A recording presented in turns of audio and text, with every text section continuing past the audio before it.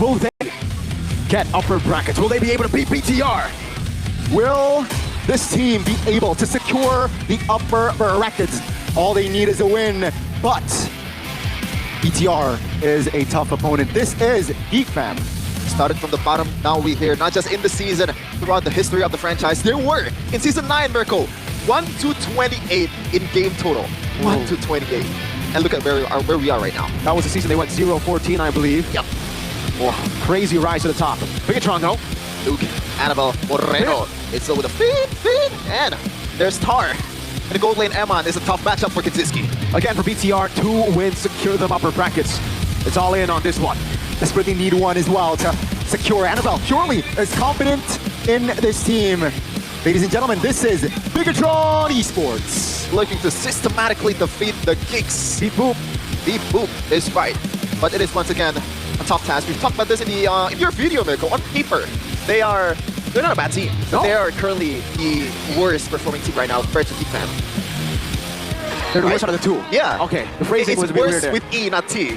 They're worse. They're worse than Geek Fam. I agree, but not entirely. You know, like mechanically, I still feel like BTR definitely have the upper edge. Maybe not in the jungle. Make It has that over the rest of BTR. But when it comes to the mechanics of Eman, Moreno, even I would say Finn here compared to Aloyski, compared to Kenziski, and a boy, it has been looking like BTR have been the better team mechanically. But again, it's not about. That's why we're seeing a rise in Lord's Lane. Well, he was actually technically already #1 in Lord's Lane. Turtle, he's still climbing up. #1 is actually Albert from EVOS.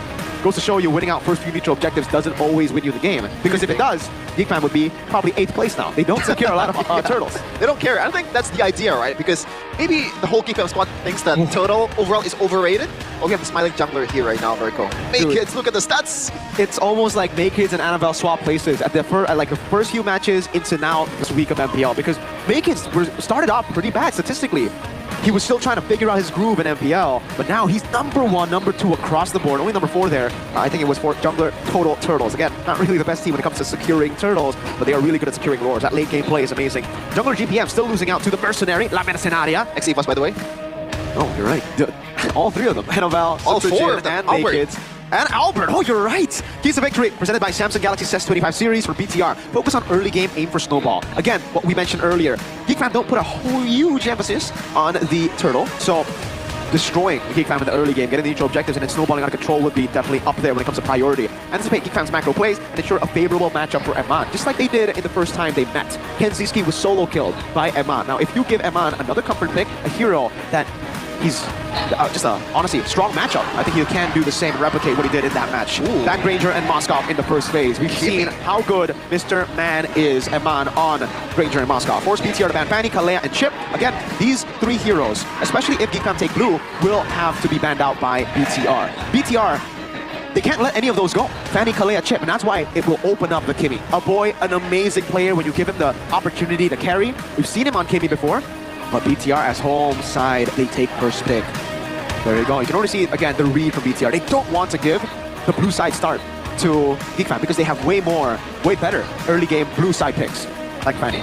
They're just able to dictate more during the draft, but yeah, win rate wise, it's not that bad, right? For both of the teams, I have to say. It's 60-60 for BTR, but for Geek, it's slightly better when they're on red. So let's see. BTR, they want to dictate from the start, but Geek Fam, if they are able to respond on those red side picks, it's gonna make it even game. Now my question is, because we're not seeing the sides that were used to make the keys to victory, will BTR still even ban the Fanny, or will they think that utility jungle is going to be enough to stick? They don't. Yeah, you can see the idea, right? Getting ganked as a Baksha, you don't care. Yeah. If the chip's there, you just gotta walk out. Toysans, you actually put all of your anti-regen on everybody who takes the portal. We're practically Season 12 and Season 13 again. Let's see though, Geek Fam, what will they respond with here? Technically, Harith is still open. Like Suyo, you want to go Suyo here? I don't think so. I think the Kimmy. You're right, because of the Baksha. I guess that's why they don't want to go for the Kimmy. They'll go for the Harith instead with the Badang. So this actually does leave Bigatron open to go for both Granger and Kimmy. Wait, right now the chip is like, there's no attention to the chip. I don't think it's gonna be picked in this match. I don't think so. I think after seeing the Baksha, wow. Geek Fam are like, yeah, again, we don't really want a portal in to gank a Baksha. And for BTR, it's kind of like, Baksha isn't really a fighter in the early game. Like, he's strong, but I don't think we needed chip. So, yeah, I think it's either Kimmy or Granger now, and then they'll try to flex. Or both. If they go Kimmy, they might as well just flex it over towards a later stage. I think getting Granger, Eman Granger is a right idea here. Secure marksman here, and I guess Right, because it potentially will be 3. Clear for BTR? Yeah. No. Clear for Geek Fam. I think that's an option, right? We have seen Valir just against Phobius, against Boxshot. it makes sense. But then, let's say Valir, it's late game. Valir is going to be eaten up by this Eritol. If he's like positioning-wise, it's bad. So still a flip coin here. BTR, what will they limit? That's going to be the question, I guess. If they limit a mid laner, it's going to be tough on them. So CC makes sense. It's good, especially when they are quite convinced that Bedang is going to be on Beloy. Almost certainly. Yeah. It's also, by the way, the Phobius pick, if you guys are still questioning it, if you are questioning it, that is the best pick of Dobbs. It's his most favorite pick. He has been able to perform really well on it. So not only is it a good pick for BTR, it's a deny away from a signature of Geek Fam. Last ban, Farsa, they ban out the Kimmy now is my question. Kimmy. It's, on paper, I think it does well. I mean, it's pretty much run and gun composition for BTR. There's the Kimmy. Yep. Good Ben coming in for Blovsy and crew. They limited the potential here for Moreno. I think for BTR, they gotta do the same with limiting Gops' potential. Maybe something like an Edith would be pretty good ban here. Yeah, considering that they have 2 frontliners, they need a bit more damage, I guess, to get a shred through it, and a potential catch towards the Earthel. Yeah. I think the glue ban would make sense too. Yeah, you're right. The glue would be better, I think. To be fair, this is the thing, because Geek Fam have the first pick and the last pick in red side, right? So they can just pick up a mid laner and hover over glue, waiting for if BTR decides to go Faramis, and then they can blast pick glue. Oh, they want glue, it seems. Or, this is interesting. I did not expect that. Are they threatening a glue roam? This means that Geek Fam can just pick it up here. They can go for the glue, hover around what they need later on for last pick, because boy, we know his heroes are really hard to read. He has Valentina still, in case BTR go for some big ults from Finn and mid lane. I mean, something like an Eve still works here. Yeah, but I think, again, the safer choice would just... This almost seems too good to be true for Geek Fam, right? It's like a Faramis ban. So I think they're also kind of like wary about it. They're like, why would they want us to... Why would they ban Faramis? But now it actually enables... No, Phobius already picked up. There's no way the glue comes up on the other side. Interesting. What are they going for now? Oh. Huh. Against Show? Are they going Sicilian? Is that... But... Because they need a long-range magic damage dealer. That's what I'm thinking about. That's why the Farsa and Kimmy got banned out. The Eve could be the answer, honestly. That's the easy answer. That should be the answer. And again, it works well. Yeah. I've repeated it multiple times. Oh, Angela! Oh no! This is a throwback debut pick. We haven't no one seen have picked Angela this season? Nope, Angela has been pretty bad. Angeloi, usually we see from Geek Fam. Huh. This is a unique composition, I'll say that much. And that's why they banned the Faramis, by the way. The Faramis is a known, not counter, but a great pick when you see an Angela on the other side. You're gonna cheese it? Oh, yeah. Blue is still gonna be the best choice here. I was gonna say, like, is Export ESP a viable How do they answer? deal with the glue, though? The glue wins out in the lane against the Phobius. It is so good up against everyone, I think. It's just with the box Play shot. the long game. But do they even have the long game? I think Geek Fam have the long game with the Harith. It's like Bigatron are trying to win early with this composition. This is an early game comp. They gotta win the first few neutral objectives and then snowball. But the set from Geek Fam, from BTR is actually, I don't think it's good. It's Angela and Basha, not much CCs on BTR's part. Wow. Look at the lineup rating though, it's 7.1. Like, everything is favoring BTR right now. There's no excuse, Mirko, if they lose. CT, Coach Tazi, what are you cooking up? Hey. Yep, this is the upper bracket matchup. Who will be next to RRQ in the second place? Will it be Geek Fam or Bigatron? Round 1, let's go to the land of Dawn. Let's see, will BTR or will it be Geek Fam striking first? Let's see, ladies and gentlemen, Luke. Is this new? Concussive Blast on Phobia. So I understand what he's trying to do here up against the glue. He knows that he's not going to win out of the lane, so he's expecting just to clear it out and then rotate around with the Concussive Blast. I think for the most part, we still see more Brave Smites for the Phobius. But there you go, something new already. This is man, they are really backing on the early game, and right now we're gonna see the emblem by IndieHome by Telcom Mirko. We might want to see what the Angela picks here. Good steal, Annabelle. Annabelle will jump and will catch Valoisky off guard, first blood. Nothing new, Valoisky falling first. And nothing new, the fact that Annabelle got the first blood. We've seen this against Onic when Jawhead was picked by Keyboy. Yeah, it's always BTR with the early aggression, and again, for Geek Fam, the early game's not too good. The Jusin and the Badang, well, I mean early as in, before 4. It's gonna be really tough for them to actually battle out against BTR, who are technically all of them online before 4. Bottom lane though, this matchup, I gotta say, it's actually a Harith win matchup. You know when to go in. There's no way for Irithel to sidestep away from the Synchro Fission too, so Eman's gonna be the one playing it safe and looking for smart trades. By the way, he's rocking the Purify. This is what I really like the most right now. Normally, if you're up against this composition, people will just, or like pro players will just choose Sprint. Yep. It's gonna be a stun here. Perhaps a big engage actually. Annabelle caught, but that's gonna be Valoisky taken down again. Now Annabelle is able to get out with the Poissons, and that's gonna be Geek Fam again, suffering a Beloy loss. I don't get it, man. They should know the win condition by now. Annabelle is a monster early game. He's gonna be everywhere with the Shield Unity. So I don't get why they're still always trying to fight, despite them being, having a Zushin, but having a, Badang, it's not enough. Wow. I just want to say, wow. We noted the win conditions for BTR. Again, early game, neutral objective. That's what they want to look for with this composition, and they've done it. So far, so good. Eman. Oh, gotta be careful. Valoisky's there, not level 4 just yet, though. That's actually gonna be Beatron with the counterplay, and that will force Valoisky to use his flicker. Annabelle looking with the hard guard in hand, looking to perhaps a crash. Doesn't really find the right connection, though, so that's a wasteful hard guard there. Juking left and right. The signal going right, but goes left instead. Just like Indonesian moms on a bike. Too relatable, man. Too relatable. Talent prediction. Hey. By Gopay. Expected, as expected. But Only me. Gani! Gani! My God! And Owo and Gani are my two favorite casters today. Gotta have a fight in the talent room. What do you mean, man? What do you mean? Come on, explain yourself first. I mean, so far, Bigatron is going very well.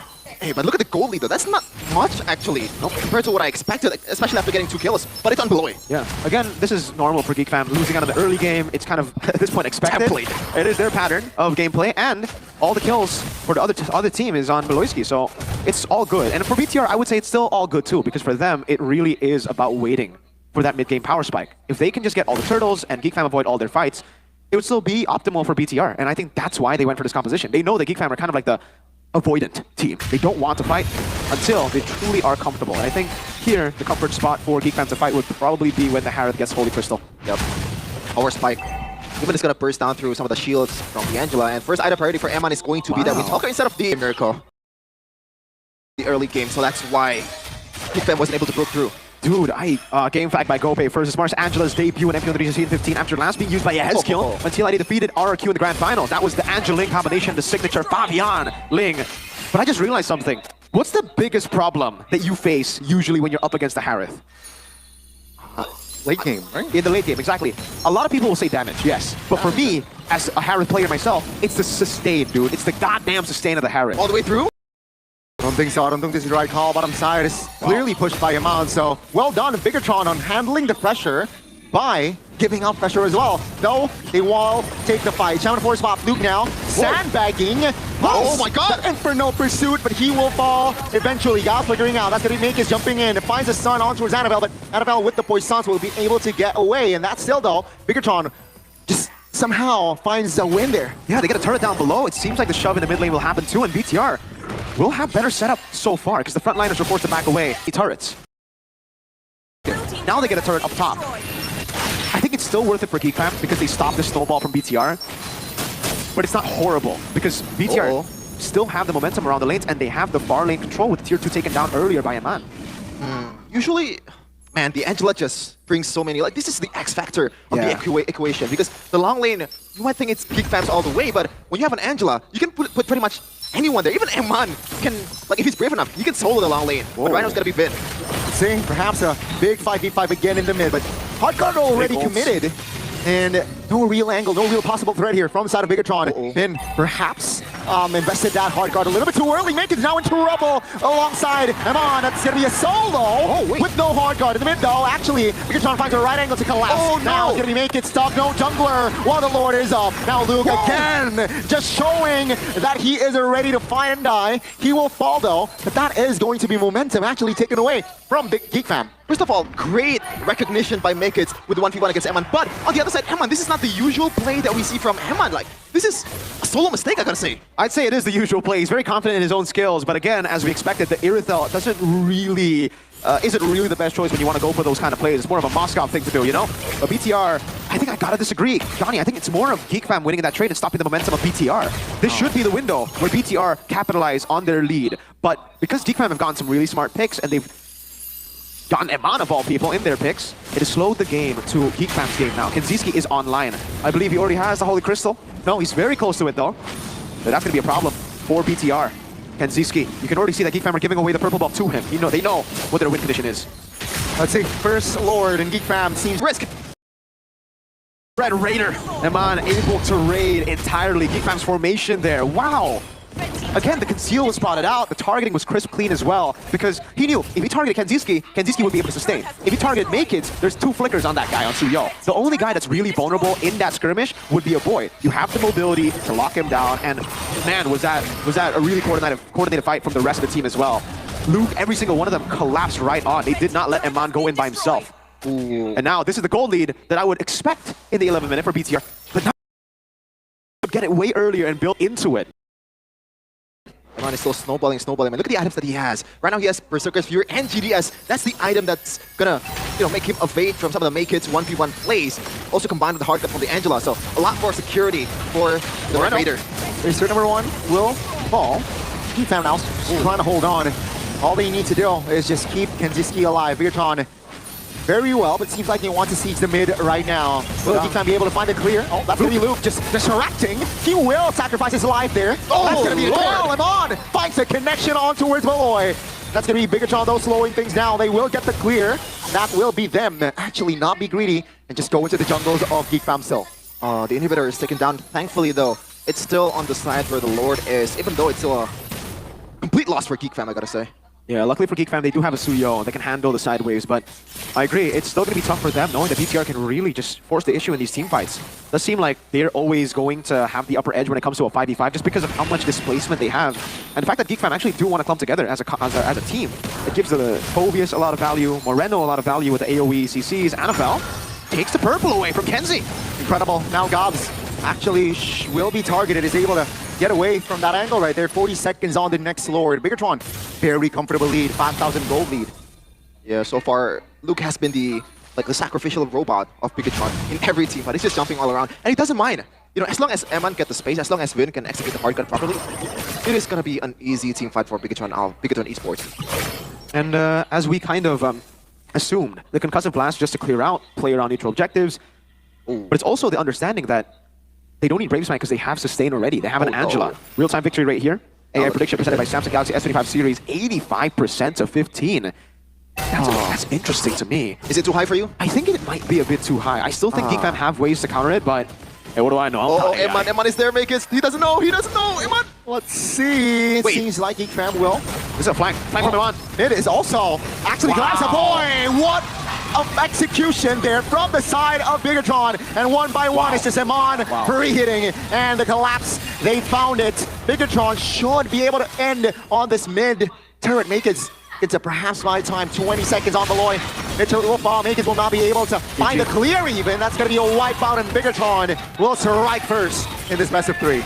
And that's it. They're one step closer to trying to have a shot in the upper bracket. Meanwhile, Geek Fam, if they lose this one, say goodbye to upper bracket.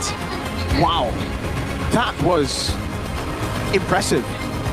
We saw the lineup rating, but for the most part, it's always, for me, different, right? We've seen massive wins in the lineup rating that just doesn't get utilized in the game itself. But this time, this unique draft, this BTR, Coach Tazi has cooked up a fine meal. Yeah. From one chef to another, I give my bow. Wow.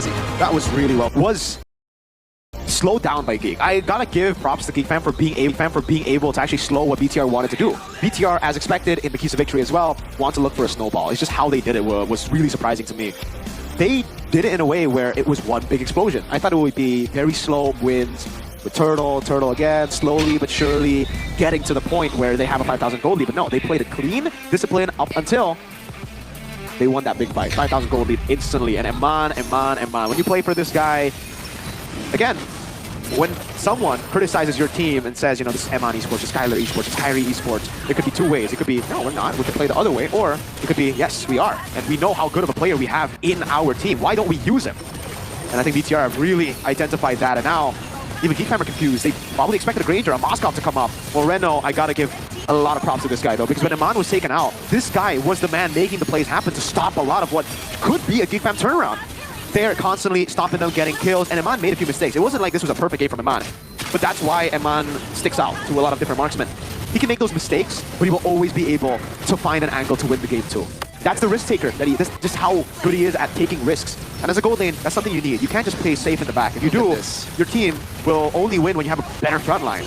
But here, he really takes the game into his own hands. How? Well, he's a man. But secondly, you got Finn. Play the song again. Finn. Even in MDL, if you guys remember, Bigatron Beta, back in the day, Finn was always known to play for Shive. That was the entire game plan for Bigatron Beta for the longest time. So it almost seems like it was planned all the way from back then. You know, we are going to develop a player that will play for our gold lane. The guy up there in MPL, he needs some support. And now they decide to let him win. Yeah. You know what? What's the use? Damn, nope. I'm still impressed, really impressed. Like, 73,000 damage dealt there. 54k from Moreno too. Interesting, because Moreno, like, when you see the composition here, the only realistic ultimate that you can take is the Crimson Beacon, and that in itself is not really a great ultimate, right? He actually took, most of the time, the Queller. Oh, really? Yeah. Most of the time, he had the Queller for additional movement. It's still not the best anyway. Yeah, so it's Rins. Oh, sorry, Rins. Juicin ult. I always think about Rins when it's someone talking about Juicin. Go ahead and Juicin, it's either Juicin ult or Suyo ult in this game. I wouldn't expect Suyo ult to be taken to Queller, but hey, Moreno made it work. It works, and that's game number 1 of BTR versus Geek Fam. Did they ban Baksha now? Did they just ban Baksha? See, this is I was gonna bring that up, man. Are we? I think I would much rather go up against Fred than Baksha. Virgin Angela, though? The fact that it works so good, do you think we are slowly but surely getting into that meta again? I don't know. This for me, it feels like it depends on the team. It's kind of like a Blacklist issue again at M3.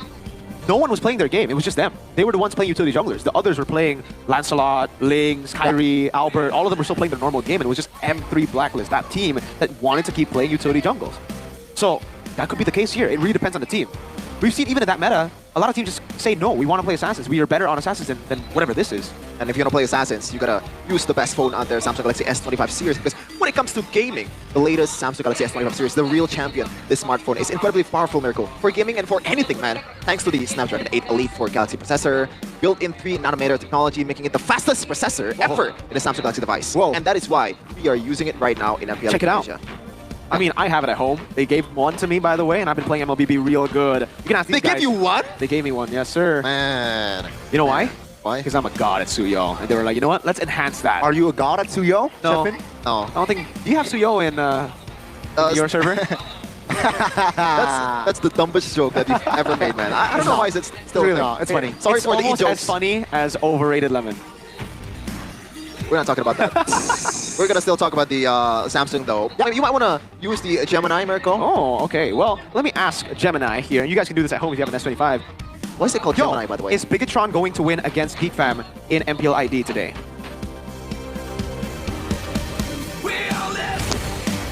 Yes, Bigatron Alpha, BTR, is scheduled to play against Geek Fam, Geek, in MPL ID Season 15 today, May 23rd, 2025, at 3:15 p.m. Pacific Daylight Saving Time. Oh, thank you for the Yes. daylight saving time too.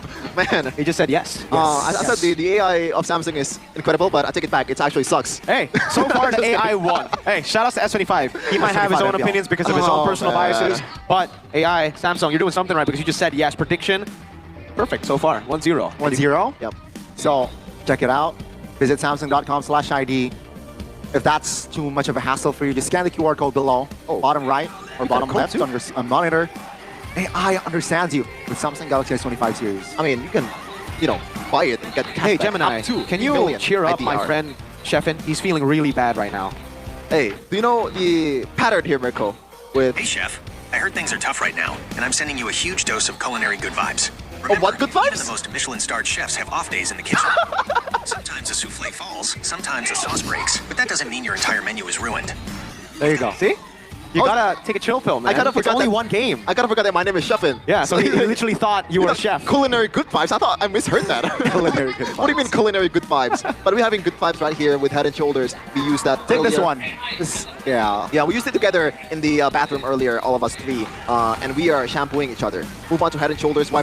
You know where it came from, right? I don't know. It was you yourself. Like usually when the haircam comes up, you're literally like this. I have a picture of you doing that when the haircam That's comes just up. a bit, man. Yes, you got the receipt, but I was in on it. I was, Well, no. I was trying to make it a funny. He can say this But right now, it's not a funny anymore. But Sheffin, even the people back at home do that when they see haircam. They're like, whoa! Exactly. Yeah, so it's... You're representing. You can say it's a bit, but only people God, somehow. only God knows that you Really like the hair cam.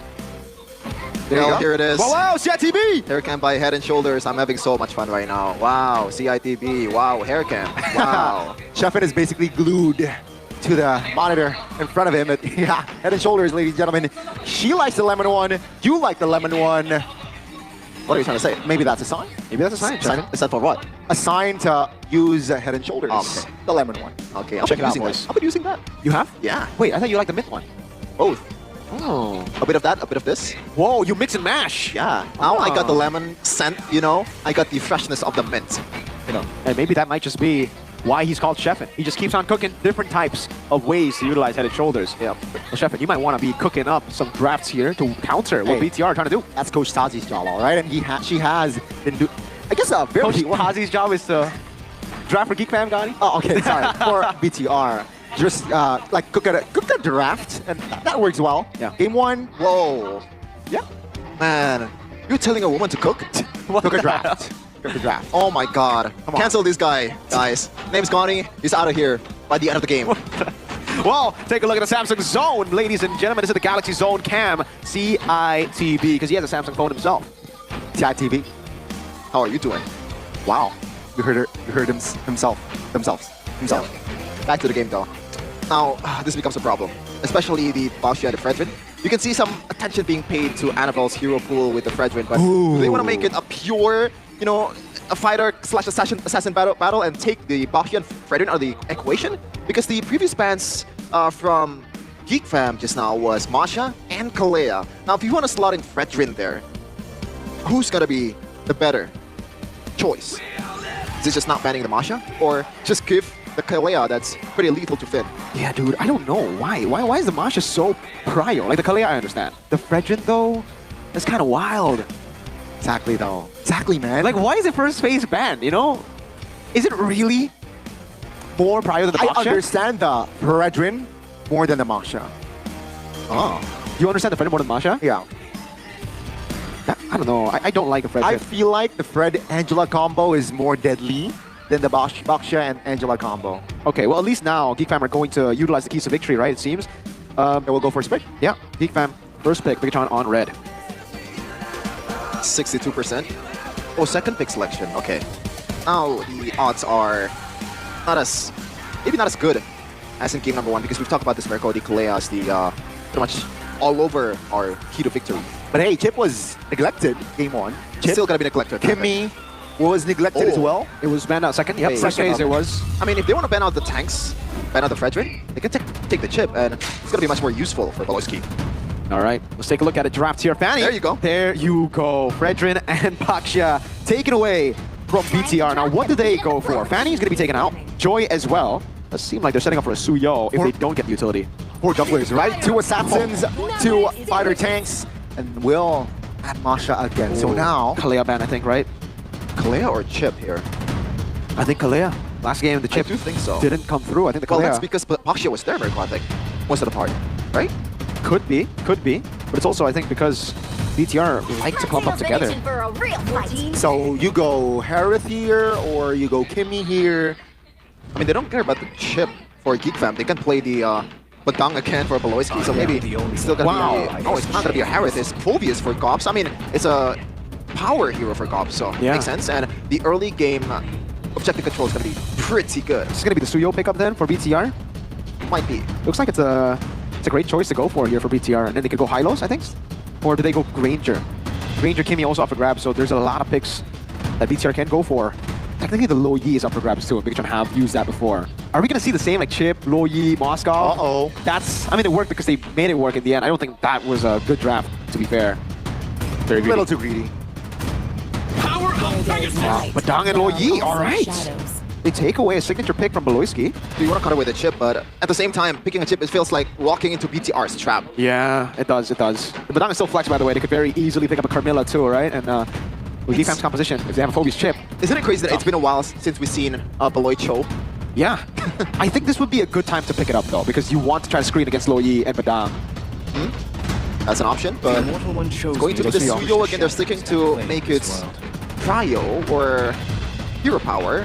The question is, do they want Harith to again? pick the gold lane first? Because yes, it has been the case for Geek Fam. They always usually pick the gold laner in the first phase. Do they go Harith, Do they deny the Granger? I was about to say, from Bigatron, I think now what they do here with the Granger, this could mean that BTR can go Harith, they can go Moscow, they can go Irithel. We've seen all those three on the hands of Eman.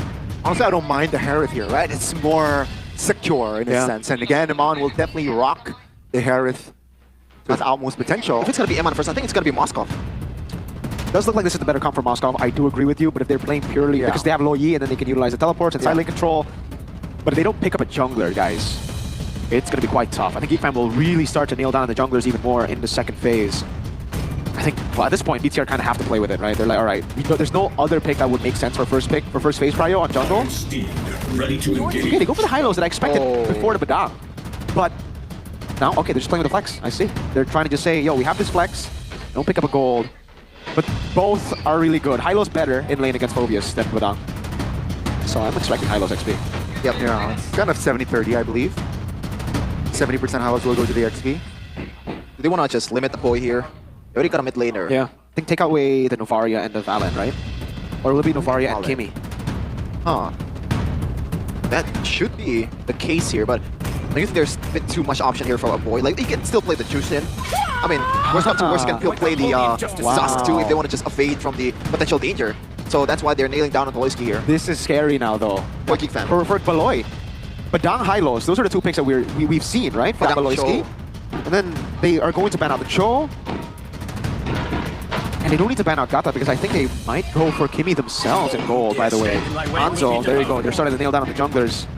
And I think it's almost impossible for Baloy to pick up a damage jungler because they do need a body up front. Or you want to play something like a Mathilda here? Does that work? It's a Suyo. Mathilda Phobius could work. And it's also a good way to bail out some of the members away from the potential Louis engage.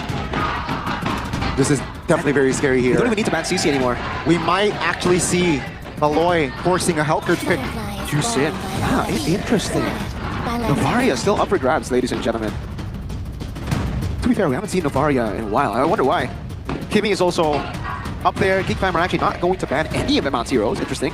Bit of hit or miss if you want to pick like a Novaria. It's basically like, kind of like Selena in a way. And the one's going to be banned towards Eman. They know, so they don't care about the Airthel at all. I think that means they're really trying to go, they want to go Gatot. Yeah, they're going to be something up front that Baloyski is going to use because there's no way they're not banning 1-1 for a reason. Khalid. Nah. Those are the two picks that we've seen from Baloy. Oh yeah, Khalid, I don't think it's going to be Khalid, especially against Badang and Hylos. Yeah. Bit too much CC. Are we going to see another debut pick, this time from Baloy? Huh. What is the jungle, though? I gotta talk about the jungle first. They have to... I mean, they have an information on 4 heroes of Bigatron Alpha, Bigatron Esports, before Baloy make the thing. Whoa! This is a green light for something like a T-Grill, right? Because there's no way Glenn's going to use the Purify. Yes, yes. This is a great game for Geek Fam. That's why they banned the Cho, by the way. But yes, the Tigreal is still very good here for Geek Fam. Against this composition, I don't think anyone's bringing Purify. Only Lo Yi, maybe. Wow, I mean, BTR even, like, they're putting their bets on early game even harder now. But it will be the Gatot over the Tig and the Valentina as expected. Okay. In a way, I do like the Gatot a bit more because when you're getting chunked up in the front line, you're going to be playing front to back like it or not. Because you have Granger. Is it going to be a Lancelot then? It might be. It's not the best though. Against Phobius, Gatot, Valentina, and Granger, all of them can like sidestep. I mean, Ling? Is it going to be a Ling? Ling also kind of struggles. Lucas! That's actually good, I think. But it's against Valen and Phobius. Oh yeah, you're right. Against Valen, I don't like it. But like, against, there's not much shred. And you can survive in a team fight, I think, a bit long enough. Oh. This is very early game for BTR. Like, even their goal lane, they don't really have a plan B. It's plan A or game 3. It's all in. Lucas against a Valen and Phobius. Wow, they're giving a weapon towards Geek Fam. I mean, to be fair, I've been playing a lot of Lucas recently too. And a lot of Valens just, maybe it's because of the matchup, but a lot of Valens don't understand how this is a boy. Lucas. Exactly. But if they're able to bait out some of these skills before and then Lucas comes in at the end, could work. Upper bracket is the stakes here. Game number 2. Will it be Geek Fam or will it be Bigatron? Will come through as the next upper bracketeer. Let's go to the Land of Dawn. With a bold last pick as well. Bigatron, they look to find a clean sweep, but Geek Fam, with of course, classic Gatot Kacha on Baloy, or Baloy on Gatot Kacha, will try to prolong the series. Wait, Luke on Badang? Yep. It's not going to be the Land of Dawn today, boys. It'll be the final valley for Sasuke versus Naruto. Early on. Wow. Yep. As expected, it's Moreno on the Luoyi, but it's Baloyski too. But the Revitalize didn't get used. Well, there you go. Annabelle's on killing spree. This might be a sign that he wants to go more damage. And yeah, it does look like he does want to go a bit more damage here. Season Hunter, Thrill, normal, but the Assassin Emblem. Ooh, Naked's gone for attack speed over Thrill. Inspires and pull yourself together for Moreno. Tenacity, Vitality, Weapon Mastery for Clint. Okay. The top spot here, make it. Oh, the jukes! Great play Man. here. Let's see. Bigatron, though, it seems like they want to look for another possible opening, but now Alphabet will recall. Top lane, and Beloyski finds a good taunt onto Zaman. That's going to be Flicker. Konzinski, though, will drew first blood with a Flicker play himself. Good recognition by Beloy. In early game, you are super vulnerable on a Clint. And look at that. Oh, gotta watch out. Someone's coming. It's Naruto. Kenzie, no flicker too. Annabelle. Annabelle is ready to unleash bye-bye. his beast. Even Beloy knows. Oh my goodness, Konzinski. No Flicker, so that's an easy punishment from Bigatron. Interesting that I thought Beloy is gonna make a calm that, you know what, you might want to go back because it's a bit dangerous here. We'll take the risky move. Boy level 4. Moreno still quite a bit away. Let's see, that's going to be a frisk drag on towards Seal. Still though, Gobs holding on. That's a good taunt and a knock-up. And a boy collects a double. Bigatron now, they will look for a disengage as Makens will find the turtle, and he will be greedy. Looking for on towards a move on towards a purple, and he will claim it as well. It's hard when you gotta play against your Kage Bunshin. They know all your moves. It's very, very tough for BTR. We thought it was going to be Naruto versus Sasuke. Turns out it's Naruto versus Sasuke and Naruto as well. A boy. Call that Valentina the Copy Ninja. This game really wreaking havoc there earlier. Again, this is the reason that we were very skeptical about the Lucas last pick against the Valen and Phobias. We got to see it with Gobs and a boy really just styling on BTR. And remember, BTR kind of need that early game, so it's all Geek Fam. Yeah, in the late game, believe it or not, Eman is not gonna scale as good as Konzinski because just how much range that Konzinski.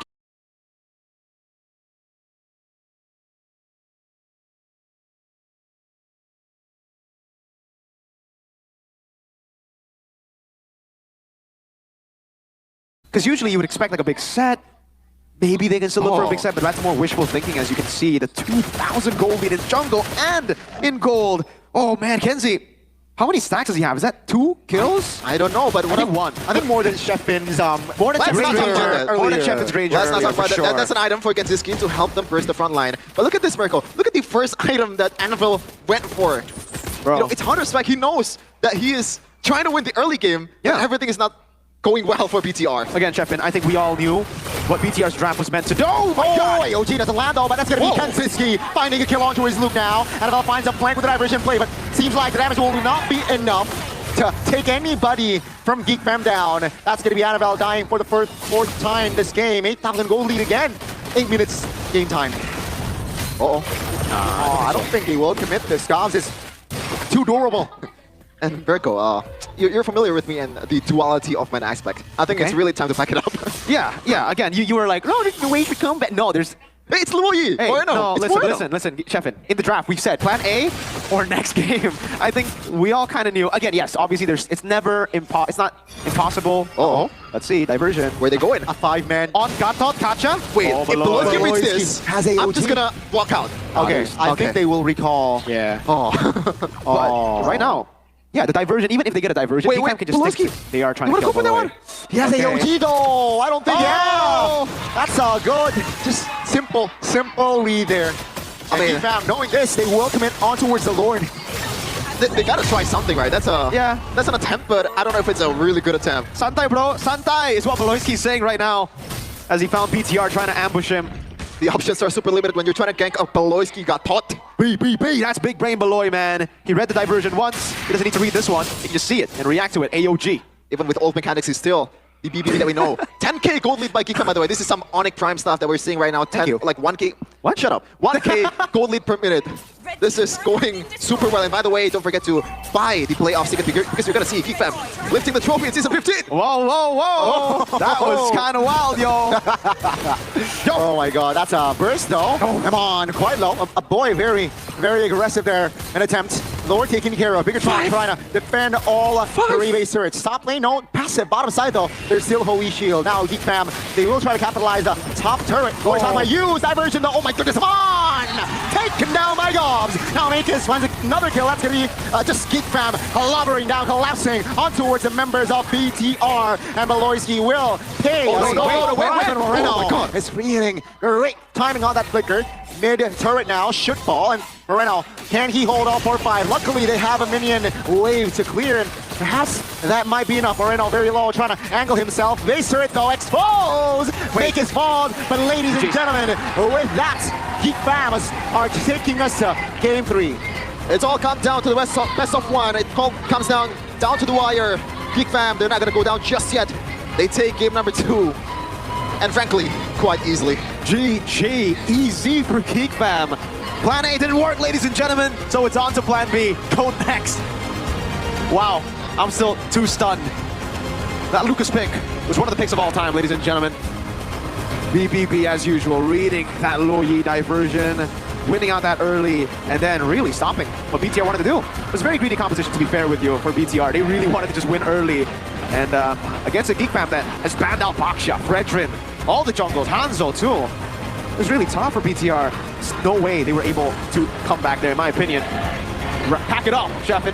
Hey, good news, we have game number 3 right now, and gotta say, man, that Lucas pick, if you see at the end of the game just now, 5 level difference. Make it 15. I'm surprised it wasn't 8 levels at that point. Like Lucas without first turtle, going 1-3 in the first 4 minutes.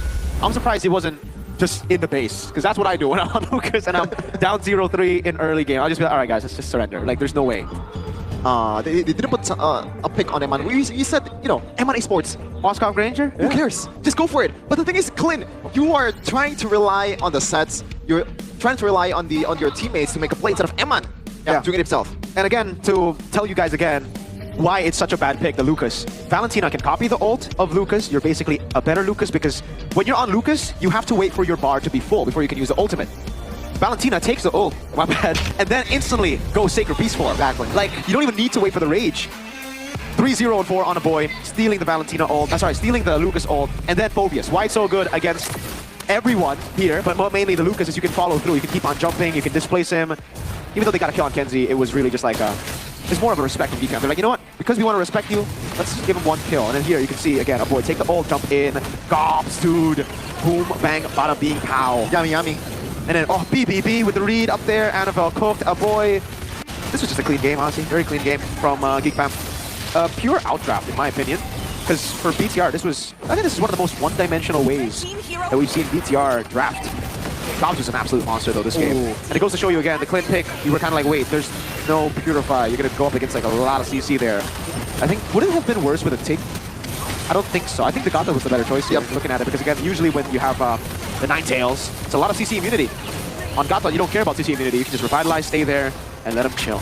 And you're much more useful for level 4. And that's why Play was able to get the kill anyway in the top lane against Eman. And that's the first game, man. Trying to see the goal lead after this. It was a less sub 11 minutes game, you know. I don't want to praise Onic again because God is going to jump in. But look at this. The items that they are picking. I mean, it doesn't really matter at this point. Hey, look! Kenziski really took on his fan. Playing Granger, no stacks. He's only 10 stacks there. He got 10 stacks. My goat. Oh my goat. Hey, sometimes, hey, you got like 5 frontliners. Like 12 frontliners for BTR Alpha, man. Sometimes it's not really your job to execute. Just let yes, I do get it. That was actually a bad statement. It's your job to execute. Yeah, I was like, but wait. Hey, sometimes it doesn't work out, you know? Yeah, okay, that makes more sense than whose job is it to execute? The guy with a gun, man. But no, this is just a clean game, ladies and gentlemen, for Geek Fam. Really, honestly, not much to talk about. Great choice by the Thrill. By the way, you mentioned that. I think it was a great choice, again, because they knew that for BTR, it was really all about the early game. If they don't get the early game, then going Rupture is no use. They think, because I don't know, even let's say BTR got to get the early game. I mean, to be fair, damage-wise, they do have it. Maybe they could have dove onto Geek. So, yeah, no, it's just a clean game. A boy was too smart of a Valentina, unlike the Valentinas you meet in the ranked games, you know, where you go Lucas and they're like, oh, let me take Badang ult.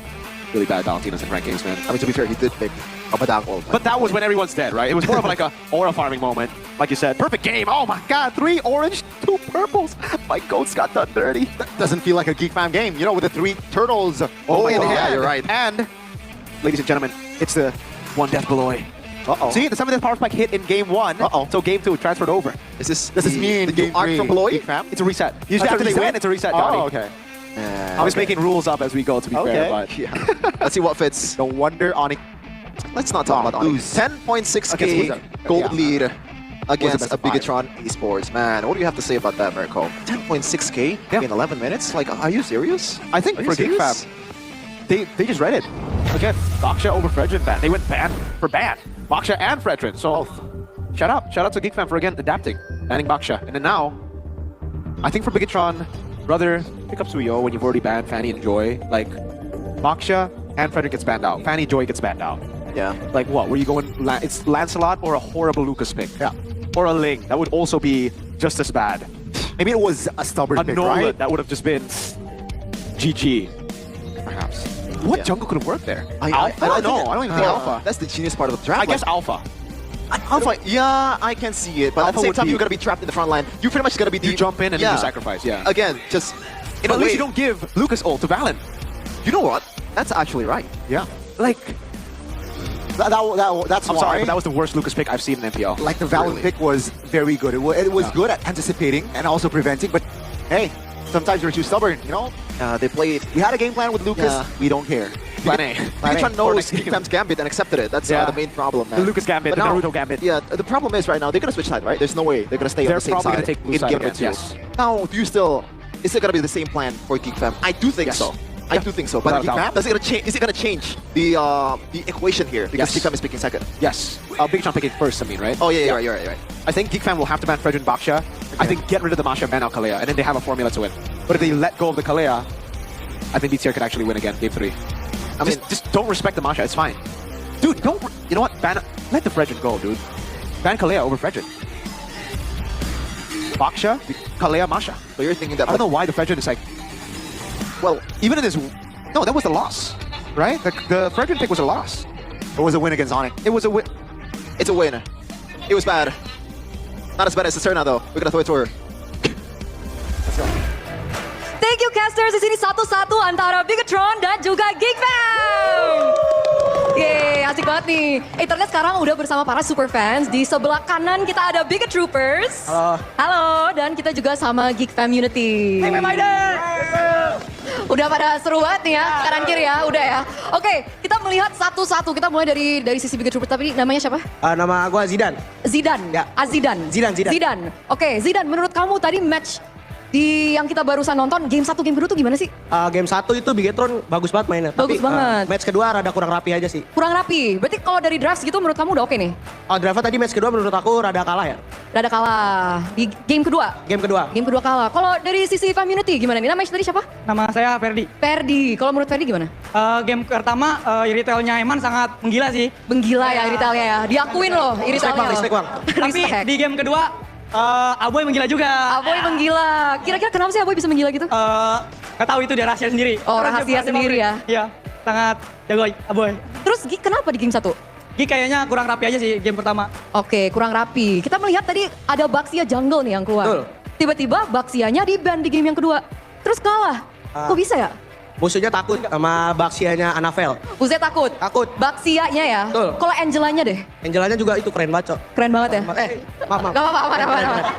Tolong editor ya, dikat dikit gak apa-apa, santai. Terus menurut kamu akan dilepasin lagi gak tuh Baxianya? Kalau pasti lepas kayaknya. Lepas? Mau nyoba lagi aja lawan. Game yang ketiga lawan aja, Kayaknya gitu. lawan Tabrak aja. Tabrak aja. Tabrak ya? Tabrak aja. Pede? Pede. Izin upper bracket, Bang. Aman. Karena gini guys, karena kalau misalkan Geek menang di sini, Ya. dia auto upper bracket loh. Panik nggak? Enggak, biasa aja. Biasa aja. Biasa Kenapa aja. nggak panik? Karena Bigatron lebih jago. Karena Bigatron lebih jago. Kamu dibayar berapa sama Mirko ngomong kayak gitu? Hah? Nggak ada. Gimana nih? Bigatron lebih jago. Kalau kamu? Pede nggak? Jangan ngomong jago dulu sih, lihat aja game 3 nanti. Oke. Kita lihat game yang ketiga. Wah, kayaknya Ujo mau ngomong juga tuh. Gak apa-apa, mau nambahin? Nggak? Oh, yang kalah jangan nangis aja katanya. Kata kakaknya kalau aja nangis, kakak yang kalau kalah aja nangis ya. Wah, Kita mulai aja. Udah kayak season kemarin, dikurangin Kemarin aja duluan. sih, sekarang aja. Ya. Mahal. Gila, MPL Arena semakin memanas ya. Nggak dari player doang, tapi dari super fans juga sama. Jadi kita mau dengar kata-kata support atau chantnya dong sebelum kita masuk ke game yang ketiga. Kita mulai dari Bigat Troopers. Ge. Tron. Forza Bigatron. Itu dia. Keren. Gimana? Geek Fam Unity pasti nggak mau kalah dong? Nggak mau kalah dong? Geek Fam.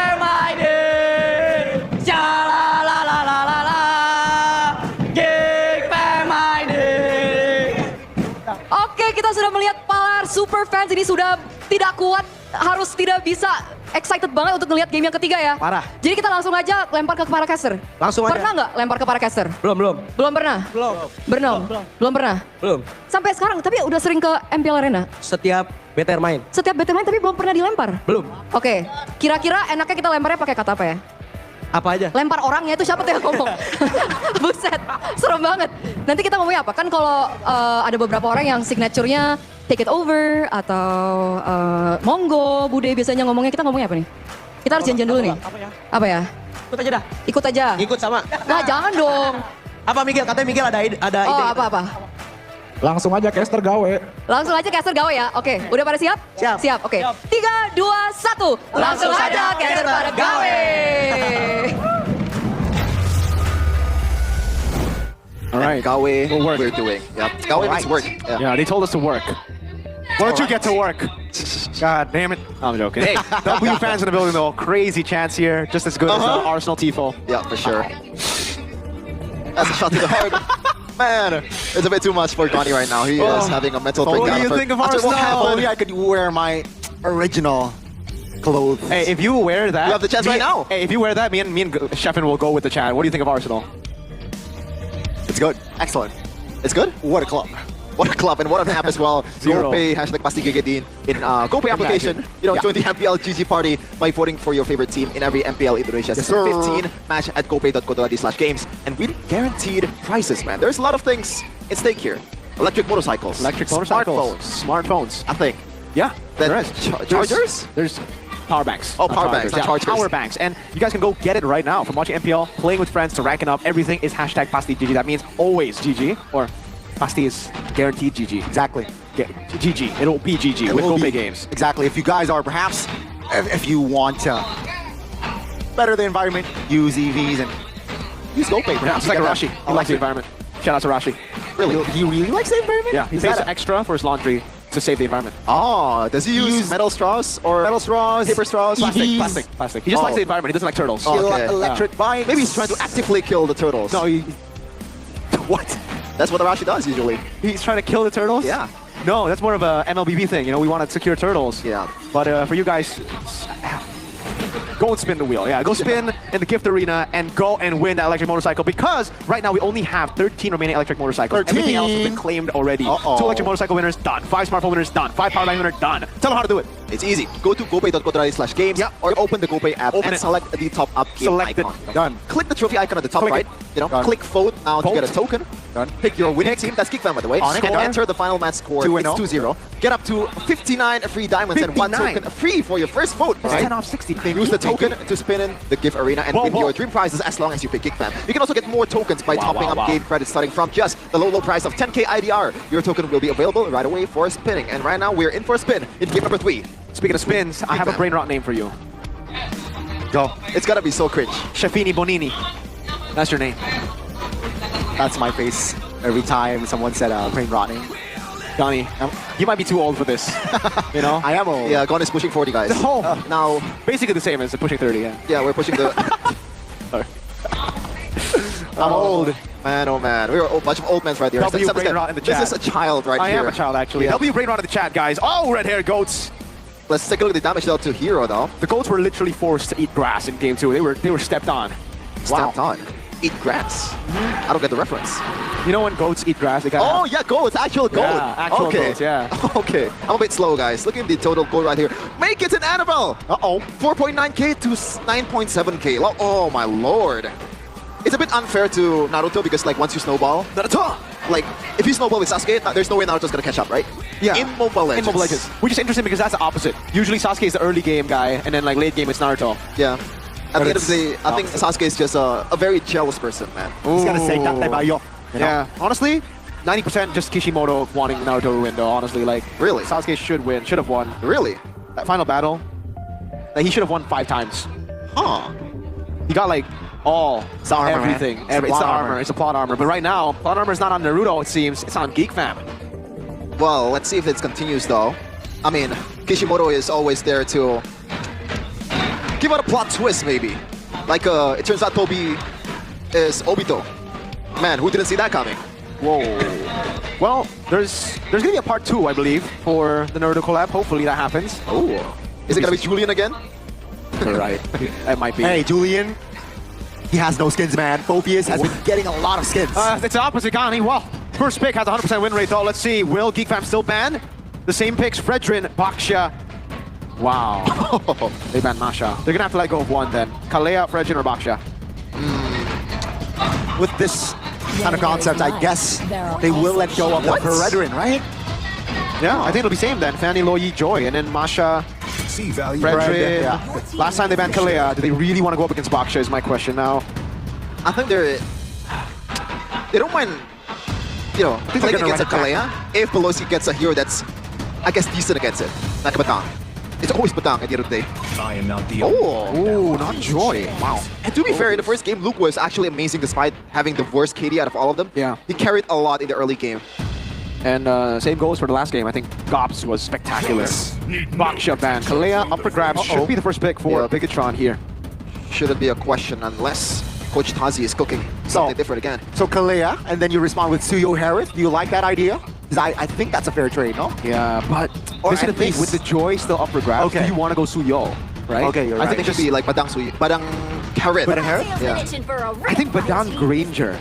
Take the Granger. Like, it's fine to leave Harith here. They go for the Joy first. Okay, there you go. Instead of Suyo, they go for Joy first. It's pretty good. And then, now, question is, they go Granger. Will they though? I think it's a bit too much risk to put the Granger right away here, considering the Eman has a lot of option as well. Huh.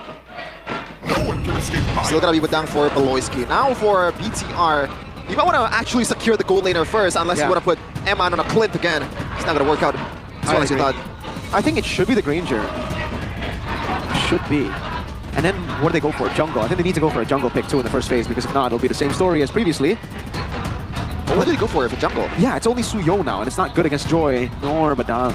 I think they have to concede the jungle away again, man, considering there's not much good pick in the first place, the first phase. But You might it'll just- be even worse later. yeah, you just take the hit. Take the hit, but don't go Lucas. Yeah, like Lancelot is beta pattern, you know. At least you have some kind of Kimmy? like outplay potential and like Lord stealing, objective stealing. Haya, Oh, never oh. mind. That's actually a good pick. Bro, how did we completely forget about Haya 3 games? Forgot about Kakash, man. Kakashi, the forgotten one, the real copy ninja, not you, Valen, okay? You're cool, you copy, but you're not him, bro. That's This is against a Haya.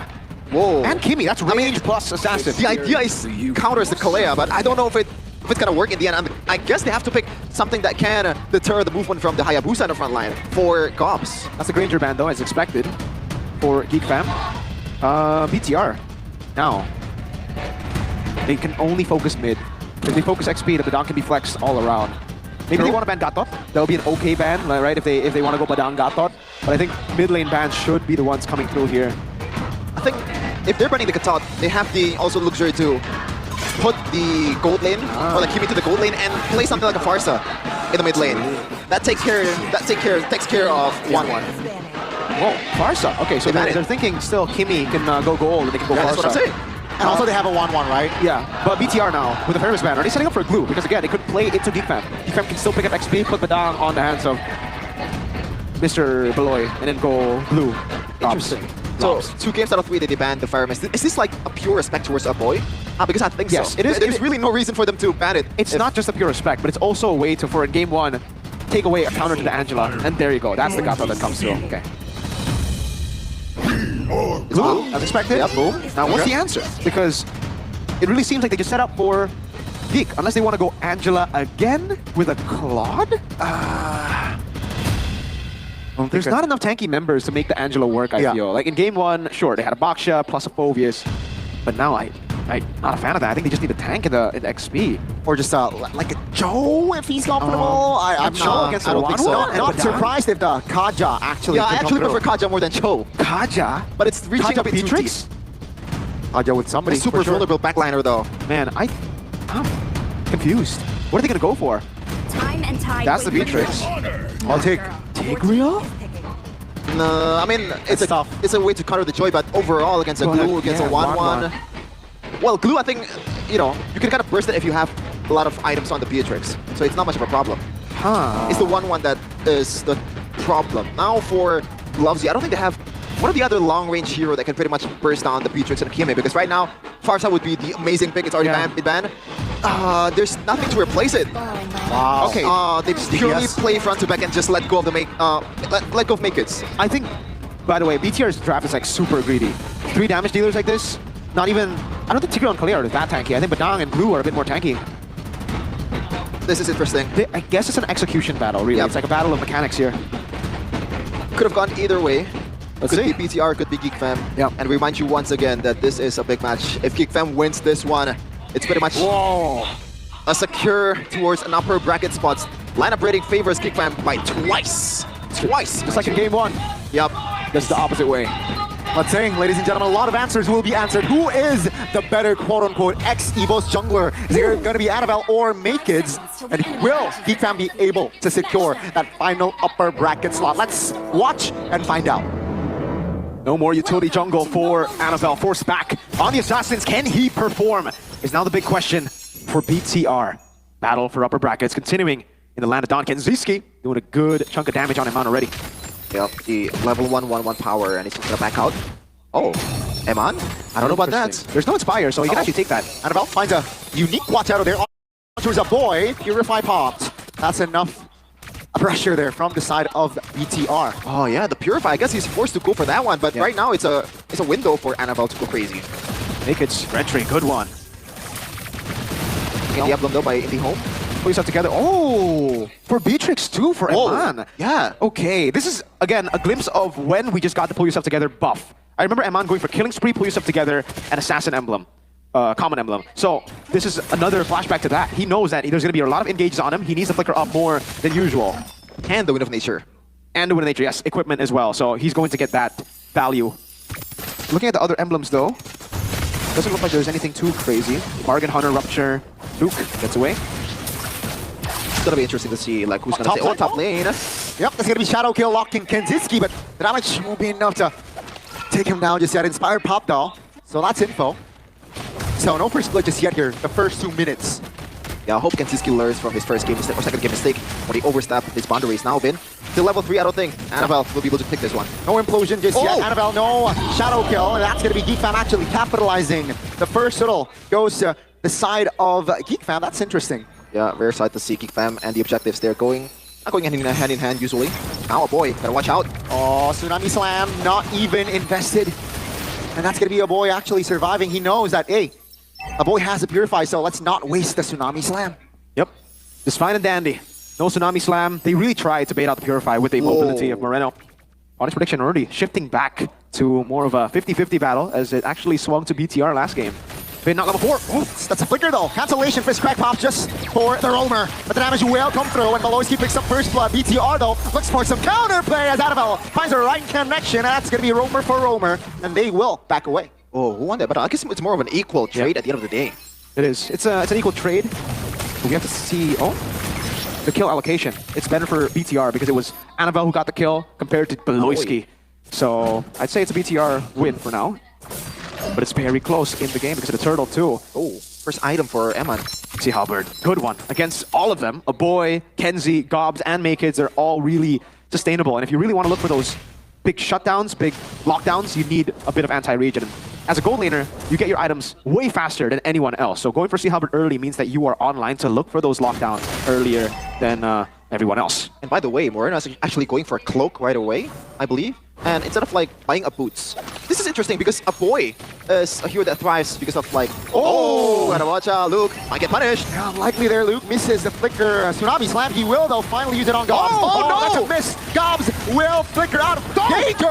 Annabelle finds a kill. Kenziski falls. Now a boy very low on Mondo with the Nibiru actually finds a kill, but that will leave him vulnerable. 3-4-3. A Geek Fam with a response. Well, again, like who won at the time? Oh, Makids is stepping away from the turtle. Yeah, they both don't have retry, so they both don't want to commit to it. It's a fair game right now. Makids! Looking for a kill. Looking for a solo, Moreno. Oh, great calculation there. Don't electrifying beats. No electrifying beats here, right? And Annabelle will have his retribution sooner.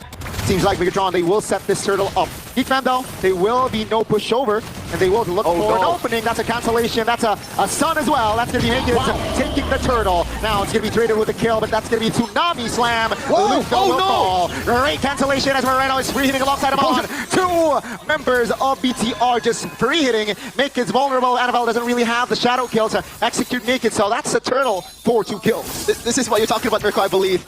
They got taken down before Kanziski was able to use the crossbow tang. Yes. If my eyes were not mistaken. That's the thing about the 1-1. Your team can be a counter to it if they are too quick with the kills. We're gonna have to see it again later on. 0-2 and 2 for Kanziski. Not really the best stat here because again, it will get to a point where he gets countered by the high. Well, he's already getting countered, but if he's behind, it'll be even worse. Down below, a 1v1. Annabelle just wants it clear. Naked's shadow kill committed. Good placement there to divide the shadow kill damage towards minions as well. And seems like no kills bottom side. There's gonna be a retaliation here. He's trying to screen. Avoid, still has to purify. Luke knows that. He will hold his Tsunami Slam button and seems like tempo will go down. Oh no, make it. Oh, gotta be careful. He knows though. Makids knows that no shadow kill. Annabelle now still has it. Quad shadow! Oh my goodness, Maloyski finds the right connection, but Annabelle isn't down just yet. That's gonna be 6 minutes in here. Just 500 gold. The difference. Yeah, Makis was able to do that because like the quad shadow or the shadow kill was not there. But overall, like the long lane battle between Annabelle and Makis, I think the advantage is gonna skew towards Annabelle by a lot. later on, yes, for sure. The Hayabusa does have a better time against the Joy, but it is ultimately still a skill matchup. So we'll just have to see. Annabelle did have the retry earlier to contest. They don't know Beloyski's in the bush. This could be a massive flank. Look at Beloy already concealing.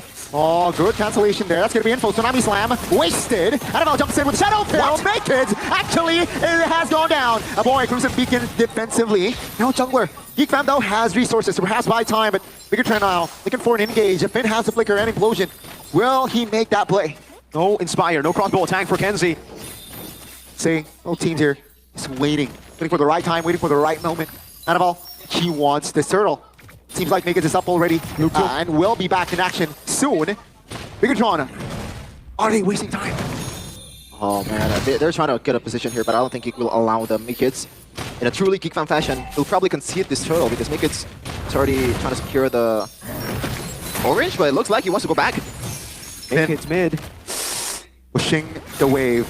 Luke finds a connection there. Tsunami Slam. The damage won't be enough. Amon now flickering back. That's going to be the damage for Luke, though. He will fall first in this big team fight. Geek Fam now forcing the issue. And Bigatron, they have no counterplay. Naked will collect the turtle. High-Octane seems like the mid is very vulnerable. This time Bigatron will be able to defend, but with the next wave coming up, not sure. Maloyski pops to conceal, looking for an angle. Doesn't really find it as Geek Fam finds the collapse on towards the mid turret. I'm actually surprised that Geek Fam won that. Yes, it is a 5v4 for BTR, but I guess the one that really makes it or break it for BTR if whether Finn or Luke was able to get a good set. Yeah, and also for Geek Fam, Beloyski. As long as Beloyski is able to stagger the back, which I think should be quite easy this game, knowing that there's no Purify, they can win the game, win the team fights, win the skirmishes. We saw that earlier. That was going to be a combo for BTR to get rid of Gobs before the fight even started, right? It was a pick-up attempt. Gobs got Tsunami slammed, the Bennis Rage came in, but that was it. Because Beloyski was able to flicker into Eman, forcing him to run away, forcing him to use his own flicker defensively, and then the boy chased him down. So the value of having that juice in, man, you can really force these marksmen to go back, especially in the early game when there's not that explosive damage yet for the Beatrix. He's gone for, again, the old Beatrix build that he likes. Sea Halberd, Melfic Gun, and then the OD into the Wind of Nature. This is what we saw when he went for the killing spree, pull yourself together emblem choice. Moreno, DHS. Wow, okay, we're seeing more and more of this build, by the way. The DHS is on the Kimmy. He is ahead, and he will scale better than Jusin. So BTR are really banking now on staying alive, weathering the storm. Yeah, Geek Fam is also kind of trying to stay alive, especially with Kanziski securing the House Claws instead of the Wind of Nature right away. So he needs more damage and also survivability in the fights. Interesting choice. Now, going into the later part of the game, 10 minutes has elapsed. 1.2k gold lead for Geek Fam. So they've been weathering the early Pikachu storm quite well. A lot of damage control. It's all up to whether Finn and Luke was able to find a target here, especially Gobs and Makits, because those are the two realistic targets. Or maybe Beloyski if he does not have the CC immune. Yeah, but I don't think Geek Fam were weathering the storm of BTR's early game. I think the early game is better for Geek. They got the gold lead, is what I'm trying to say. Okay. Annabelle with the quad shadow. Beloy. Oh, no. Flicker. Let's sing with the conceal as well. Luke trying to provide cover. Yeah, no real great engage just yet, though. Both teams just touching and going. Seems like both teams just taking their time. Top lane, though, it's favoring Geek Fam. Yeah, good slow push. So, Geek Fam, they don't mind this. They're playing the long game. This is the macro advantage of Geek Fam that we've been talking about for the longest time. This is what makes them such a strong force in Season 15.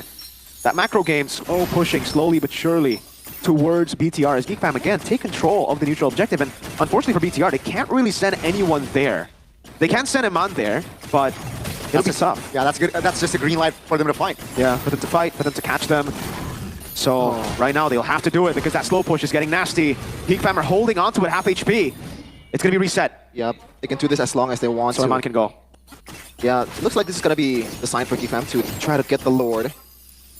But what's going to be the requirement for Luke and Finn to actually engage? Because this is super hard because one mistake and you are going to get killed, especially with 1-1, which punishes overextension better than any hero in the game.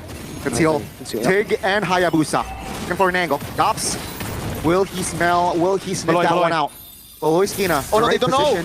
Oh, that's going to be Annabelle. Opening things up first. Mobilize here and there. Moreno, though. Crimson Beacon out of the way. Oh, Annabelle finds the Lord, but Luke will pay the price. That's going to be Finn taken down as well. 2 members of Bigatron actually taken down Annabelle. No quad shadow left, and Kenziski will take him down. A Lord for 3 members. Geek Fam, great recovery. They're not winning this. The Lord's going to be taken care of in a flash because the respawn time it's not working well for BTR. It was 41 right away after the Lord got taken down. Oh, make it! Oh, the Nibiro wasn't not enough there to make it down, but yeah, Lord is irrelevant.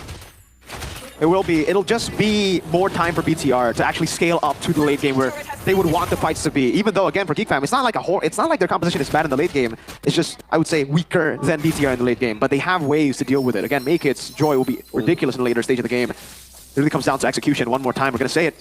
BTR scaling slowly but surely. Eman already had to be ODs building towards the win of nature that we were talking about for the pull yourself together. Value to be added. B. Concentrated energy glowing one and DHS for Moreno. I think the next item will be the Holy Crystal, yeah? Should be. Kenziski though still rocking that the new, I guess. Is this new or is it already a thing back then? By the way, on 1-1. They gave Moreno the purple. So Annabelle won't be given the buff. That's interesting. I guess in a way Annabelle is just banking on the 1 hit. Yeah, the quad shadow, yeah? Yeah. As long as Beloy. Beloy with the conceal plane. Doesn't really find the right connection. Just Luke though sandbagging. Not enough, but it will be enough to force Luke to use that flicker. Mid lane, Hayabusa is perhaps waiting for the right moment to take a jab or give Geek Fam a jab, but doesn't really find just yet. So no show for Haya. And that's a big advantage for Geek Fam. Yes, Eman has put yourself together, so the flicker will be back up 50 seconds. But that's an angle. That's a window for Beloyski. He has his flicker up. He didn't even need to use flicker earlier. He just jumped on Eman. And he has immortality now. That's the fail-safe. And BTR look for a pick. They need to get kills. Wow, I thought that was a wind of nature he was building towards. This is a glass cannon Beatrix. To be fair, I understand why he wouldn't go wind of nature because technically now there's only magic damage that can kill him. The 1-1 isn't really in a place where it's like, oh, that's just a glass cannon though still. Maybe I would expect at least a rose goal. But no, he's gonna have to believe in himself and the team to peel him. Right now, about 7 seconds to the Lord. If Geek Fam wants to use the fact that Eman does not have the flicker, they have a 20-second window, so maybe they want to use this opportunity, especially with Kenziski can tank the Lord with the Haas Claws. This is a huge one Traction for pulse. Geek Fam. Let's say that's a knock-up as well. Bottom side is actually better for the side of Bigatron, and that's why Geek Fam will come in a fight. That's going to be big. Oh my goodness. The right connection with the right timing, and Bigatron finds the right collapse. That's the Karaslo attack doing work. That's Moreno almost falling, but that's a huge fight for the red robots. They got careless, man. They forgot that Finn was there. Make it and a boy. The 2 targets that Finn has been looking for throughout the whole entire game. Just handing it to Finn on a silver platter. Ladies and gentlemen, someone play Finn! What an implosion from Finn! A great setup, personally, to bait out those purifies, but then the massive Finn plays. You saw the layering of CC from BTR, traction, pulse, that clutch factor, Shepin, is coming in for BTR. Mid lane should fall here. Geek Fam will definitely sacrifice their mid turret as they will look for the reset. Top lane should be their main focus soon. The Lord is still very much healthy. Holy moly. Not the greatest wave clear here with Kenziski on the marksman. This is one hit towards the minion. They're gonna have to take care of this, and also watching the fact that Finn is there to punish them. No flicker this time, but he has the implosion. Lord will take care of that turret. Geek Fam now in crumble. Looking to perhaps just hold on as the Lord finally taken care of. Bottom side, not looking too hot either. Tsunami slam. Wow, onto it, Gobbs. Not enough to take him down just yet, though. This glue is... Oh, Beloyski finds a moment himself, but no follow-up. That's a winner. Ground onto his loop, though. no. He will fall still. So that's going to be Geek Fam losing all three base Once turrets. again, the crossbow tang. But I guess the whole team of BTR can just back out once it got casted. But look at the value that BTR has gotten. 5k gold lead, 4.4k, and the whole turret is out for Geek Fam. That's the big thing. This is back to Onic versus BTR, what we said in the M Watch, what we were analyzing in the M Watch. It was BTR getting position for the neutral objective through far lane control. 3 base turrets now. It's going to be really difficult for Geek Fam to handle. Their advantage in the last few skirmishes, last few neutral objective battles was the fact that they had the macro. They had a way to deal with the side lane and then rotate back in. Now that they don't have that, it's BTR's game. They can constantly play slow, look for the pickoffs, wait for the 4v5s, and then capitalize on it. 2,500 gold lead. Again, something that we have been foreshadowing throughout this game, that scaling of BTR. But I do have to say, still, it's pretty glass cannon for both damage dealers. A lot of emphasis towards Luke and Finn. If they can get the proper sets, if they can be the ones to peel, while also simultaneously dodging away or denying the crossbow attack, BTR can win. But if one misstep happens, Baykids gets to the backline, Kenziski's crossbow attack gets popped and translated to the backline, it will still be massive for Geek Fam. Yeah, it's not over just yet for Geek Fam. BTR, even though there was a really good play by Finn, you gotta consider that there was only one play throughout like 5 minutes, so the windows and the opportunity to execute those kind of plays is super slow. Look at Moreno just shredding the Lord. Far lane control, one more time. Fraction pulse. Geek Fam, they need to be decisive on this. Bigatron, you're right. They are the ones now who will take their time. Geek have to blitz it. Like, they just have to look for a fight. If they play the setup game, it's not going to be the best for them because BTR are the ones who have control over the side. This is an angle for Geek Fam. Yep, half HP on the Lord. This might be the make or break play of this game right now. Goff's gonna screen. Oh, Beloyski. Let's see, Beloyski. Finn is in position with the conceal himself. Now, Baykids finds the right connection onto his retribution, but that's going to be the collapse by Bigatron. Looking for a fight out of in the midst of it all. Gobbs will lose his life. That's going to be the crossbow attack. Finding the right connection, but him on. Pops the immortality in time, and Kenziski is able to shut him down. That's going to be Geek Fam. Actually, this time, they lose out on the Lord, but they manage to wipe the red robots out. And that should be it. Lord is coming to mid lane. They don't need anything else. This is Geek Fam's calling to the upper bracket. Ladies and gentlemen, that's how you beat a forced error. You don't let it happen. You clear up and you make the decisive play. Windtalker make it. They're crushing down BTR's wave, our bases, and this should be it. Geek Fam has secured upper bracket for themselves. GG. Welcome, Geek Fam, said RRQ, and they will accompany RRQ in the upper brackets. Bigatron, nice try. Well played to Geek Fam. Again and again and again. The macro advantage, the decisive plays, the intelligence of Beloyski. Big brain Beloy with a call probably. And Geek Fam with the win. Forced error. 3 neutral what was that? 3 neutral objectives. 3 base turrets taken down, but it did not matter because Geek Fam cleared it and instantly went straight for that Evolve Lord. Held it down, forced BTR to actually skirmish in, and Geek Fam are now your second and confirmed upper bracket. I love the way holders. they adjust. They know that if they wait a long time, eventually an opportunity is going to come out to BTR that's going to bite them in the back. So they take control. They know they have the control. Even like when they were like no waves at all, they still holding the map. They were so confident in Eman, man. No Wind of Nature at the time, I believe. Yep. That's the consequences of the glass cannon build. And we're gonna see them celebrating the upper bracket securement here. Geek Fam on the stage with Bude Clarabong Star.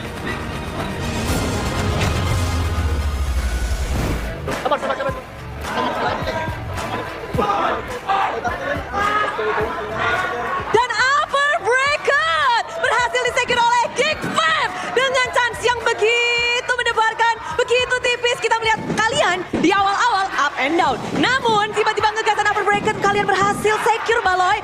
Apa nih? Gimana kalian merasakan momen ini, momen upper bracket? Asalnya mungkin budaya kita udah capek ya, selalu di lower kan. Itu terus apa yang main ng gilat. Semuanya sih digendong dong sama timid gua. Apalagi Kenzi di game ini. Lagi serem-serem ya nih, kayaknya Geek Fam punya motivasi khusus nih di minggu ini. Memang kalian sepakat untuk upper bracket bersama. Iya betul Bude. Amin dapat. Alhamdulillah dapat. Alhamdulillah dapat. Dan ketika momen ini terjadi, kalian menang lawan Bigetron. Gimana tadi respon reaksi kalian ketika momen-momen terakhir begitu mendebarkan maju mundur maju mundur? Biasanya kan kita kalem kan, tapi yang di terakhir gue emosi soalnya gue mainnya jelek menurut gue, tapi gue alhamdulillah ada Kenzie digendong kita. Saling membackup ya? Iya betul Bu. Oh, jadi satu sama lain ketika sedang ada yang off, dia mulai diperbaiki. Namun, upper bracket ini memang menjadi match yang sangat krusial. Karena kalian tuh cuma butuh satu step aja, sedangkan Bigetron dia harus mengharapkan dengan hasil-hasil nextnya walaupun menang ini. Namun lawan kalian adalah tim Bigetron yang bisa dibilang mereka tim yang lagi kuat juga nih. Gimana sih kalian mempersiapkan diri? Mereka kuat banget menurut gue ya, harus siapin sih. Jadi di 3 hari yang kita latihan ya emang benar-benar kerja keras dan puji Tuhan kita dapat scrim yang bagus, musuhnya yang bagus sama hasilnya yang bagus ya. Sebenarnya kita menurut gue kurang perform masih ada di game ini, cuman ya puji Tuhan masih dikasih kemenangan lah. Oke, tapi leg 1 kamu melawan lawan yang berbeda. Leg 1 melawan Light dan sekarang melawan Vin. Gimana Baloy ngelihat dua ini? Menurut gue sih sama aja sih, mungkin ya beda sama komunikasi aja sih mereka ya. Dan kalau Pin sih dia jago buat jaga Eman. Menjaga karena kita ngelihat juga tadi momen-momen terakhir di mana Baloy kamu siapa nih di momen-momen terakhir yang paling membuat impact besar dan pada akhirnya menangin game ketiga tadi. Siapa menurut Loy? MVP? Iya. Udah pasti Kenzie lah. Kenzie! Kenzie, kita langsung ngobrol aja sama Kenzie. Yang menurut Baloy itu MVP di game terakhir. Momen one-one-mu terbang, sah. Atau ada gimana sih momen tadi bisa diceritain nggak? Gimana kamu membuat momen itu menjadi momen dari Geek Fam dan pada akhirnya kalian nge-push dan end? Karena ada Baloy, jadinya terbang one-one aku. Jadinya terbang. Tapi benar gimana leg 1 Kenzie yang bermain dan pada saat itu kalah. Dan sekarang kamu berhasil balas dendam. Dan bukan hanya balas dendam namun juga per bracket yang kamu secure. Gimana Kenzie? Apa yang ingin kamu ungkapkan atas kemenangan ini? Alhamdulillah Bode, menang di lawan BTR kali ini. Apa ada nggak sih yang mungkin di leg 1 kamu belum siap apa namun di leg kedua ini kamu sudah lebih siap dari segi apa sih, kita penasaran? Iya, soalnya di leg 1 masih belum kebiasa main di MPL. Kalau leg 2 80% udah pede. 80% udah pede, baru 80, nanti mungkin 100-nya bakal ada di playoff berarti ya. Tapi yang menarik adalah dimana kita melihat bahwa Beatrix perdana oleh Eman muncul pada saat melawan Geek Fam dan kali ini dia memunculkannya lagi. Dan 100% win rate kamu pecahkan dari 6 kali di pick. Bahkan ini berarti kali ke-7 kamu pecahkan. Dan apakah Beatrix menjadi lawan yang seperti apa sih buat kamu digunakan Eman? Nggak tahu sih, hoki mungkin. Oke, tapi melawan Eman, player yang begitu bersinar di MPL Indonesia, bagaimana caramu untuk keep up dan bahkan melampaui Eman di match ini? Mungkin jangan ke pressure nama dia, kan dia top 1 golden ya buat sekarang. Buat sekarang, Kenzie akan menyusul? Bisa. Tapi dari hasil ini tentu terus meningkatkan kepercayaan diri, betul dari Kenzie? Betul. Dan kalau kita ngelihat kalau tadi Kenzie, momen itu kamu buatnya gimana sih, bersama dengan siapa tadi? Sama Joy, si Smiley Jungle. The Smiley Jungle. Kali ini kita langsung bergeser juga, di mana Joy, pas banget ya namanya, pakai hero Joy, membawa kebahagiaan juga. Momen-momen di mana Make It pakai Joy. Game 1, game 2 Suyo. Kayaknya kamu pakai Suyo udah 20 kali lebih gak sih, Make It? Gak tahu sih, udah dilepas aja Suyo aku. Oke, pakai aja katanya. Pakai aja, selama dilepas kamu akan menggunakan Suyo? Iya, kalau ada Fanny tetap Fanny. Fanny terus Suyo? Benar, tapi kali ini kita melihat momen-momen di mana momen mendebarkan, apalagi untuk objektif battle, kamu dan Anavel, kita tahu ini akan menjadi hal yang menarik, di mana Anavel adalah pemegang top Lord di MPL untuk saat ini, dengan poin ke Lord itu sekitar 40-an, dan kamu mengikuti di belakangnya. Seberapa ketat sih untuk perebutan objektif bersama dengan Anavel? tergantung XP aja sih, bisa megang belakang apa enggak, biar aku adu retri aja sama Anapel.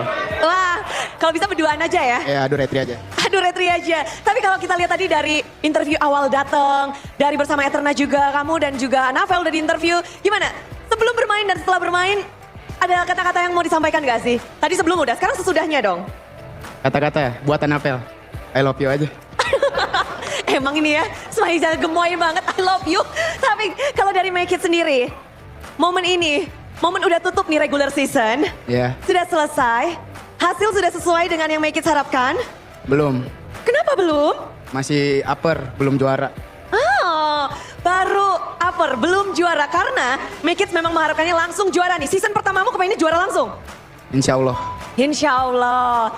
Dan ngelihat hari ini Make It bermain apik, Kenziski bermain apik, Aboy pun kita ngelihat bahwa game kedua kamu bahkan jadi MVP. Tapi kamu melihat melawan Bigetron di leg kedua ini gimana sih Boy? Apakah beda dari leg pertama? Kalian yang berbeda atau Bigetron yang berbeda? Kita yang berbeda sih, soalnya kita leg 1 masih mainnya belum lepas aja. Terus sekarang udah main lepas kayak di latihan. Bermain lepas, tapi ngomong tentang lepas, tadi kayaknya Moreno tuh bebas banget ya. Kayaknya dari game 1, 2, game 2 dia zero dead, game 1 kayaknya cuma 1. Dia benar-benar susah untuk disentuh. Gimana kamu melihat dari Moreno di leg kedua ini ngelawan kamu? Apakah selicin itu seorang Moreno? Jago. Cuman kita lebih main as a team aja, jadi kita bisa menangin. Jadi bukan berfokus terhadap, oke, mid lane on mid lane, tapi tidak. Ini kalian berfokus untuk memenangkan sebagai tim. Ya benar-benar. Tapi kalau dari Aboy, kemenangan ini juga menjadi upper bracket untuk Geek Fam. Sesuai yang Aboy harapkan? Kalau di regular ya kita udah harapin pasti buat upper, soalnya dari yang sebelumnya kita gagal terus kan. Jadi baru kali ini ngerasain upper aja. Seberapa susah sih season ini kalian berjuang untuk upper bracket? Susah sih pastinya, soalnya kita awalnya juga targetnya playoff dulu kan. Soalnya kita dari bawah banget kan, jadi ya senang lah. Meningkat dan pada akhirnya mendapatkan. Tapi ini jadi hal yang menarik, Gops. Banyak banget nih ya sebenarnya tim yang mengharapkan kalian kalah. Karena jika kalian kalah, chance untuk 4 tim masih terbuka, tapi kalian menutup hal itu. Gimana sih kalian main di match di mana banyak banget yang mengharapkan kekalahan kalian? Menutup harapan-harapan tim lain. Ya kita tetap main ini aja sih, nggak usah mikirin yang gitu-gitu, tetap kita fokus ke tim kita aja. Fokus ke tim kalian aja. Seberapa fokus nih Gops hari ini untuk match ini? Oh, fokus banget sih, soalnya penentuan juga kan buat upper. Apa yang dikerjakan ekstra oleh Geek Fam untuk hari ini? Ada nggak? Ada, latihan sampai jam 1. Sampai jam 1. Oke, hasil yang baik sudah didapatkan, playoff di depan mata ditambah tempat yang nyaman untuk tim Geek Fam. Loy, ini banyak bahkan lagi yang nonton nih ya. Tahu kan ada siapa aja yang tim-tim berharap, ayo Bigetron menang. Yang bahkan yang predik itu, Mirko juga udah kasih sinyal. Dan Shevin bahagia. Banyak prediksi yang kamu patahkan dan ada nggak sih yang ingin kamu sampaikan? Yang pasti ya sama Pak Charlie, makasih selalu datang di MPL Arena dan of course Geek Community terima kasih banyak selalu dorong kita meskipun kita lose streak di awal. Dan yang gue paling mau terima kasih sih yang raguin gameplay gue dari awal. Makasih udah raguin gue, bikin panas gue. Ya gue bakal buktiin lagi. Baloy akan lebih membuktikan lagi. Namun playoff di depan mata kita akan break 2 minggu. Apa yang direncanakan oleh tim Geek Fam? Buktiin lagi sih sama haters. Oh, dan ada yang mau disampaikan mungkin untuk kalian jangan lupa atau Kenziski untuk para Geek Community untuk ngingetin. Ayo dong, ingetin mereka untuk dukung kalian nih di playoff. Kata-kata untuk playoff nih. Nah, gue aja lah. Oke. Buat Geek Community, makasih. Kita pertama kali dapat upper bracket. Semoga kalian datang di Velodrome. Betul ya? Di Velodrome ya. Ya, semoga kalian bisa soalnya kita bakal butuh kalian buat kita semangat. Dan itulah dia. Upper bracket yang sudah mereka perjuangkan dan akhirnya mereka dapatkan di season 15. Momen yang dinantikan. Maka Geek Community, berpestalah dan sambutlah Geek Fam!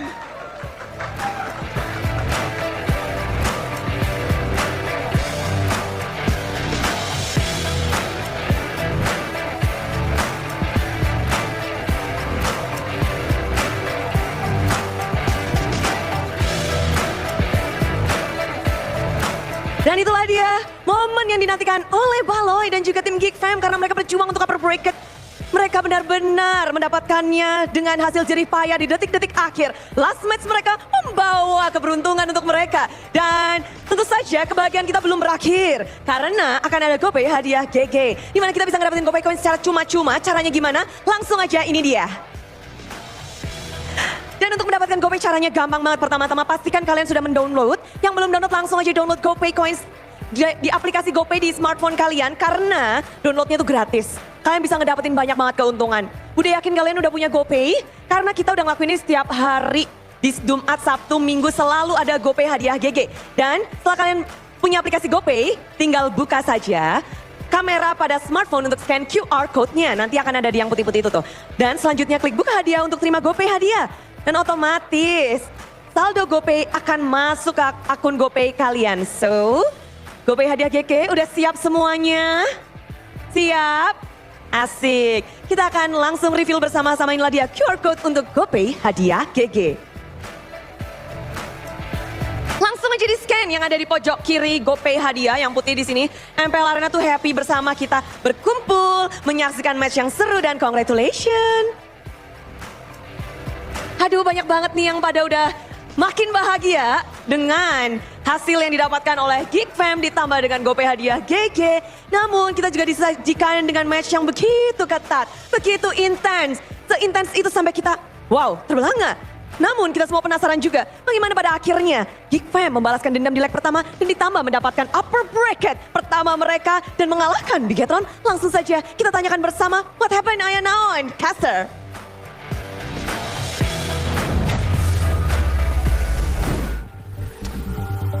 Some nice words coming from Beloy. Hey, all you haters out there, all of you doubters, you get called out by Beloy himself. You get called out by Beloy himself. Shut your trap. How does it feel, Sheffin, for Veloyski to call out the only guy on this desk who actually doubted? Did he? Did he? I didn't realize. Wow. Oh man, if you guys didn't catch that, Veloy said, hey, watch out for everybody who doubted me. Thank you for motivating me. So that was an indirect thank you to you, I guess, Sheffin. But this was truly the crucial moment, man. Yeah. The call. This is what you do, ladies and gentlemen, if you're placed in a forced error position. BTR were the ones with the advantage in this fight. It was a 3 base turret lead that they had. It was a slow push up top that we'll be building in. That's crazy. They cleared up top and instantly went towards the Lord. BTR didn't hold the Lord. They should have been the ones to hold it and to stop Geek Fam from taking control of it. But they weren't able to do it, and it gave Geek Fam the opportunity to say, all right, we fight. It's either we fight here, win the game, or lose the game. Inevitably, that was going to be the problem anyways, right? It was a forced error that they were up against. Really well played. Amazing shot call by the man. Personally, I never doubted Mr. Sheffin. You know, throw shade a bit over to the Geek Fam fan on the desk here. Amazing implosions from Finn, by the way, all throughout. I think it really stabilized the game for BTR because, again, in terms of draft, I think we could all agree that Geek Fam definitely had the better synergy all throughout. BTR, they had a front to back without the usual front line that they would have, right? This is normal Moreno, normal Eman, but it's not normal Anavel. And I think this is a big point that we need to talk about now. BTR, when they don't get utility jungles, what's going to be the plan? It looks like well, they did lose against number 2. They did lose against probably the second best team in the MPL ID. But still, that is a big concern for BTR going in forward because they'll be the ones in the lower brackets battling it out. Meanwhile, Geek Fam will be cool up top. Really good plays from them to defend, for them to capitalize on. Kenziski, all throughout the game, wasn't able to find the crossbow attack properly, but here he was able to. And we gotta highlight the fact that Luke, as the crossbow attack was used on Finn, on Luke actually jumped away from the crossbow attack when he could have tanked it up. They might actually won the game. I don't know about win the game because Makis was able to get the Lord, but it would have been a bit later maybe, right? Like they would have at least gotten a base turret. I think it would have still been an end had that happened because it was an evolved Lord and they could play with it. But yes, it maybe would have given them a better chance at defending, better chance at staying in the game. Luke ran away, giving the crossbow tang over to the members who are glass cannon. I've been mentioning this all throughout the game. I was like, all right, they're gonna scale, damage is gonna be okay. I saw the DHS and I'm like, wait, DHS? I thought that was gonna be a 1. And then Moreno, full glass cannon too. Oh, dangerous game. They're going to rely heavily on themselves and the front line to keep them safe. Yeah. When the front line fails, that's what you get. And crossbow attack. One big crossbow attack and it could change the game. I really want to give props to Geek Fam though. That was a phenomenal performance from them. Losing out, but coming back, for me, is more of an impressive feat than actually just taking the game and snowballing from the start. Because it shows how smart, how intelligent, how good they are at improvising a different game plan to what was pre-planned before. And the thing is, like when Finn was executing that implosion towards 3-member, I think that was a pretty demoralizing moment if it were to happen to me. You know, that would be like, oh man, we blew that one and this might be over. But no, Geek Fam, I think they are more experienced than ever before, even though they are fielding a bunch of rookies here too. In fact, but the thing is, when you have good leadership, when you have a direction on where you want to go, and someone that can pretty much, you know, you want to die for them in a way. Yeah, it's good. It's always fun. It's funny because for a moment it was Geek Fam with the advantage during Lord setups, but then Bigetron were able to find the right connection and they got the control.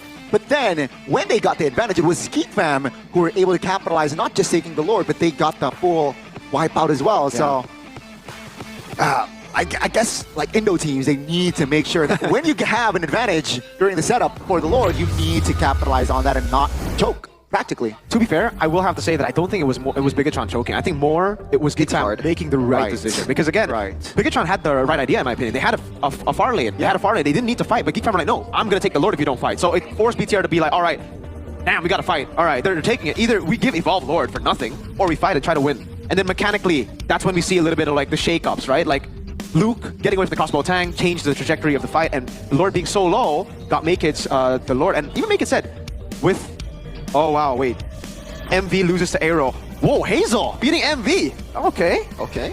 Impressive stuff, my friend. SRG Homeboys. Yep. Upper bracket spot in MPL MY. Is this a surprise to you, by the way? Why? SRG? No, is it a surprise to you? SRG and Homeboys? I mean, that's been the template for like years.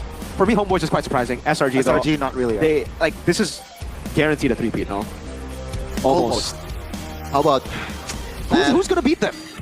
No one. I don't think anyone. Ocean Black. If DJY. DJY plays, Yeah. that's a needle mover. I agree. But probably like a -1. DJY. It's all on you, buddy. But it doesn't even matter. You didn't make it to playoffs. I mean, just now he's again restreaming his own team. Dude, DJY, your team's relegated now, right? I think that's confirmed. Wait, They actually have the chance to break Na'Vi and Wolf's current record. They have 10 teams there. No, right? It's only one. They only meet once. Oh, really? Wait. Ours is a two Oh, round yeah, you're robin. right. They only meet once. Oh, no. So no, you can't Yeah, beat. You you're can't even right. break Navi's record. Like what? DJY, what's the point of you joining? You're not going to playoffs. Come You're on, not going to last game. break Navi's record or Wolf's record. Like you could have just restreamed the entire season and nothing would have changed. DJY, what the hell? I thought you were supposed to be an impact. At least like make the team worse or something, right? At least there's an impact. You know, just in the locker room giving pep talk. You know, Yeah, hey, guys, yeah. you guys. Take a page out of Arteta's book, all right? Bring a light bulb. And give out pretty Yeah. corny. Yeah, that's what losers do, right? It's my coach right there. Hey, your coach. You Trust the might process. need a coach too if you want to play MCGG, Connie. Because the second MCGG, that's Magic Chess Go Whoa, Community no, Tournament, full swing. MCCT2 is in full swing after first group stage clashes. I'm sorry. Top 16 have emerged. Catch the semifinals and finals live from what month is this? This is May. 23rd of May to 25th of May. Streaming daily at 1900 at Indonesian time, by the way. 7 p.m. Hey, MC, like, I want to pitch you guys MCGG, man. There's a reason why I realize I have been playing it for a long time. Oh my god, it's so fun. Shepard, God. I know how fun it is, and that's exactly why I don't want to play it.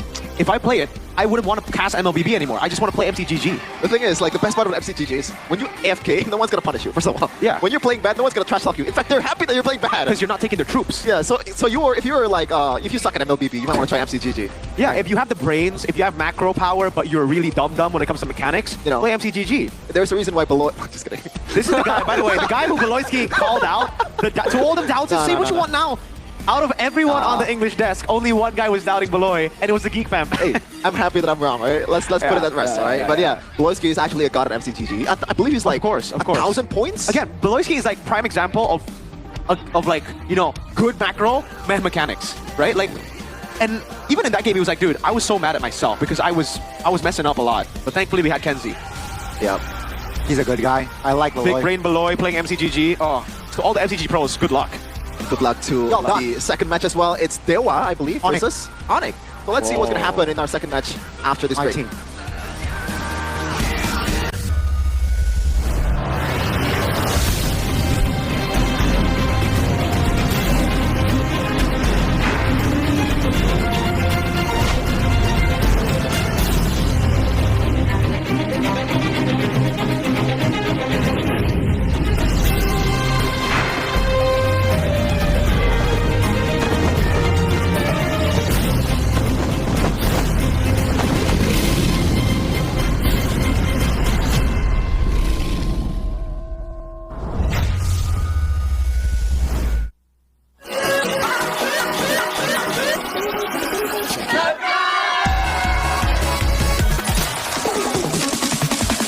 Ya, aku bareng. Ulang dong. Gak perlu. Let's review.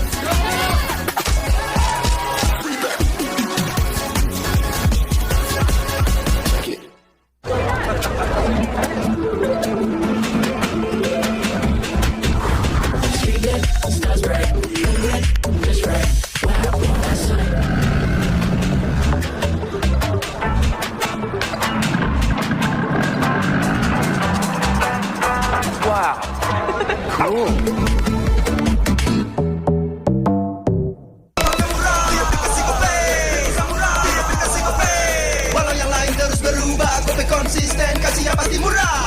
Tagihan murah, di aplikasi Gope. Transfer, 100 kali per bulan. Download aplikasi Gope baru, nggak pakai lama. Dompet andalan gamers banyak damage-nya.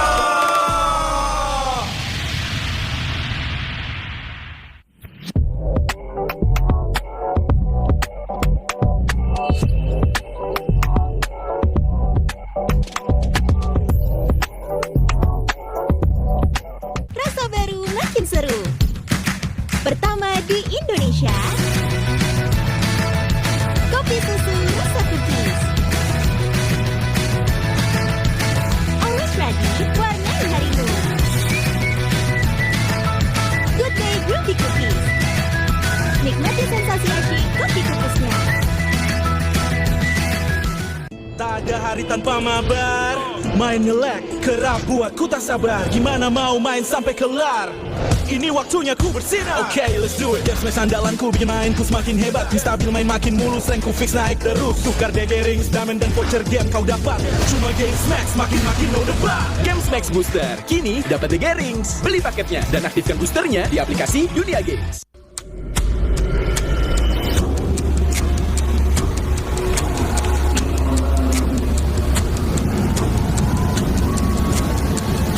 Ini bakal lengkap. Ini dari One Play. Ada tanda tangan gua. Kalian harus dapat semua.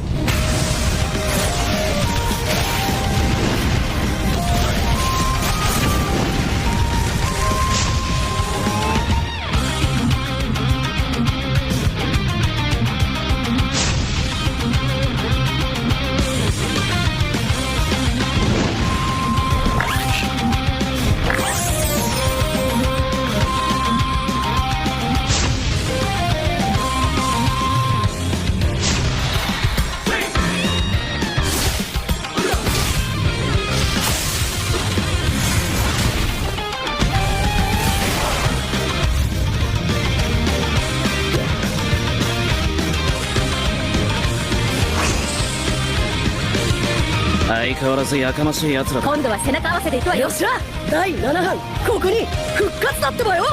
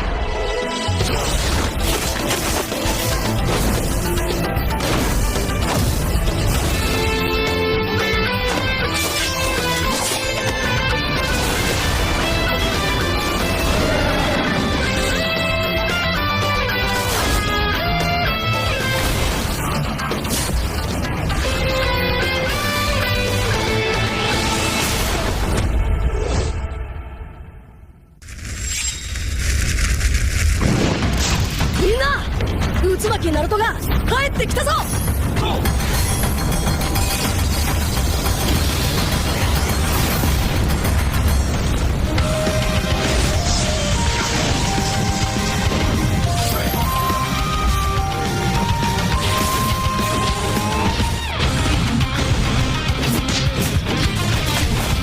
クラマ、力を貸してくれ。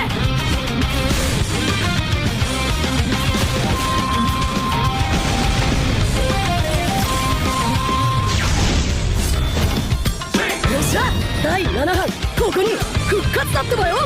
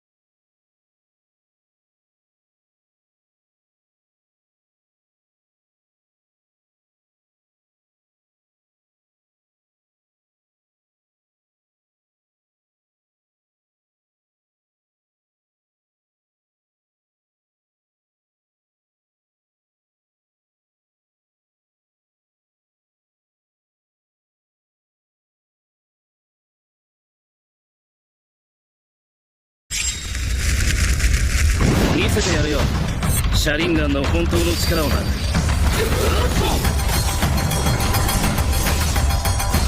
力が湧いてくる。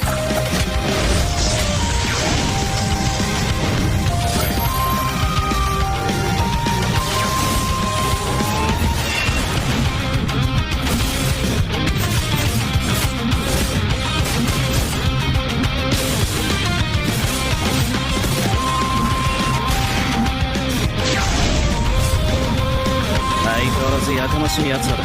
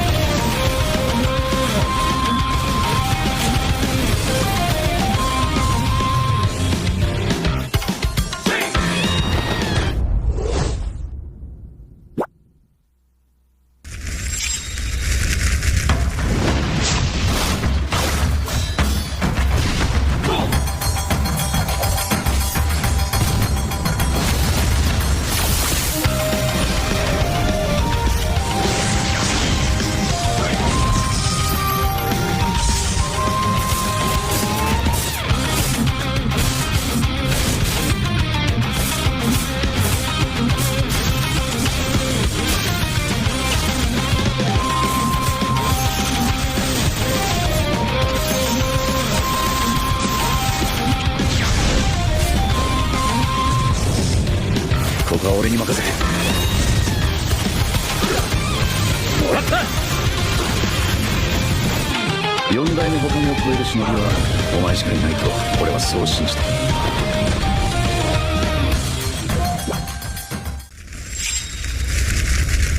みんなを守るために私はもっと強くなる。じゃあなら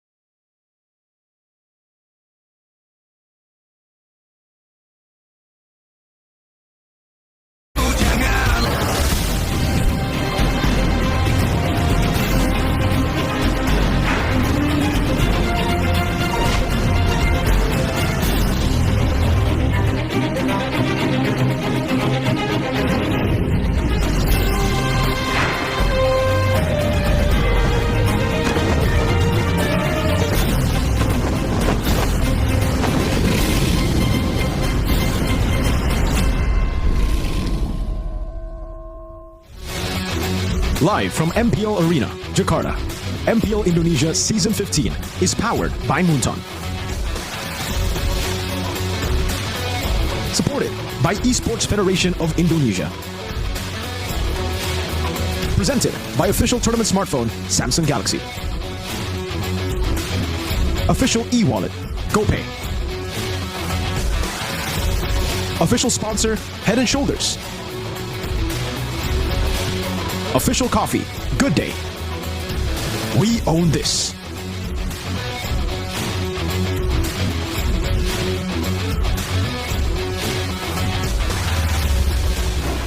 Welcome back semuanya ke MPL ID season yang ke-15, week terakhir, week 9. Dan kita juga ada match terakhir untuk penutupan day yang pertama, yaitu antara Onic dan juga Dewa United. Dan untuk berdiskusi mengenai match berikut ini, kita akan mengundang seseorang sosok, kok ini berapa seseorang sosok? Udahlah, Paman W, masuk aja deh. Lemes banget. Sosok gitu ya? Sosok, bener kan? Sosok tadi apa sih? Sosok kayak ya. Tokoh, kayak orang yang sangat keren gitu kan? Enggak sih, sosok Enggak. tuh kayak malu bukan. halus gitu gak sih? Malu. Enggak ya? Kenapa jadi spooky gini ya? Paman W, welcome back. Kamu kenapa sih disebut Paman W? Jadi Mungkin Uncle faktor W? umur kali ya? Faktor umur? Ya. Udah tua? Muka masih muda sih tapi. Muka masih muda, aman berarti, aman. Nah, kita mau ngobrol-ngobrol dikit dong tentang match berikut ini. Kan Onic kan biasanya konsisten upper brackets dari season ke season ke season ke season. Tapi untuk 2 season ke belakang, kita melihat kalau misalkan Onic itu nggak upper bracket. Ada masalah apa sih? Sebenarnya kalau dibilang masalah, mungkin masalahnya bukan di Onic sih. Masalahnya bukan di Onic? Di tim lain aja, tim lain lebih improve, kayak ya gapnya tuh makin deket lah. Makin cepet berkembang, catch up ya sama Onic gitu. Betul. Itu guys. Nah, terus kalau misalkan kita ngomongin season ini in particular, kita melihat banyak banget adanya regeneration player. Apalagi di gold lane. Kita ada Toy, ada siapa lagi, Arvi, Kyo masuk dan banyak banget yang lain. Menurut Paman W nih, apalagi kamu veteran gold laner nih, ngelihat regenerasi season ini tuh gimana sih? Sebenarnya ya emang udah beberapa kali sih aku bilang kayak regenerasi itu dalam sebuah tim emang penting lah. Jadi kayak gimana kita manage kayak rookie-rookinya aja sih. Biasanya problemnya apa dengan rookie? Biasanya sih kayak harus dikasih jam terbang sama pengalaman sih, paling mental juga. Jadi pengalaman, jam terbang sama mental boost. Ya, sama harus dikasih jam terbang sih biar dapat pengalaman sama mentalnya itu. Yang penting berarti jam terbang. Yes. Soalnya kalau di Onic sendiri kan kalian punya Savero ya. Kamu gimana? Kalau Savero kamu ngeliatnya gimana tanggapannya? Udah cocok banget sih buat jadi golden Onic karena dia C kan. Dia C? C. Hah? Maksudnya? Tahu lah penonton. Hah? Apa sih? Aku nggak ngerti. Ih jelasin dong. Maksudnya C apa? Jangan ntar kena suspend. Oh ya udah, oke. Iya deh, jangan dibahas. Oke. Tapi kamu pernah ngomong apa gitu nggak sih sama Savero? Kayak kamu kasih dia tips atau advice di gold lane? Kalau advice ya udah pasti lah. Kayak ya gue juga percaya sama dia. Ya tipis-tipis lah. By the way, kita lihat itu bentar. Top 5 all time most kills. Ada cewek tuh nomor 1. Keren banget sih. Emang ya? Gimana ngeliat itu? Jadi pengen comeback gak? Enggak lah, kasih Savero dulu aja. Kasih Savero dulu. Nah, melihat kamu menjadi number 1 di top kills dalam sejarah MPL, kamu ngomong apa lagi nih? Secara spesifik kayak advice ke Savero? Secara spesifik ya, paling sebenarnya ya kalau misal pengalaman ya yang aku bisa share aku. Kayak ya maksudnya kan kadang-kadang dia juga belum kayak contoh nih playoff di MPL dia belum ngerasain ya. Ntar aku bisa kasih share experience-nya. Experience-nya apa Jadi tuh? kayak dia udah ya nggak kaget aja ntar. Jadi lebih ke mental boost yang cewek bisa kasih? Jadi. Bisa jadi? Iya apa bisa. jadinya? Ya, mental boost. Mental boost. Something. Oke, misalkan aku Savero nih. Halo Paman W, ini aku mau playoff nih. Berguru dulu. Gimana? Aku minta tips and tricks dong dari Paman W untuk mengisi gold lane. Kamu bakal ngomong apa? Banyak sih replay season lalu, tonton aja gitu. Oke, boleh. Untuk nge-wrap up sebelum kita lempar untuk match berikut ya. Kayak kamu udah tahu ya aku mau nanya apa ya? Enggak sih, belum tahu sih. Orang tadi aku udah ngomong, bohong. Cewek pembohong. Minta pantun dong dari Paman W. Apa ya? Ayo dong. Enggak ada cok. Gak apa-apa, oke, riset. Pantun ya? Pantun. Kita kasih yang gampang-gampang aja. Boleh, apa aja? Berakit-rakit ke hulu, renang ke tepian. Oh, cakep. Biarin Savero yang main dulu, karena Paman W mau tidur-tiduran. Bagus. Kebalik sih kayaknya. Gak apa-apa, udah bagus banget. Kita menunggu pantun berikutnya ya. Udah briefing. Gak apa-apa, aman. Oke, thank you so much Paman W. Thank you cewek. Karena kita akan sekarang melempar kepada Bude. Kamu mau lempar gak? Boleh. Oke, 3, 2, 1. Bude take it away-nya gak ada? Oh, Bude take it away.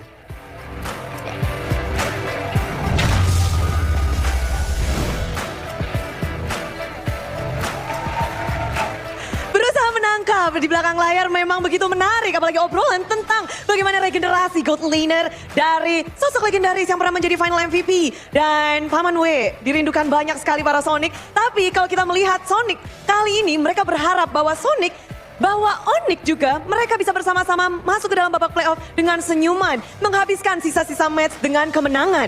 Dan inilah dia match penutupan untuk hari pertama di MPL Indonesia Season 15 hari pertama. Ini akan menjadi Jumat terakhir kita bersama karena ini akan menjadi regular season terakhir di minggu yang ke-9. Semuanya akan habis-habisan tanpa kita bisa lihat bagaimana mereka berjuang terus-terusan dan kita juga sudah melihat bagaimana hasil yang mereka dapatkan untuk babak playoff. Dari Onic sendiri, mereka terbiasa masuk dari upper bracket dan mereka berhasil mendapatkan kemenangan pun pada saat berada di upper bracket. Dan kali ini menjadi tantangan besar bagi tim Onic karena mereka tidak punya kesempatan dan tidak bisa ke babak playoff dengan upper bracketnya. Mereka harus berjuang dari awal. Jika berkaca dari musim lalu, itu menjadi hal yang cukup sulit untuk mereka. Dan mereka terpatahkan. The 4P Champion tidak bisa mendapatkan cincin kelima mereka. Dan kali ini, setelah kita melihat bagaimana histori dari tim Onic, tentu saja dari Sonic mengharapkan yang terbaik dan berbeda dari season lalu.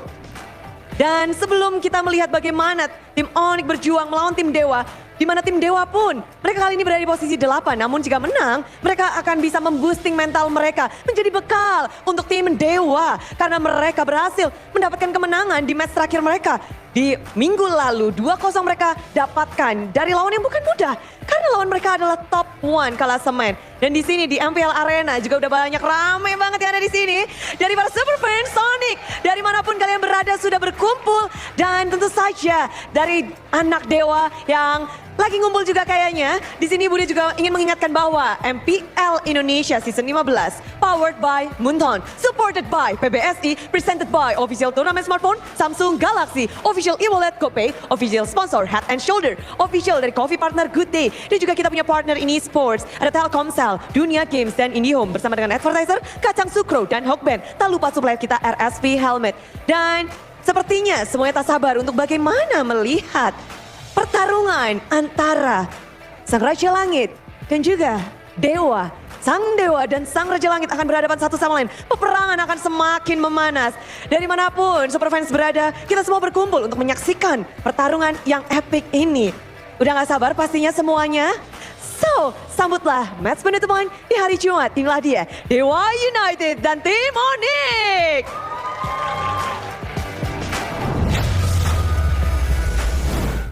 Welcome back. Just want to remind you all again that Geek Fam has secured upper bracket for the first time in their franchise. Yay!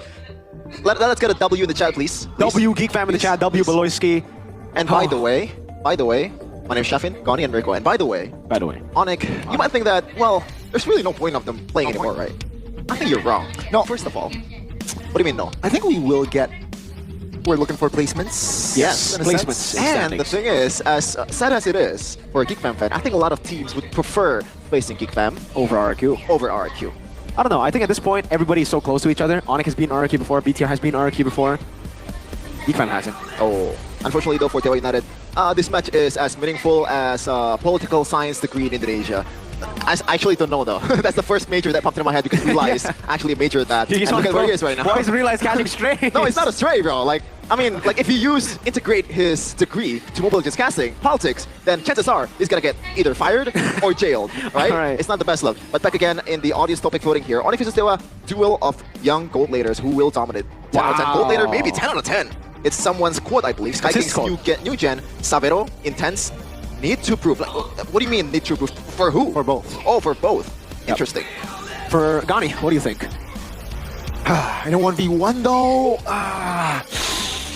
the fact that you're having a hard time about it is pretty crazy, I gotta say. yeah, I think I'll still give my hats towards Savero. I'm really thinking about this one. I'm gonna go maybe because I don't think from the info that I've gotten, Savero will be here for much longer. What? Hey, we're just dropping that and move on? Yeah. All right. I'm just gonna drop that and move. I'm moving on. From the info that I've gotten, that is ridiculous. I don't know where the info is from though. Maybe it's unreliable. A little bird. Okay, little bird. But right now, the bird is flying to the sky. Okay, that was a bad bridging. From era to era, Sky Kings through the seasons. Regular season standings from season number 2 to season number 15. Look at where they were. First. Let's forget about season 4 to season 6. But look at the run. Like, immaculate run they had in Season 7 to Season 13. Even, Season 13, they were... Wait. When did they play against Geek Fam and Season 14? Season 14. Yeah, even when they were 4th, a lot of people might say that they were still the best team in the season. Thank you. Yeah, a lot of people were saying that. Beloyski was telling me that as well. But obviously, that was only an if, right, Gani? Yeah. If they got through Geek Fam, then they would be the best team. Unfortunately, Onic, the fact is they haven't done well in the playoffs when they don't get first or second in the regular season, upper brackets. They lost Team 4, 5, 6, even 7, by the way. So even when they made it to upper brackets, not like a full 100% victory rate. Season 2 as well, to be fair. So it really comes down to now proving the doubters wrong, just like Beloyski. Proving the pattern wrong. Proving the pattern wrong. Can they do well in the playoffs later without an upper bracket slot? Because if you guys are just tuning in, upper brackets have been secured by 2 teams already. RRQ, that's Rex, Regum, Kaon, Hoshi, and Bigatron, Geek Fam. Geek Fam did it. Santai, bro. Santai. They got 2-1. They reverse swept BTR. Pretty sad. Let's go. The audience topic voting. What do you guys vote earlier? Sky Fusion, I think this is more of a bias towards Onic, That's crazy, to be honest. guys. You don't know, like... Maybe Sabero it's isn't even legit. gonna... What is this bit, man? It's a funny bit. Okay. It's a bit from Mas Ade. Mas Ade keeps saying, like, there's a player going to Onic. Ah, I see. We might want to actually know who that player is. I think it's Cap. Oh, it's Cap? Oh, the guy's name is Cap? Sure. Okay. How about you, Gani? Like the fact that they've... Onic, they're on the right track, I think. Especially after they brought Yep back. The vibes are immaculate. They're having fun again. They were dominating in some games against RRQ. But right now, what do they need to further improve their chances in the playoffs? Yeah, I think just be more united, right? It seems like before Yeb. Yeah. Wow.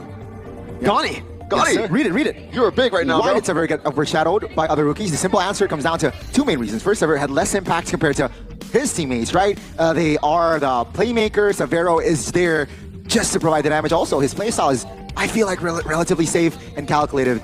He doesn't like allow himself to just get kills. It's not his main priority. It's just positioning, timing. He's there when the team needs him the most. But yeah, I feel like Onic needs that certain gold laner. Right now, they don't need a flashy, quote-unquote, gold laner who gets like a Mon type. So they need that next season, but not now. They need... Right now, this is what they need. I'm hoping that is what I'm I saying. hope that Safiro finds this funny, by the way, because this is a bit harsh to him.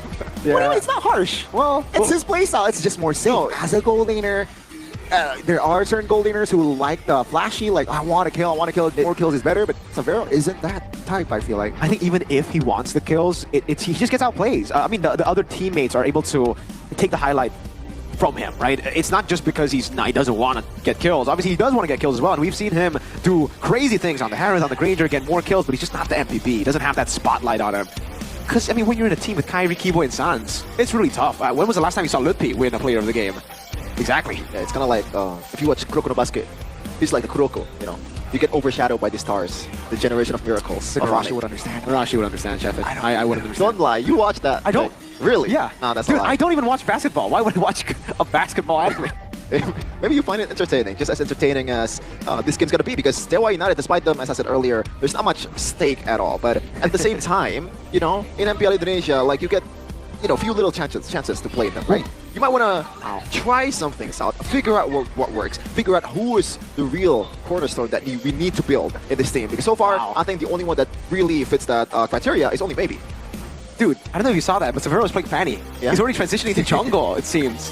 I mean, everyone is playing Fanny on Pink Test, bro. That's true, but he actually looked good. Yeah, his cables look pretty good. Have you seen a boy on stream? No. Even Beloyski can actually play Fanny.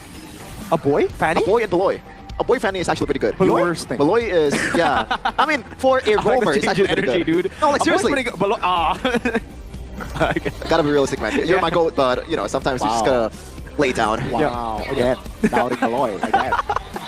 Okay, to be fair, I think it's a valid doubt. Like, if it's Fanny, I gotta agree. Stay away from Fanny, Beloy. On Cho, though, I respect that. I respect the grind. Keep picking the Cho. Severo, though, again, really good on everything. Granger, Harith, Moskov. He's been amazing. It's just, unfortunately, the spotlight has been on Kyrie, Sans, and Keyboy. Yeah. And I agree with you, Donnie. I feel like at this point, you don't need a goal laner that just rushes in for highlights. When you already have a trio mid like that, you just need to be consistent. I think it's the same for Lutpi, right? It's kind of like the Boots role.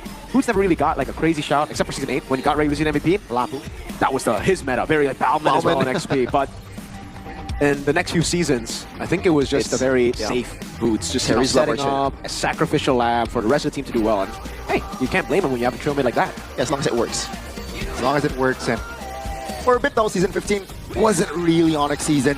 It was a rough start for Adi and friends, but seems like they have recovered, and I'm actually intrigued to see what they have developed right now and also towards later on the playoffs. Perhaps they might bring something new. Gotta say, even, Onic is obviously not in the best place right now. I don't care what seeding they are. They can be 5th seed or 6th seed. I think they're still contenders at the end of the day. No matter what happens in the regular season, this is a team that has proven they can do it 4 times in a row, And the cornerstone, the main guys are still good there. Keyboy, Sans, and Kai. And right now, Yeb. And Yeb's back in. So the chances are still there. Definitely. Still open. They still are up there when it comes to, I think we're just in a very healthy season of MPL ID. We don't know who is... we know who the best is right now, but number 2 all the way to number 6, I think it really depended on who got online earlier, Because like for Onic, they took a while for them to get Yeb back to help, right? Like they were struggling real hard. Well, let's see if they will struggle to find the right players here for Onic. It is going to be Lupi on the XP lane, Kyrie, Sans, Sapero, and Keyboy on the roam. So, they've only lost once in leg number 2. They want to continue that run. It was the Red Robot too defeated them, but right now it seems like they are ready. Savero leading the pack. Will he be able to perhaps perform the MVP worthy this time around? Ladies and gentlemen, this is Team Onic. Missing out on some Onic Blaze right there, Connie, as usual. But yeah, this team is carry. No matter what they do in the regular season, this is Onic we're talking about. We're talking about the name, the aura that they bring to the stage. They can do anything. They truly can. Still, really, most of the teams see them as the final boss of MPL ID. And truly, it will be a test for this team. And for Dewa United, Sorizo, Ray, Spencer still, Hitoshi Kiss, and also maybe the gold lane. The new rookies in the Dewa United looking to solidify their places and spot in the team. Getting more experience, but it will be a rookie in the gold lane. Going up against Savero, another rookie. Savero led the pack, and this time maybe is leading as well. Ladies and gentlemen, let's welcome Dewa United Esports. The Apostles of Gods is here. I don't think any prayer can get them to the playoffs. The dream is over. But it is time to rebuild over that dream this season and prepare for the next.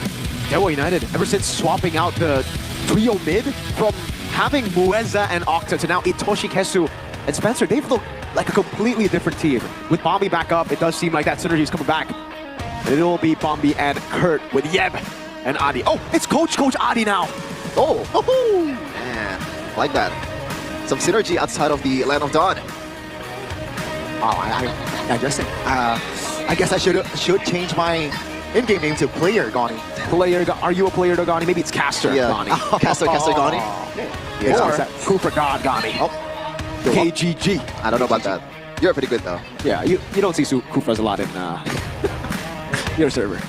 I'm sorry for the in-jokes, ladies and gentlemen, but this is Savero, Onyx new gen and gold later. Yes, hopefully he's here to stay, contrary of what Mirko said earlier, but look at the stats. Yeah, taking a look at the stats, number 7 in gold lane total kills, number 7 in gold lane DPM. We gotta understand that also for Savero, it wasn't like he played the entire season. It was kind of a mix between him and CW for a while. CW was stepping in for Savero, who was suspended from MPL for a couple of weeks. I think 3 weeks, the first few weeks. Number 2 though, in gold lane GPM. Now that's what you need to see. I think again, like what Gani mentioned, this truly is the new gen of CW. He's the CW regen. All he does is farms up, becomes the backup, but he knows that for the most part, it will be the others, the trio mid shining. I'm here to deal damage. I'm here to farm up to be able to do that damage. But when it comes to taking the spotlight, it's all on you guys. So, you say that so far the season that Onyx having, part of that is because, the trio mid not living up to the usual standard? Yes. I think the trio mid has, well, CW seems to disagree. CW said that it really isn't all about Onic, it's more the other teams improve. I disagree. I think it's both. I think it's both. Yeah, I agree. I think, yes, the other teams have improved, but Prime Season 12 Onic would have still dominated. Ooh.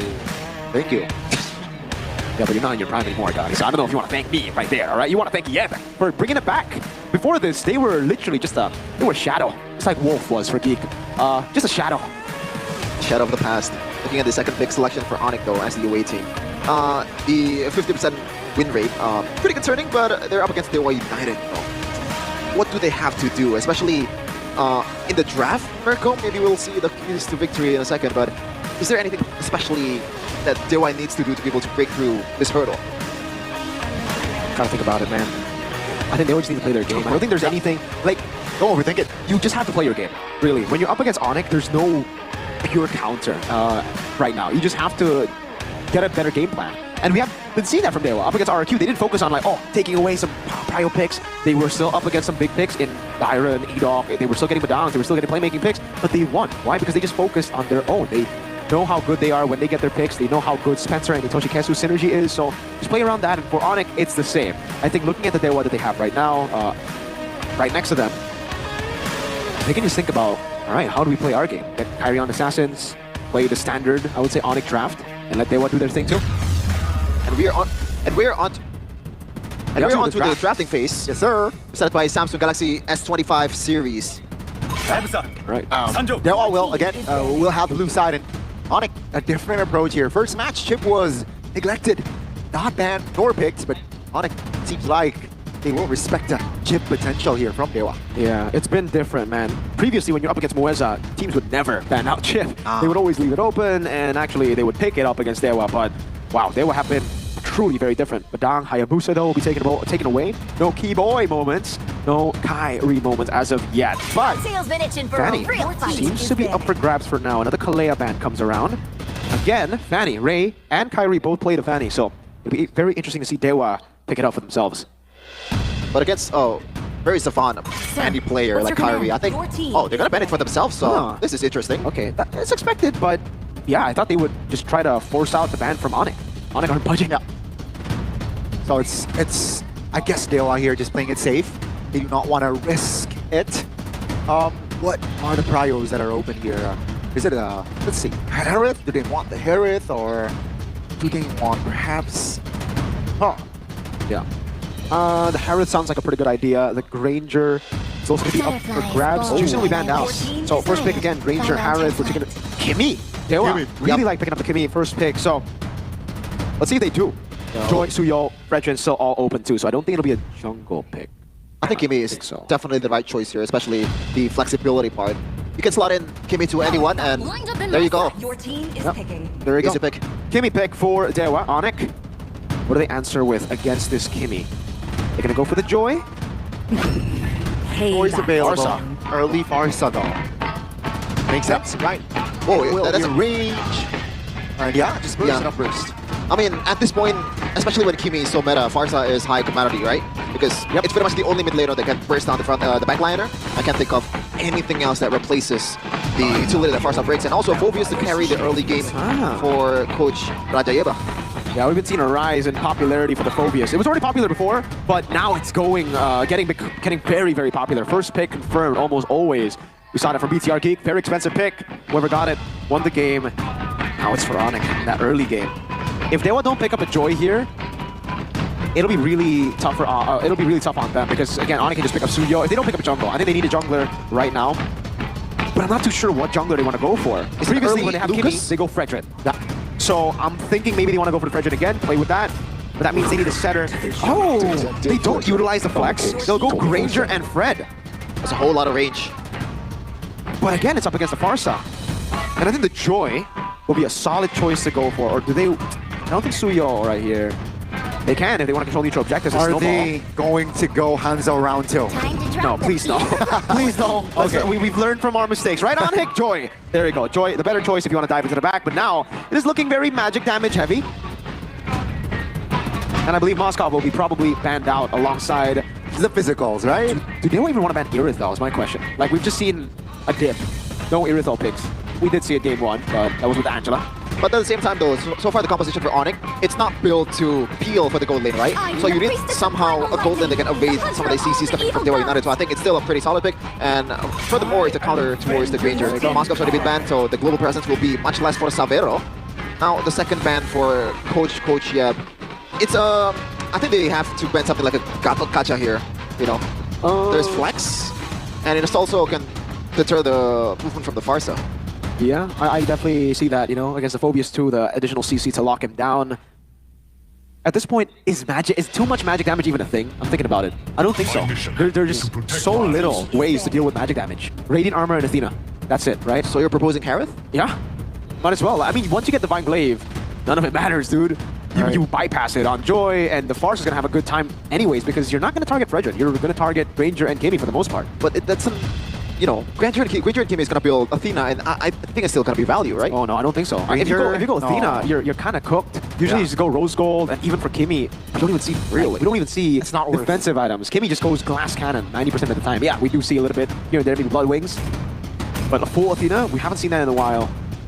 And it doesn't even matter because it bypasses it. Jawhead gets taken out. Another Keyboy pick. All right. For Onic right now, does need a no flex at all so far, unless they want to pull off like a golden Farsight, throw it back to multiple seasons ago. I like that's gonna happen. That's gonna happen. Looks like it's gonna be Matrix, and this opens up some pick-up heroes. Cho is there, even Franco is there if Keyboy is comfortable. But against a composition like this, I don't know if you know put a Franco, especially Dewa United. They already have one frontliner. I think they're gonna add 2 more, considering that you know they have 2 solid backliner. I think this is gonna be a rinse or bit on what Bigatron is trying to do against Onic. Yeah. Are we gonna see the return of like a Kaja? Yeah. We've seen we've been mentioning Kaja. But now this actually looks like a great Kaja game. It's Kimi and Granger. Yeah. Like Kaja is really good when you're up against the front to back composition. You pick it up, you pick them off, and you play the side lane. There's still another move for Keyboy. What do you think about Keyboy when say Keyboy? Which play comes to mind? Tigreal or Kufra. The Cho gets taken away. The glue, good choice against the Phobius too. Really good choice. So do they go Kaja? Is Kaja too one-dimensional? Would it just be like a, all right, we'll fight? Yeah, the Tigreal. Huh? What? No, but down.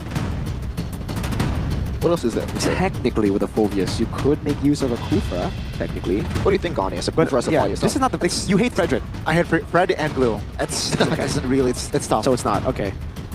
Let's see. If he's feeling it, you know, Franco. But it's gonna be the God. Okay. So just AoE, pure AoE. This is the same comp as what we saw earlier. Well, not the same comp entirely, but the Phobius plus Gatot that we saw from Baloy.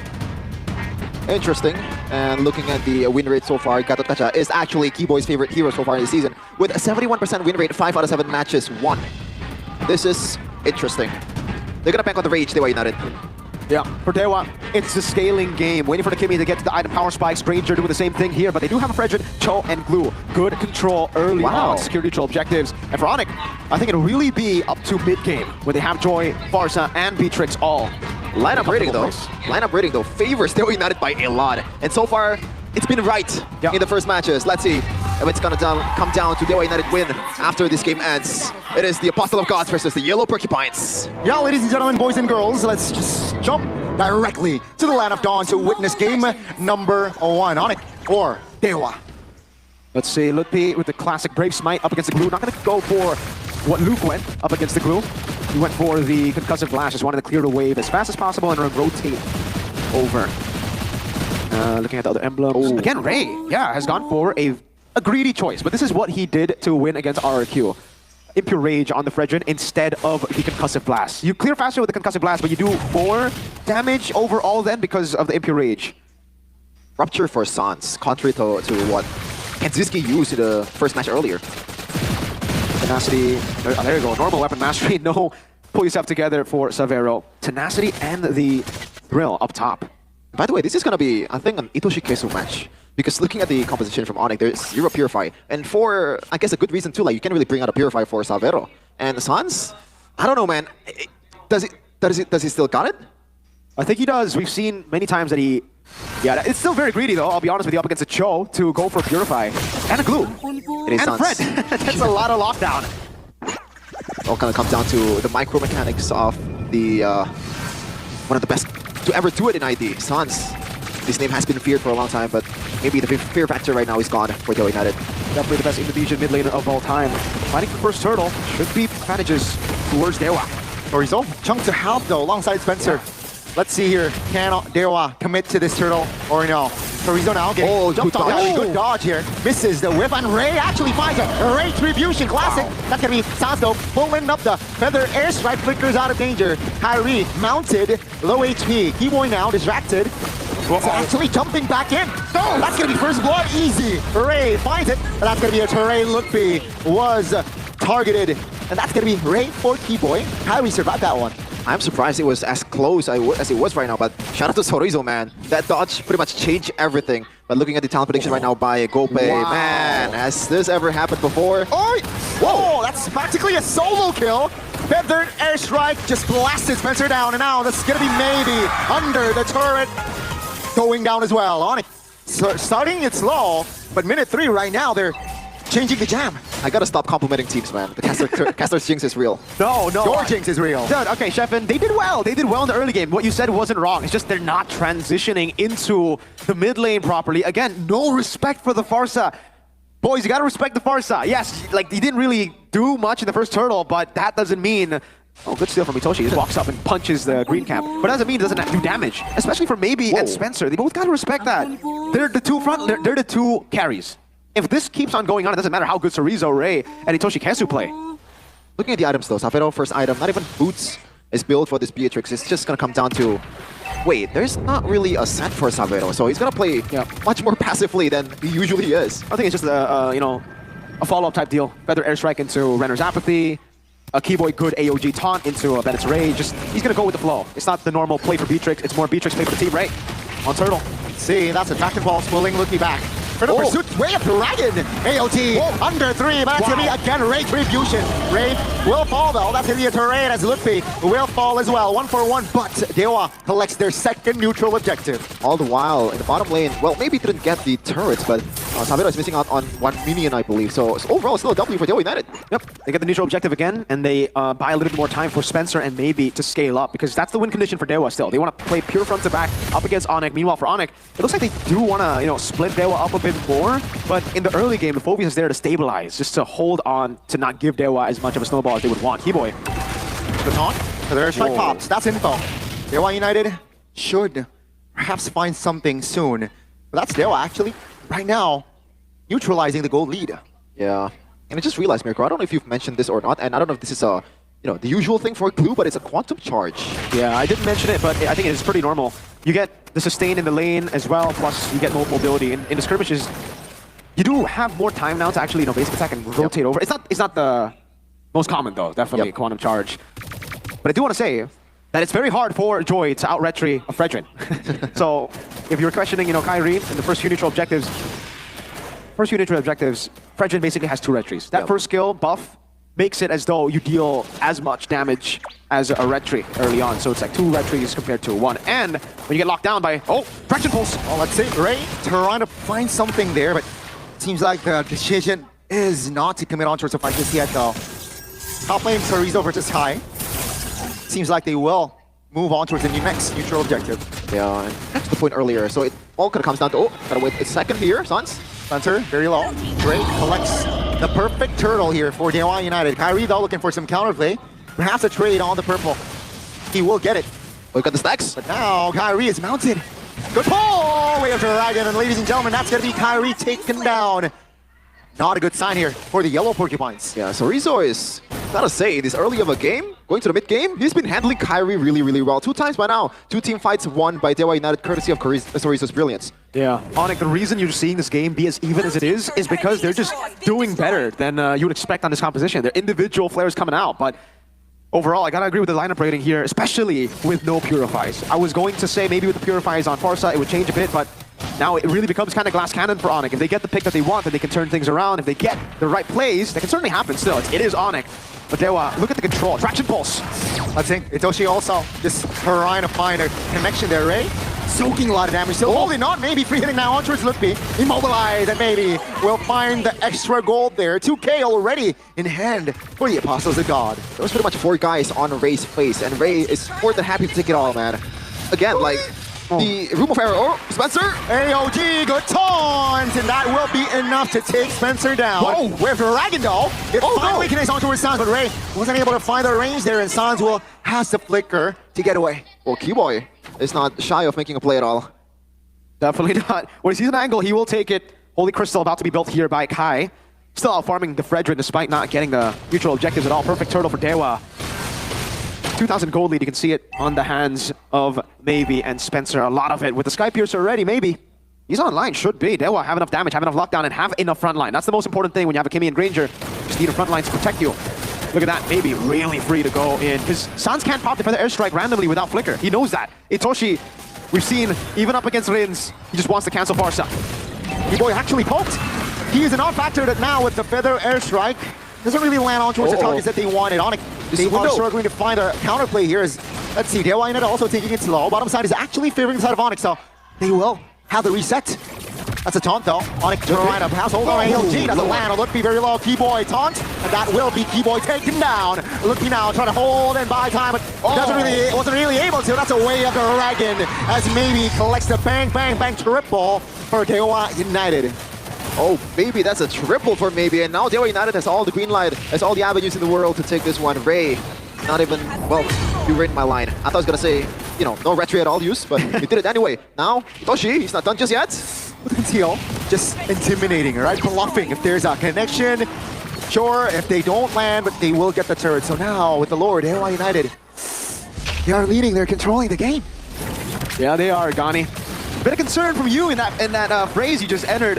Onic are really struggling here, and again, it's due to just how much Dewa have. Like, CC-wise, damage-wise, frontline-wise. This is why the lineup rating favored them, and this is why we were talking about, again, for Onic, it really came down to if they're able to outplay Dewa. I thought they would be, but maybe is doing a bit too much damage for Severo to be comfortable. Ray is a bit too tanky for the rest of Onic to be comfortable. Let's see. Keyboy now, again. Oh, very man. low! That's a duo kill, the Ray and maybe connection right there. Taking Keyboy down. Well, if it's a battle of a frontliner, like, Onic loses out not just 9 times out of 10, 10 times out of 10. Yeah, they do. Oh man, this is gonna be really tough for Onic. I don't know if they even still have it in them. They don't really have gap closer. Luffy can walk up, I guess. But look at that. It comes down to really like low margins here. Like Onic needs to get the perfect fight. And the perfect fight is for them to be able to isolate Ray and Cerezo from Maybe and Spencer. If Onic can somehow get Lutpi, Sans, and some... Oh, hold on. Keyboy, that's a tank! Oh, the last big got Kacha. It's hard now. That's going to be a connection onto Severo. Has the flicker, but that's going to be Sans.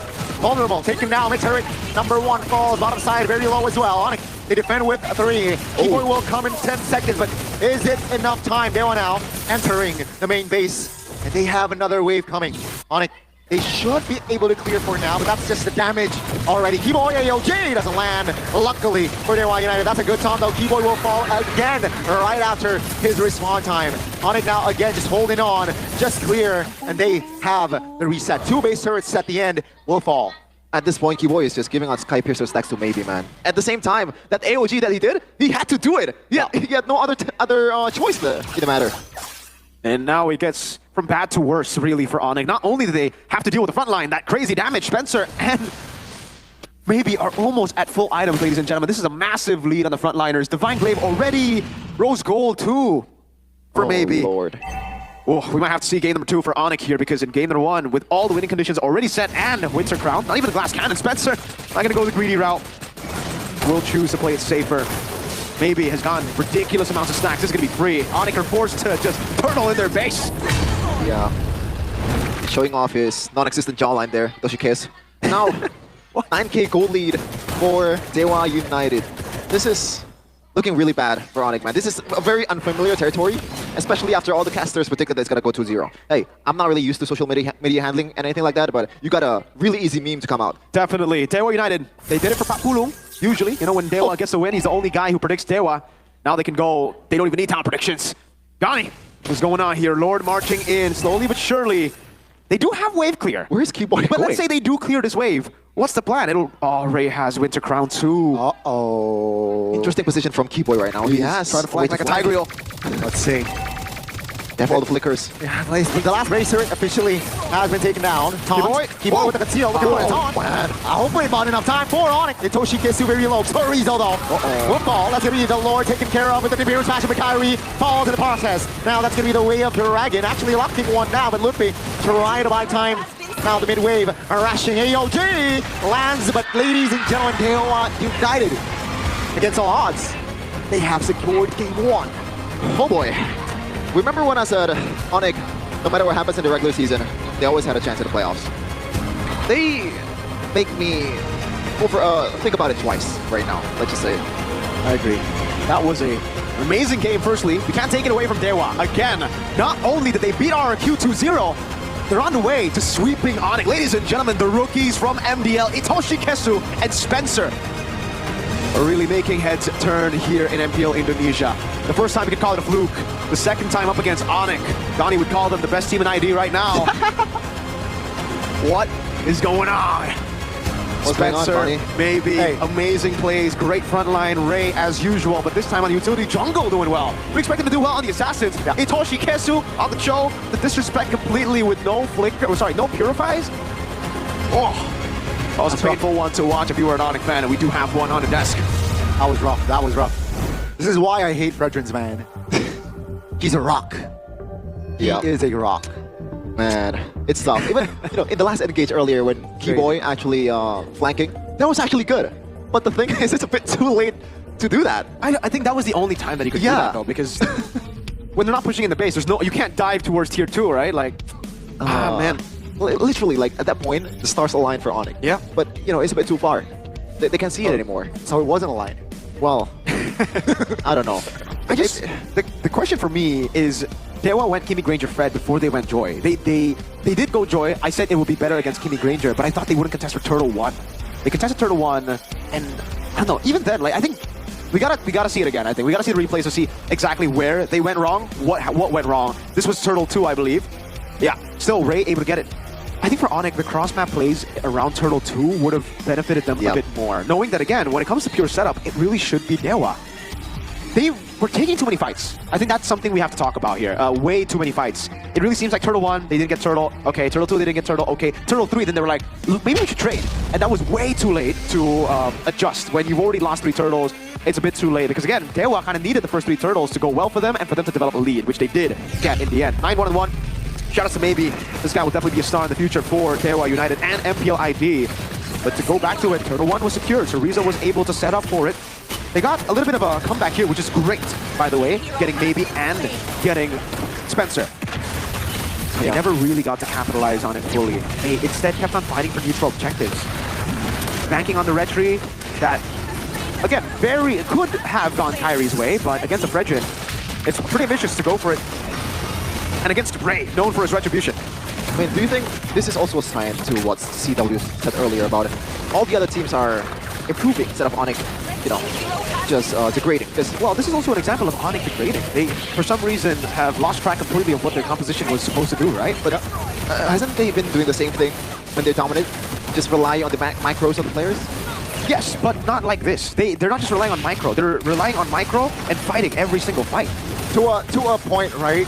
Especially the early game, it's somehow Onic, they're disrespecting the potential of the composition from Dewa, and they got punished for it. They got punished hard for it. Again, this was a stomp, ladies and gentlemen. This wasn't right, like Onic actually fighting back.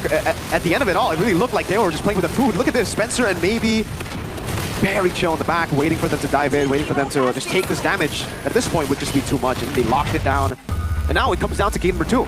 It is definitely going to be something for Onic to think about, the drafts, but the way they play too, they can't just keep on going for turtles with a comp that, doesn't allow you. Yeah. Looking at the items here, still, I guess there's not many peculiar things that we can talk about from the items. It's still the normal, usual build, maybe except Kadokacha from Keyboy is not really building the boots to the full build. But yeah, this is, I don't know, man. It's gonna start with the draft, right? And by the way, the lineup rating has been on fire today. It predicted the future. Yeah, I mean, it's been 100% accurate today. I don't like the draft from Onic as well, right? Especially that, technically, not a lot of options. That last big value, usually Yeb. And do you think like the Beatrix pick was a bit too early? Or maybe even the Farsa pick was a bit too early for Onic? I think not the Farsa, but the Joy. Oh, the Joy is not the I think the Joy could have been a better pick. What would have been a better choice? I was thinking that the Beatrix is not big last, so I would say therefore Baksha. And relive that memory again? Yes. You can't just live in the past, man. Like, yes, that was... Oh my god. Yeah, exactly. Kyrie. Yeah. 11k damage. To be fair, Fredrin is a counter to the Joy, right? It's just, I thought he would play it differently. So not only is it a bad pick against the Fredrin, but he also played it into the Fredrin most of the times. He never looked for trades around the map. It's the same amount of damage that Cho dealt. That's pretty valid, actually. Oh my lord. That's crazy. Again, to be fair, Kyrie was actually, he was the one that doing quote-unquote cross-map plays, but it didn't really work out well. Because I think at that point, when he did start to go for cross-map plays, it was a bit too late. Yeah, and shout out to Sorizo with reads, by the way. Yeah, amazing reads from Sorizo, great reads from Ray too. Again, also invading the jungle and taking away the purple buff, right? Like, knowing when to utilize that utility when they're ahead. not be they're not playing with the right provider. They should have gone Telkomsel Onic. What are you doing? Hey, yeah, I think Onic right now is using this, right? Don't let lag, Kevin. Wow. Don't let lag cause you harm on your rankings. Yeah, when you're soloing. Why are you specifically going for me? But you know what? There was a Granger with 1 stack. Yeah, don't let you're lag soloing. cause you to lose ranks. Enjoy a seamless gaming experience, not like Onic just now. With IndiHome Packet People 1 offering fast and stable internet, get speeds up to 100 megabit per second for just the low price of 375k IDR. Subscribe now via my Telkomsel or tcell.id/showdown. It's as easy as that, you know. Hey, you know the slashes and dashes now. Slashes and dash? Yeah. You can differentiate between slashes and dashes now. Yeah, I know. That's ridiculous, actually. But you know what's also ridiculous? Oh man, I'm actually kind of hyped for this. Okay. In a way, me too. I'm both happy and kind of like dreading the fact that I might get addicted to it at the same time. Same. And the news is MPL fans, coming soon, available at MPL Indonesia Season 15 playoffs. It's player cards for collectible, man. Oh, this is so fun. It's like sports card, man. Yeah. PSA Grade 10. Give me a triple S Eman gold card. Is it really? Will there be a triple S? I don't know if it's triple S, something like that. Maybe like they should make the jersey cutout, put it in the card, and have it signed. Now the value goes up. It's just like the sports card. I think they do. Look, like there's a signature. There's a sign, but there's no jersey card cutout. The signature is there, but the jersey cutout is not there. Oh, you need the jersey cutout? Huh? You need the jersey cutout? It's pretty cool, right? You know, make more. Dude, I hope there are ratings. I hope it's not just like, oh, here, Aaron Sheik. No, there's not gonna be ratings. I don't think ratings. No ratings. No ratings. That's how sports so cards it's just work. The only rating that you'll get is usually when you're trying to grade your card for the quality. If it's stand that it's in a perfect condition, you usually sell that like for like billions of dollars if it's the right card. Are we billions? No, millions of not billions. For the right we going for this Nirvana? Nirvana? Yeah, it's called Nirvana. What Nirvana? This card thing. Oh, really? I didn't know about that. Well, there are 5 rarity levels in total, from tier C all the way up to super premium tier, which is incredibly rare and absolutely a must-have for serious collectors. So, are you ready to start collecting? Because I am. I want that super premium tier Eman gold card. Make sure to stay tuned to MPL ID social media channels for the latest updates and information. So, don't miss out. I'm gonna buy it instantly when we go, when we get to Velodrome. Are we going to dive deep on this one, boys? Yeah, I will. If I get a Beloy card, I'll have it signed by him. Dude, if I get anyone's card, I'll just be like, yo, can you sign it? the pristine, the rights, like privilege of casters. Yeah. And you guys can't have it unless you come over to Velodrome playoffs. To Velodrome, maybe you can play some games with us. Yeah, you know, be a ninja with Naruto's kids, Mobile Legends Bang Bang X Naruto Shippuden is still here for you to, I guess, experience. You can get free Gara skin. There's a lot of collab things that we have here. The emotes, the turrets, you know, the voice packs. It's pretty cool, man. Order the emo sticker, the Naruto Gara skin. It's for free, boys. Did you get the Gara skin already? I did, yeah. I haven't. I haven't gotten it. Yeah. I haven't been playing as much. See, we need to play some more MLB. You mean, boys? It's. Have you done the training stuff? I have. I've done everything. Actually, I don't play every day, so I don't get the quest things. That's kind of on you, Marco boy. That's on you. But yeah, and it's on Onic that they pretty much lost the game, give them one as well. Wow. Somebody called 911 because that was the stat for maybe, and also Onic. That was a. Yep, that was for the Onic fans. That was a snoozer right there. Gani was. Gani was crying. Gani was crying. Gani, you know you can still be 6th place in the standings, right? Like this could actually change everything. Hey, you know what? Velodrome was the venue. Oh my lord. Where Onic. It was also Gani, the venue where they had upper brackets. Oh man! Wow. 2-0. Zipper taking a shot at Onic. He's taking a shot at Onic, boy, saying that Onic fan. No. It's a bleh. Wow, that's for Onic. Still though, go get yourselves the battle emotes in the shop right now. This is my favorite one. I like it. Yep. The drool as well. Yeah. the mouth thing is just. You like the drool? Yeah. Yeah. Out of everything, like the mouth as well. The mouth is like the drool has a mouth. That's kind of crazy. That actually is kind of crazy. You know what? Let's just move on with that. Let's talk about actual Mobile Legends here. Onic versus Dewa, game number 2. Now, I think the possibility of Onic making a comeback is actually pretty solid. Yeah, it's all right. I think game 3 is definitely. Hey, but Dewa did 2-0 RQ. Oh, wait. Is this the comeback of Dewa United despite them not making the playoffs? Could be, dude. Like, again, this is very good for them for the next season. We've already kind of mentioned this as well for Dewa. It's really good, a good foundation to lay for the next season, and they continue to develop with this team. Hey, we might be looking at a very special set of players. Especially that XBTR, by the way. Oh, man. Soriza? Every time. Yep. Every time. Look at the gold here. Spencer winning it out against Sans. Even Ray as a Frederick has, had more gold than Kyrie as a proper jungle that can actually jungle enjoy. Looking at the win rate though, first pick selection still for Dewa United. Wait, is it still? Were they second? Yeah, they're going to stay on the same sides. Ladies and gentlemen, right. Onic have chosen red despite losing on red. I think now Chip, Kalea, Juicin. They let go of the Juicin. Yep. Yeah. Surely that's And gonna now be the case. Kimmy. Kimmy was. Do you think it's Kimmy, I or do think they want let to go go the Geek Fam Juicin route? and Chip. I don't think you want to let go of Chip. Onic have not been good on Chip at all. He's neglected though. No consideration towards the. Itoshi Kesu plays a pretty okay Chip. It's pretty okay enough to get a dub though. I think so. Onic aren't really the best at going up against that kind of hero, you know? Like, they want to make individual plays, and Chip loves it when you want to go individual plays. Yeah, they play more active than reactive on it. That's been the history for this team, and that's why Keyboy is very iconic with his Keyboy moments. But let's see though, the picks like Mathildas are not out of the question. By the way, why is Mathilda not getting any love here this week? We haven't been seeing Mathilda for a while now, ladies. Again, Chip, as expected, still though, same old for Dewa, Badang, and Haya. Will be the Fanny last band too, I believe now. And then for, it really comes down to Onic. What do they leave open? been itching for a real fight. Juicin ban. I think that's what they have to change. Change the Juicin to Kimmy, what's your Ranger, command? Your team is something of the sorts.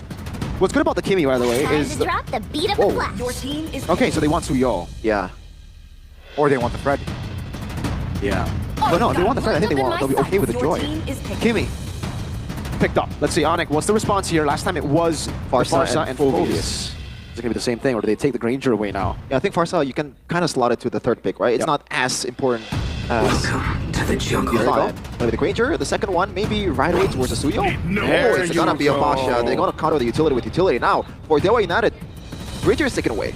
They can still play the Fredrid, but I feel like that's literally what Onic is trying to do.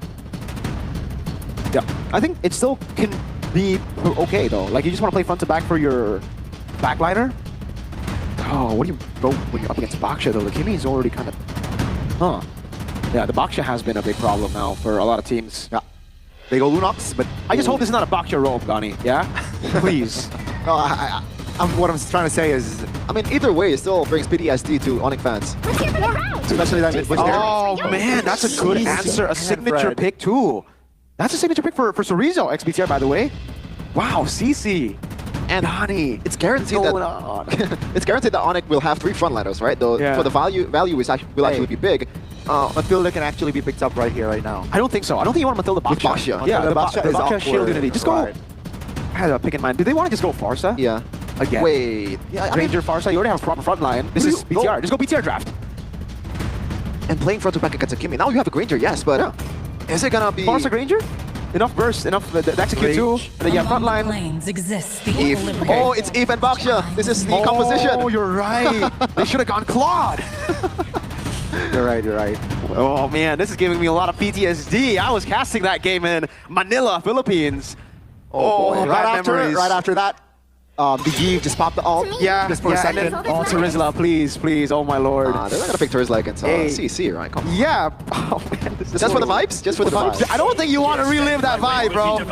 Whoa, they're not really convinced that Kyrie's gonna take the Baksha here, and it's for a good reason. But the Hanzo ban, interesting. They really think that Kyrie has PTSD. And I won't blame him, yeah, because Baksha...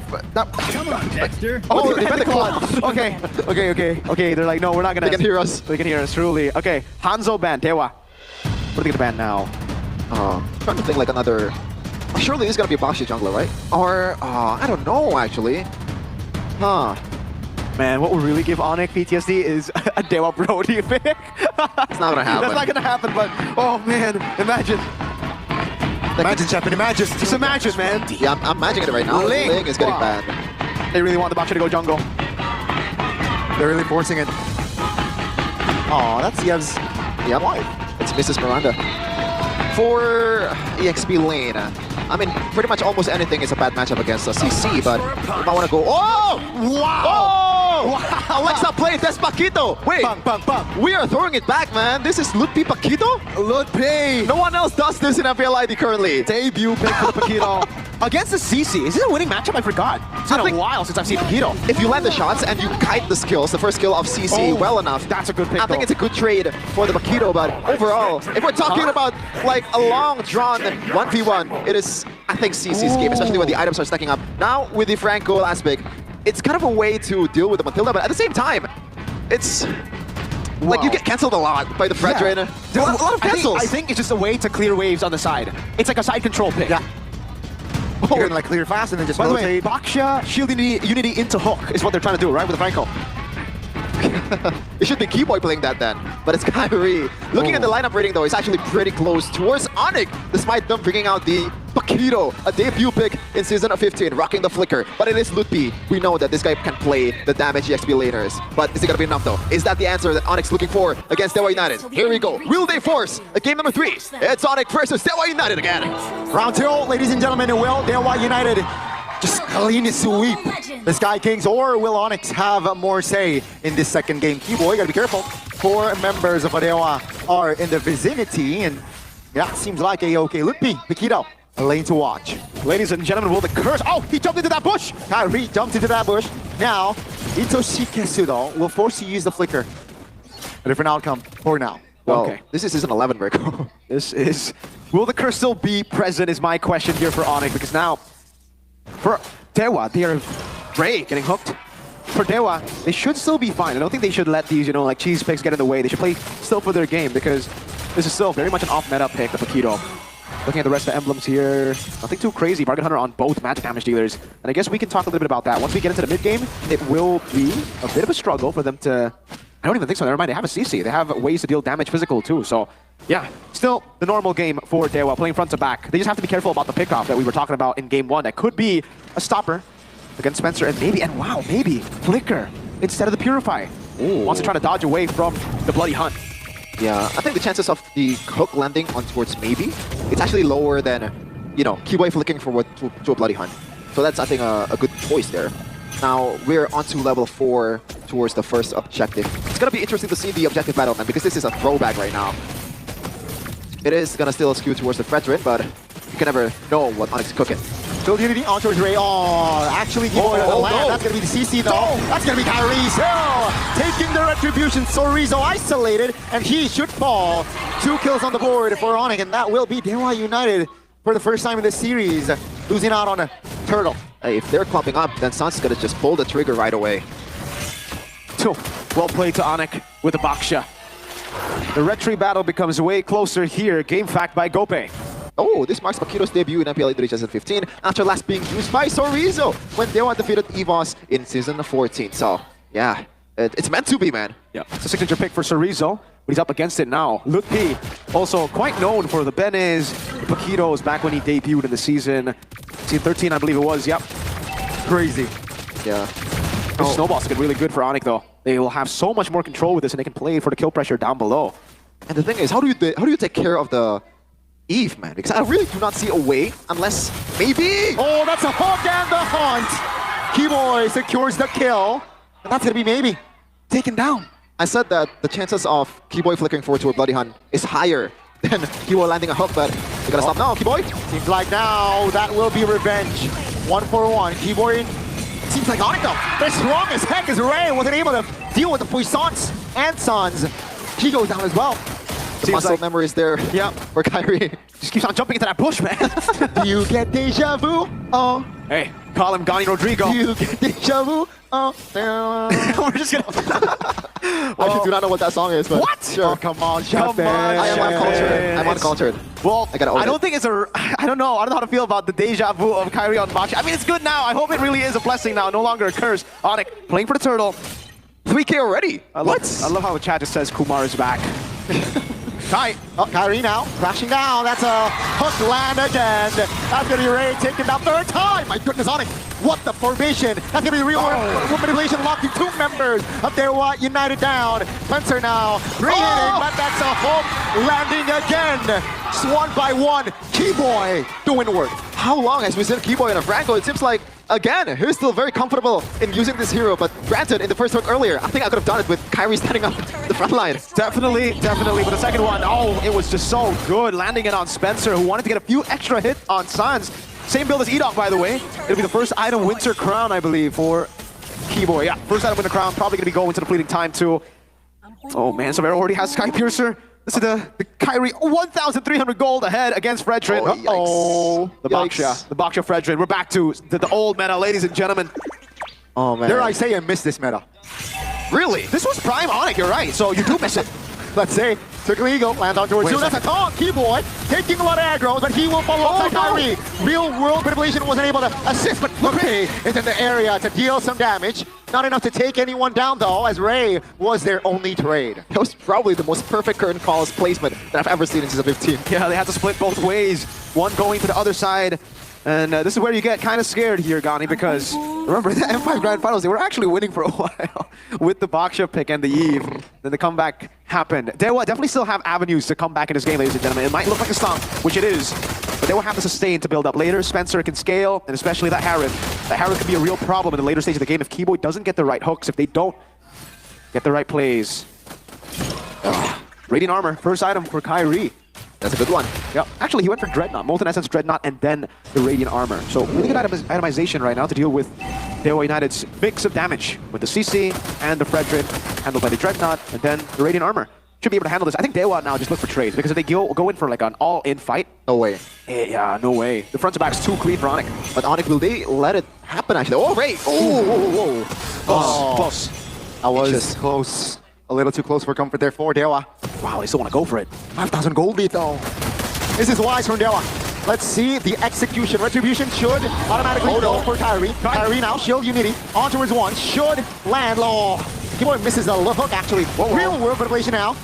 Good thing the guiding win actually assists members there to get out of that RWM. But Onic just got the turtle. That was actually a clean disengage by Dewa United. But of course, Onic won on that occasion. Definitely they did. They gotta try to suffocate the carries of Dewa. They gotta still stop the ways that Dewa can use to win and come back. It looks very small, which it is, by the way. It's very slim, the chance of a comeback. But nothing is impossible. Ray with a good wow. Oh, the hook lands again on towards Ray. That's a free kill on towards Savero. 301, 3 kills. How many sacks? 2? 20 perhaps? 2. Not, okay. Yeah, 20 sacks. Okay. That's 2 kills. Already better to chef in on the Granger. Don't have to go there, man. Onic looking for the Siege, and when it comes to Siege, they have the range, man. The RWM plus Savero and Keyboy. Remember, one of the best sieging tools is actually a Franco. Yep. You can constantly kind of zone the enemy team by just standing there. Menacingly. We've seen it from E-Doc. I think we've only seen it from E-Doc this season. Really, for Onic, they just gotta wait for Keyboy to land the hooks. Like, that's it. Like, you can play that for the next 10 minutes and they're still gonna get the W. As long as it lands like once or twice. Because how do you engage as Dewa United when Onic is climbing up S5? Yeah. It's going to be really tough, especially considering the front line is not really frontlining right now. They're very squishy. Onyx front line, on the other hand, oh my god. Kyrie's a tanky boy this time, and you guys can watch them live in Jakarta and the Jakarta International Velodrome for playoffs. Go buy your tickets now. It's for sale. Yep. Don't forget, there's a basketball court in front of the Velodrome. Yep. So if you want to play with me. Are you going to play basketball, Shepin? Yes. And right now, Onyx is just playing with Dewa United. 8K gold lead. Yep. Dunking, Alley-oop 360 over the shoulder and head. East Bay. Head and shoulders. Okay. MCCT2 will be live for you guys from May 23rd to 25th. Rule the board. Roar. No, they're not a playoffs, guys. Like Onyx is pulling Dewa United. And when looking at the items right now, though, it looks like Lut B is just going full on damage here. I actually noticed that Lut B bought the conceal earlier and then canceled it for entire hit. Yeah, because obviously that's not what you want to go for. Lut B, you might want to check out the doctor. Maybe you're a bit colorblind. Hey, maybe he wants to conceal. Maybe they because Keyboy doesn't have conceal, and like sometimes the XP lane actually does go for conceal. Okay. That's another tool there for Lut B to deal damage with the Malefic War. The frontliners are food for it. Is it too soon to say that we are heading to Game 3? Let's see. First base turret falls. Lord, 75% HP. Dewa United will sacrifice their top inner turret, their base turret. Onic will look for a possible engage. Dewa United still holding on. They have taken care of the Lord. Another minion wave will crash from the mid and bot soon. But Onic seems like they are waiting for a connection from Keyboy. Doesn't come though. It seems like they will prioritize the bottom side turret first. Officially, all 9 turrets of Dewa United has been taken down, and Onic this time can take it slow. Oh, that's a traction fall. Oh, that's a big bait from Keyboy. Signs with the flicker play, finds a solo on towards Sorizo. Base wide open. Dewa United, can they hold on? That's a ball. Maybe he goes down. Another member, that is Ray, going down as well. Ladies and gentlemen, they're looking for bodies. It's going to be a wipeout for Onic, and that will be enough to take us to Game 3. They made me thought twice about why Onic is still a contender. Now I have to think thrice, because what the hell was that? 12k gold lead in under 12 minutes. This is some Onic prime we're talking about. Hey, maybe they just want to just go back to utility. That's your game. Go back to utility when you're up against Fredrin. I think it's a good plan. We did mention again that the Baksha could be the answer. If they really wanted to go up against Fredrin again, just go Baksha, right? And they did against Kimi 2, double value, take away the Granger, and it worked really well for Onic. It was a stompy stomp, really a smackaroony to the head. RWM there from Sans. It really is giving me back to, you know, like Sans Prime as well, playing with utility junglers, getting all the space to go for all these crazy moves. Look at this again, like in the back, just constantly dealing damage to the right members, leaving the front line for Onic. GG Onic. There's something missing though. The recalls from Sans. Yeah. It's utilities, man. It's your ground. It's your playing field. Just go back to the Gila Sans that we know. You know, not just skill-wise, but also entertainment-wise. Let's see if Onic can really, you know, bring back the old meta. Their prime back again. Gani. Whew. In game 1, he was shaking. Game 2, he's like, oh my goodness. It's so over that we're so back. I can smell the new trophy already. That's Kyrie, guys. You can smell the new trophy already? That's Kyrie. No, it's not. It's a fake.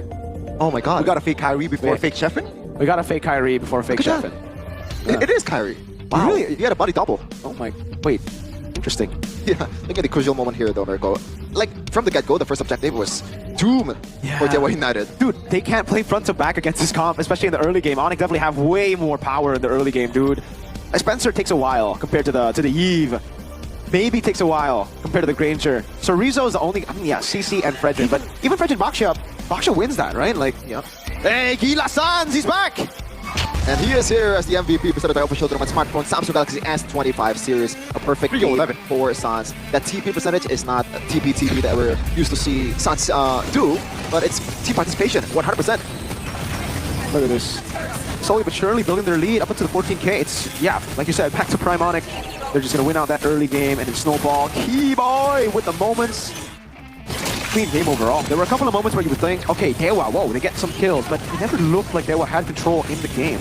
Yeah. I think they made a lot of similar mistakes to Onic in game 1. Onic was just taking too many fights, and I think Dewa did that this game. Like, they shouldn't have fought for Turtle 2 after losing Turtle 1. That is, I think, a pretty normal rule when you're playing with this kind of composition. But this is also a very odd move from Spencer. Instead of kiting away to the other side, he walks into a very dangerous, vulnerable position. And like you said, that curtain call could not have been placed better. You did see glimmers here and there. But man, the hooks really kept Dewa from farming, kept Dewa from coming back in. And interesting that in this fight, yes, Lupi did something, but even if they play 4v5, I still think Onic could have won the team fights. Yeah. Too much DPS, Aveiro is already snowballing. Sans is just, when you give him space, he's gonna eat. Too much definitely to handle for Dewa. It was the same problem, right? They couldn't get past the front line. They had too much damage. The front to back were, the backliners were too untouchable. A solid 3 stacks on Granger. 1-11 Baksha. Makito, the kills are all spread out really, really well. The damage dealers, man. Lupi, when you have a Baksha in the jungle, when you have a utility jungle, putting damage and XP is just so good, and we get to see it again. Yeah. Makito, though. I didn't expect Makito. Like, maybe we... Man, I love Makito. I miss Makito. Thank you. What? Look at Lupi, play Makito, Onic, my team. Oh my lord. You not see the... I think hey, Gani, you're welcome. The Baksha is a BTR thing, you know? I think that's symptoms of narcissistic, you know... Personality disorder? NPD, yeah. You have NPD probably, Gani. At least for Onic stuff. For Onic, I'll take that. Wow. Even owning to a mental... Is it a mental... It's not mental, right? It's not, right? It's just every time Sheffin just got rage baited somehow, or trigger baited. Dude, okay. It's so funny. Hey, Sheffin. I'm not raging, guys. Shoutouts to you, Sheffin. Shoutouts to you. 1-11 here on the Baksha. They did good. I don't know, man. Again, this was a stomp of a game, and really, I think it was very self-explanatory. I think a lot of people back at home as well saw the game and were like, okay. You know, it was a pure front to back that really worked, and this is what you get when you see a front to back that just wins out completely. The other front to back can't front to back, and therefore will have to stay in their own turret, their own base for the longest time. Wow, yeah, full turrets, no turrets. This, if you give me a screenshot of this, I would probably think, okay, this is like Season 12 Onic, right? Fair enough. Mola Zayn would love this meta. Yeah, and by the way, I just did a quick math. Total damage dealt for Dewa United is less than half from Onic. That's... Talk about not given a chance to compete right from the get-go. No chance. Oh, man. You know who has a chance? Oh, Eterna trying to get Dewa to come back with their fans in the building. With the Anak Dewas. ADITB, Anak Dewa in the building. Yeah, Anak Dewa and Onic fans, just like Run the the Onic side. first match earlier, we're gonna have some maybe house. trash talk, some maybe chants going around. Hopefully it's gonna be better this time though for Dewa and Onic. They gotta prepare a better song, man. Ooh, another Hey, Arsenal I'm Tifo moment. I'm sorry, that was That was amazing, dude. It's like an Arsenal Tifo. What do you mean? yeah. What do you think, Connie? You know what I think? I think the 4th best London team.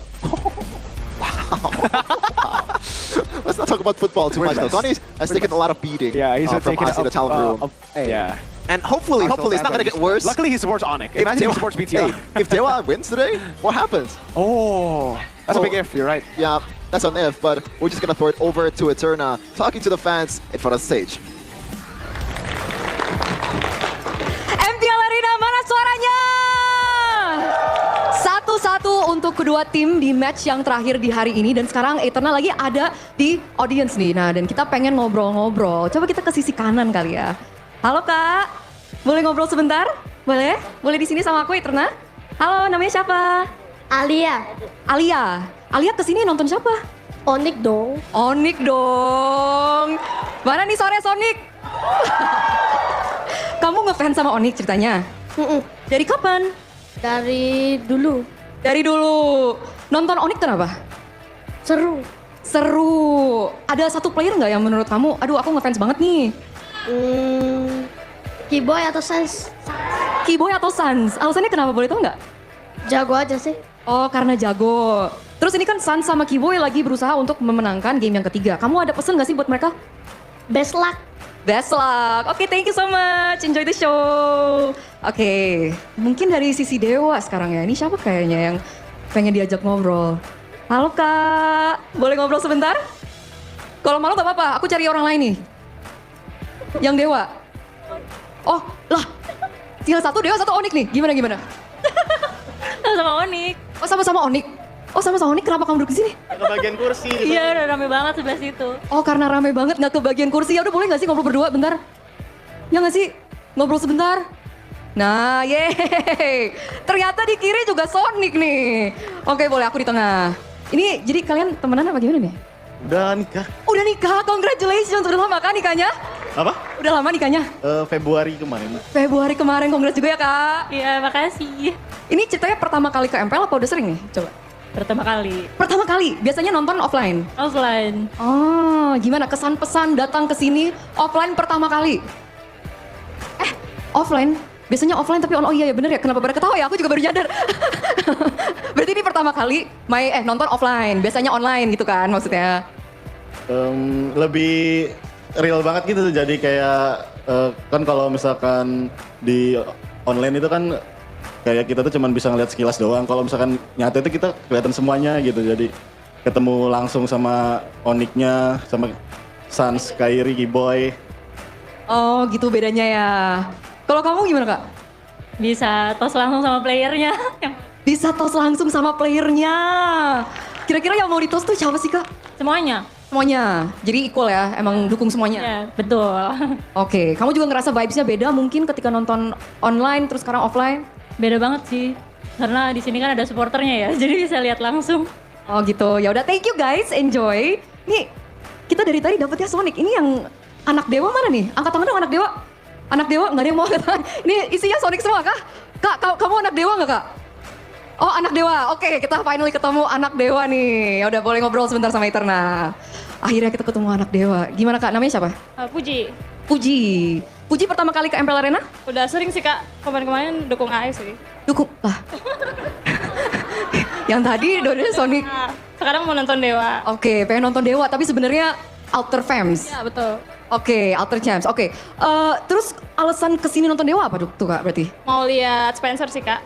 Mau ngelihat Spencer. Oke, ini menarik nih. Kenapa Spencer? Ganteng soalnya. Ganteng. Ada pesan mungkin buat Spencer? Semangat di week-week terakhirnya. Semoga menghasilkan yang terbaik, tetap menghasilkan yang terbaik. Gitu Spencer. Semoga kamu lagi nonton ya di backstage ya. Ya udah kalau gitu. Thank you so much Kak. Oke, ada lagi yang pengen diajak ngobrol mungkin? Nih yang di ujung kayaknya ini banget ya. Tulisannya apa sih tuh? From Kediri, dari Kediri. Wow, ini apa? Jia Yu Onic, Sonic Palembang. Ya udah boleh kak, yuk ngobrol bentar yuk. Oke, ini kakak siapa nih? Ria. Ria dari Palembang. Ya. Tinggalnya di Palembang? Iya, terbang ke sini khusus nonton MPL. Wow, tepuk tangan dulu dong. Dia terbang khusus ke sini dari Palembang untuk nonton Onic. Ngefans sama Onic dari kapan? Kenal Onic karena cowokku sih. Terus sebenarnya mau lihat si Z juga tapi nggak datang. Iya, kok nggak datang ya? Coba nanti tanya Kairi kali ya. Oke, kita nanti tanya Kairi. Ini kenal Onic karena cowoknya mana? Di Taiwan. Di Taiwan, LDR dong nggak? Ya. Tips and tricks LDR nggak sih kak? Percaya aja. Percaya aja. Mungkin ada message untuk Onic yang lagi bertanding sekarang? Ciayo. Artinya semangat. Ciayo artinya semangat. Oke, thank you so much once again. Itulah keseruan yang ada di MPL Arena, ladies and gentlemen. Jadi kita akan langsung aja lempar kepada casters untuk melihat siapa yang akan memenangkan game yang ketiga di match penutupan di hari ini. Casters, silakan. Wow, those are actually some actual real fans, man. The first person that Sonics, man. Action. It was like, hey, it's like 2 out of 10, bro. And you got, you hit the 2. It was lucky, right? But shout out to them, man. The first person that Internet interviewed, it was a little kid. Thank God Arashi isn't here. But yeah, what? I was What does that mean? she asked Arashi, she asked the fans about who's her favorite player, Right? And I thought she was gonna say Kyrie. Yeah. She said Kiwo and Sans. Yeah. She knows ball. And the second one, I don't know which team she's supporting, but she said Ultra Champs, but she went here to see Spencer out of all people. Yeah. You know, I would expect like something like what, maybe, or maybe Sorizo, the guy that has already has a name in this league. Wow. I think the men would come here to watch Chorizo and Watt. But Spencer, he definitely is on the good-looking side, man. You're going to get a lot of female fans there. Okay. Just like the entire Onic fan base, it seems, man. I mean, it's not their fault they're good-looking, right? Like the Onic players. By that I mean Kyrie. What? And Keyboy. It's not their fault that they're good-looking and gods at the game. And gods at the game. Oh, okay. Interesting. And shout out to the third fan as well. She came from Palembang, by the way. This Onic fan came from Manado. Yeah. I came from... He's having a good day. Well, it depends on the matchup. It depends on the result. But he could have a good day with good day, regardless of the match. Yeah. This is the groovy cookies, but you can drink a lot of coffee or stir. Which one? This one? Yeah. Shake or stir? I mean, just a light shake. Open it and then stir. So how would you make your life more miserable? You don't have to do that. Not miserable. Okay, It's just more difficult. But more difficult. It is more... You get more of a coffee taste, I think. I'm just making things up, man. I think an actual coffee head would, bring their own coffee. Actually, like, make your own coffee. Like a good friend of mine, Kaisam Yves. Oh, okay.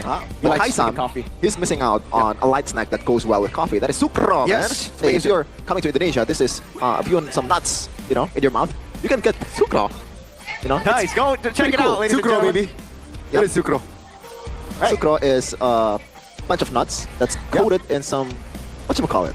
It's not a dough, right? What's the term? I mean, it's a snack, you know? Yeah, it's a it's a crunchy finger food snack.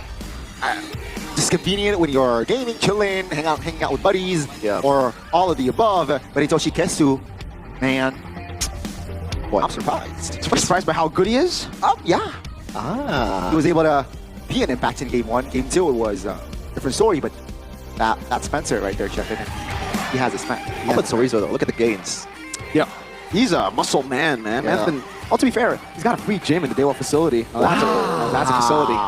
Do you prefer, an actual facility like that, or just a gacha type? Bro. No. I'm not mentioning teams, bro. No. I'm not mentioning teams. No. Ladies and gentlemen, Keyboy seems to be having a blast. He almost just spat water. I think maybe he heard your joke. Yeah? Yeah, he heard your joke. Yeah. It's pretty cool. Now, game number 3. All of you guys.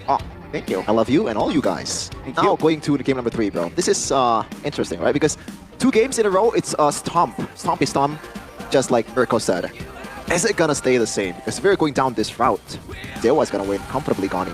That's the pattern. Or if you want to follow pattern in what happened in match number 1, when Geek Fam absolutely demolishes Bigatron, game number 3, it should go to Onic. If you're following that path. Absolutely destroy? You call that absolutely destroy. Yeah. The BTR disintegrated, stomped on Geek Fam like one. I mean, yeah, cool. That's pretty cool. What's your upper bracket?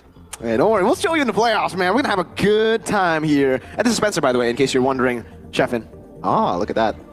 better jawline than Itoshi Kesu. Why do you have beef with Itoshi Kesu? No, like earlier. Why? I was just trying to make a joke. I'm sorry, Itoshi. Okay. Itoshi, like What about Sans? What about Sans here? Oh, Sans is awesome. Oh, look at the wink. The wins. Rate Sans 1 to 10 gameplay-wise. At least 11. I can take that. Yeah, on his prime, it's like a 12, you know? Okay. Because he exceeds human right standard. now, yeah, he's down a point. He's down a point. Right now, I mean, rate this guy 1 to 10. Gameplay-wise. Gameplay-wise, right now, because he's using Baxia, like maybe a 7. Wow. Nah, just kidding. He's at least an 8.5 in that game. Okay, what about Sorizo? Why are you guys interrogating me? I don't know. You've been going with it, so this is the segment, right? Okay. Sorizo, that game with the CC, like a 4. Okay, Lutpi. Lutpi, he was nowhere to be found, but to be honest, you know, it doesn't matter. They got the W. He's like 6, I guess. So he's like the new Boots. You just don't see him, and then he plays Paquito, Heavenly Fist, remember? He didn't die. 11. Interesting. We're on to the third game draft here, presented by Samsung Galaxy S25 series. Let's go. It's been a pretty entertaining draft, especially in the second game. A lot of surprises. And now Onic once again is on the second phase, as they usually are. All right. Man, I'm having fun. Y'all having fun. Game 3 though, it's about to start. Sir, what's your command? Oh, they're gonna run it back, seems like. Yep, that's a factual statement, Gunny. They're gonna start. Third ban for Onic right now. Time to drop. It's going to be still the Joy. So the adjustment should be made by Dewa United unless they want to play the same game again. Now maybe he's gonna get his ammo loaded with Granger. Okay, and this is a bait. Onic, are they gonna go for the Kimmy or are they gonna leave Dewa with Kimmy Granger again? Kimmy Granger worked wonderfully in the first game. If they play the utility again, I think it's almost a surefire win for Dewa if they go down that route. Do Onic just go for Kimmy and Baksha then? That's an option. Or, I mean, they can still dive. If they want to play something like a Yeef right away. No, you know what? We're already assuming that it's going to be a utility jungler, and it looks like it will. So Baksha and Kimmy, as you said, Mirko. Now, what's going to be the answer here for Dewa United? Do they want to go for something like Yeef to prevent Suns? Or, it's still flex, the Kimmy. I think the Kimmy is going to be a really good flex into the second phase. I think they got to use it as a flex pick. Dewa. It makes sense to go Fredrin. Does it though, actually? No, I'm thinking about it. Yeah, they're going to go Cho and Yeev because it's already up against a Baksha. It's kind of tough. Yep. I think the first pick should have just been Baksha. Yeah. I was expecting that as well from side of Dewa. But they prioritized this Granger instead. So now last pick for Onic. I think they can just go for... Still waters run deep. Oh, wow, that's okay. Baksha. Okay. They're not playing the same gambit. And they banned the Fredrin. And now Bling is a bit more freer with 2 juicy targets in the back line. That means you're going to go and ban the Suyo too, yeah? For Onic. Yeah, because Dewa can still go for the Suyo. Up against the Link is pretty good. The Kimmy Baksha, now that's where you sort of struggle. I was wondering, like, is there any other utility jungler that could be brought out aside from the Fredrin Baksha right now? There are also shadows. Something that fits the X-Borg against the Baksha, but not against Ling and Kimmy. Akai if you... Oh, I don't know. Akai. Oh, that's a good one, actually. I don't know about the clear, though. For Dewa? No, just like a utility jungle outside of Baksha Fredrin. Bobazane would definitely pick him up, Akai. What do we think about the Bane, boys? No? Bane. I don't like it. You get run down to the ground by the Baksha. Right. So the option is limited here for Dewa United. Yeah. They gotta play through both Spencer, Spencer and maybe. Dude, that's why they picked up the Ling. They picked up Baksha, they pick up Ling, so that's 2 jungle denies. They've already banned Joy, that's 3. 4 or 5 with the Fredrin and Suyo, 6 with the Haya, 7 with the Fanny. Now, it's like, what does Ray even play? Hanzo, does he... Against a Ling? Yeah. Against a Baksha too. I don't even think you can dive in. Baksha's gonna tank up all that damage. Facts. At least they ban out all the heroes that can... Lucas? Naruto? I don't like it. But their options are limited. Valen. Their options are limited. Who says there's no Fallon? There's no Valen yet. Yeah. Onic can definitely take the Valen though, yeah. Up against a Yeev could be a really good pick. Just pick up EXP here, right? Pick up an EXP. Okay, let me ask you guys a question. Kimmy, better in mid or gold? I personally like it in mid. Yeah, I agree, and that's why they go Claude, and now there's no Valen, unless they go XP Valen, which can still come up, to be fair, to be honest with you. Oh man, this was a trap right from the get-go after the Kimmy Baksha. Do they go Phobius, Lucas? The Lucas, man. There's a lot of dashes. Well, late. And then the Lucas can control neutral objectives with the even Cho, right? Right? Sure. And the Granger's looking lane against the Claude. This feels like when I believe Annabelle is using Lucas. There's really no real good option here for Dewa United. They gotta dig deep in their pockets. It's gonna be a glue and I believe a Lancelot. I think I like the Lancelot more. I don't know about you guys. There are a lot of blinks though. I mean, not a lot, but just Claude can blink out of the Thorn Rose. Timmy can jump. Well, I understand actually. They do have a lot of kill pressure, especially in the gold lane. The glue's gonna be alright in XP. I think they're thinking that Onic are gonna go Phobius, right? But I don't think they're gonna go. Are they gonna go Phobius? After seeing the glue, probably not. Benedetta? Oh, you know what? That's actually pretty good. Against the glue, it's actually okay, yeah? Yeah, and against a Yi, if you want a stationary target there, that's food for Lutpi. But I feel like they have a lot, too many damage. Yeah, they have too much damage, I agree. That's a dive, a bit of damage. I think it checks a lot of boxes. Oh man. What do you think about this, Chef? And you're the XP laner? Well, first of all, like you're gonna get stunned if you overextend just a bit. You're gonna get solo killed by the glue. And in the grand scheme of things, the wave clear is bad. You know, you have to take the concussive blast.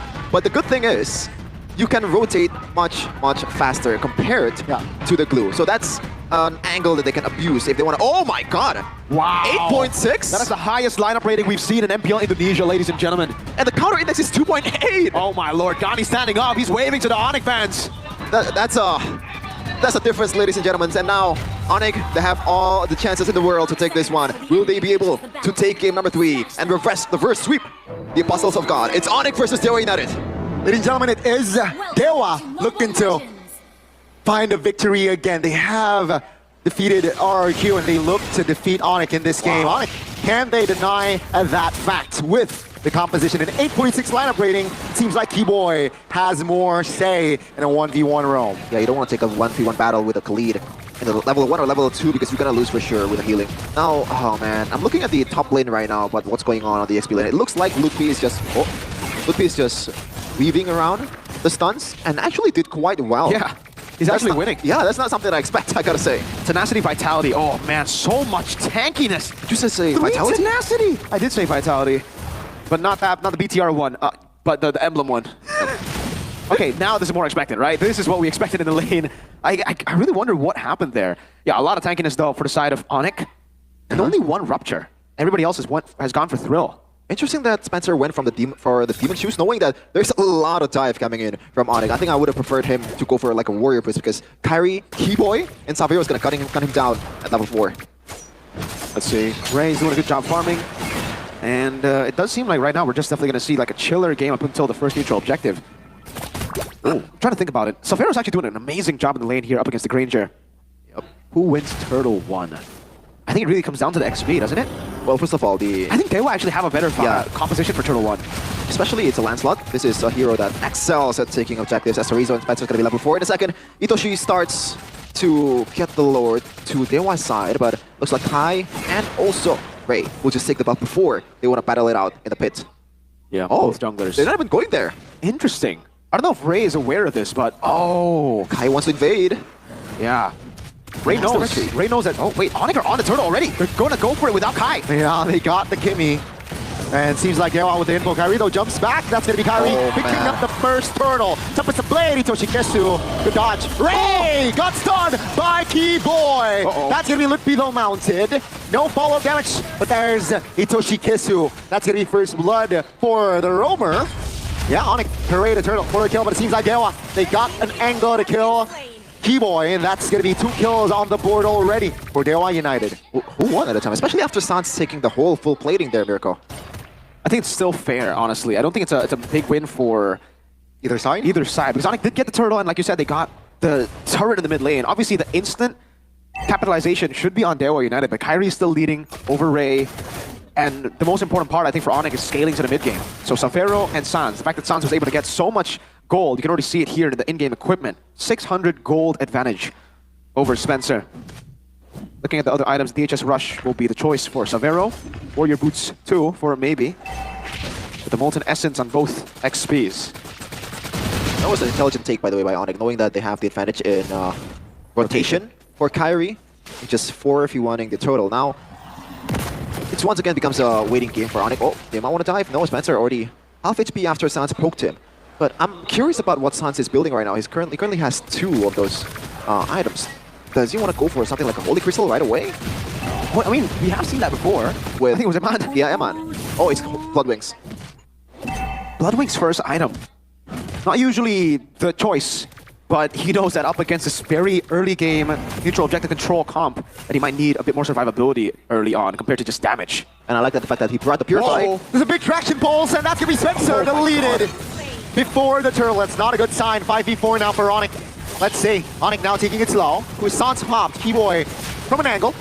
Shows himself. Now, seems like Sorizo jumping towards the turtle pit. That's the kick.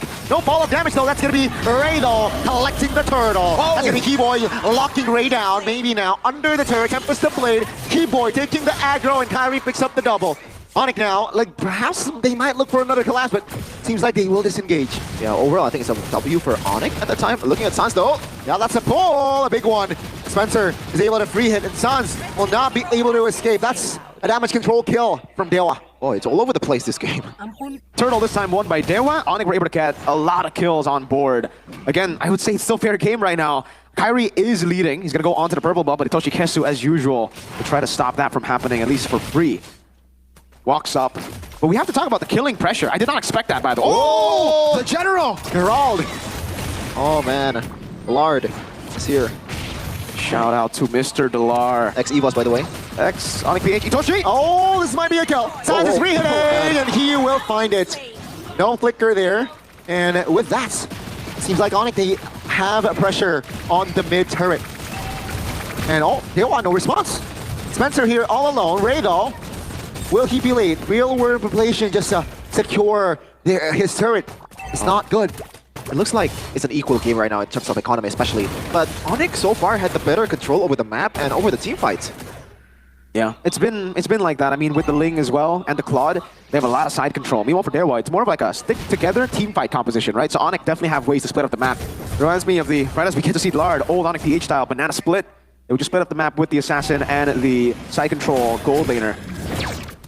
Turtle, though, does seem like Dewa are the ones first on it. Look, pick. Yeah, 2 members of Dewa. Seems like Onic, though, they will rush towards the Turtles. It's gonna be still a Rage Retribution. Taking it, looking now, very low. Revitalize will not save him. That's maybe picking up the kill, and that's a good flicker away of Dragon. On the other side, though, Sorizo, Tarana, by the time Tarana distract, he will fall 2 for 1, but the Turtle for Dewa.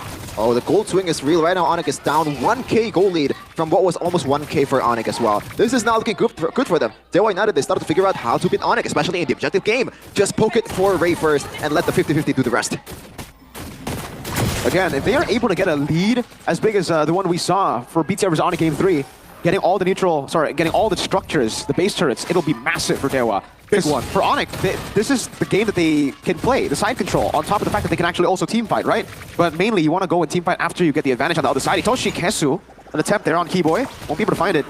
But Onic need to try to stop themselves from going in all in first. They gotta still wait for those item power spikes. They haven't hit it. Savero, looking back now for the items, is just now on the way to the Corrosion Scythe. Ling, Kyrie, on the way to his 3rd item in Sans. Because he went Bloodwings first, he has only a glowing wand right now. So it's still going to be some time until Onic reach the very comfortable team fight spot. Oh, meanwhile, the Foray, I think he is more than comfortable to take a team fight right now, especially with Sans, Savero. They're rocking the Purify. It's gonna make the job easier for this Lancelot instead of taking the Flicker. And he's already stacking up the items, Mirko. On towards BOD. Right now he has War Axe and also Hunter Strike. I think that's more than enough damage to take down Sans and Savero if given the chance. But those two are a bit elusive. Wishing Lantern 2 picked up by Spencer. Turtle's gonna be back up. It's gonna be the battle of macro here. Whoever has the better assassin to deal with the side lanes. Both level 13 as Kyrie picks up the purple. But it will be shoved in by Dewa. Are they just looking to blitz the Lord? I don't think they can. I mean, I think they could force it just like Geek Fam did to BTR, but no, they're actually still splitting up. They know that Onic can't go for the Turtle. Sorry, the Lord. So they're gonna go and steal the orange belt, but Onic, they're coming. Conceal. Conceal, Shield Unity. Pops, 2 members isolated technically. That's a flicker though. Itoshi is safe. Well played. Ray now rejoins as well. Look, P. Immobilized. He's stuck. Busan's popped. Pulled back. Kesu. What's up, teammate? And that's going to be Lutpi taking a lot of heat. Real world relation locking him down. Should fall here, Lutpi. Sorizo is actually the one flickering away. Sans. Ray hits Sorizo to his death. I don't understand. 5v4. Ray finds a connection with the Thorn Rose, and that's a free kill. EXP for EXP. Gotta say, that should have been an easy kill towards Lutpi, but it looks like some coordination is needed. Spencer taking a lot of heat. Oh my goodness, Fraction falls connects on 2 and 2. Sabero secures it. Way of Dragon just to buy time, but Keyboy falls regardless. Both roamers down, both EXP down, and no mid laner though for Dewa United. Seems like Onic, they will move on towards the Lord. Raising the wedge on towards maybe, but maybe calm as a rock. He's able to find the solo kill as Kyrie secures the Lord and takes a kill off towards Ray. Now maybe a little bit too overzealous. Kyrie shuts him down, and that should be a full reset from both teams. Well, in terms of economy, so far it's Onic leading the charge actually. So it's gonna depend on how Dewa uses this Lord.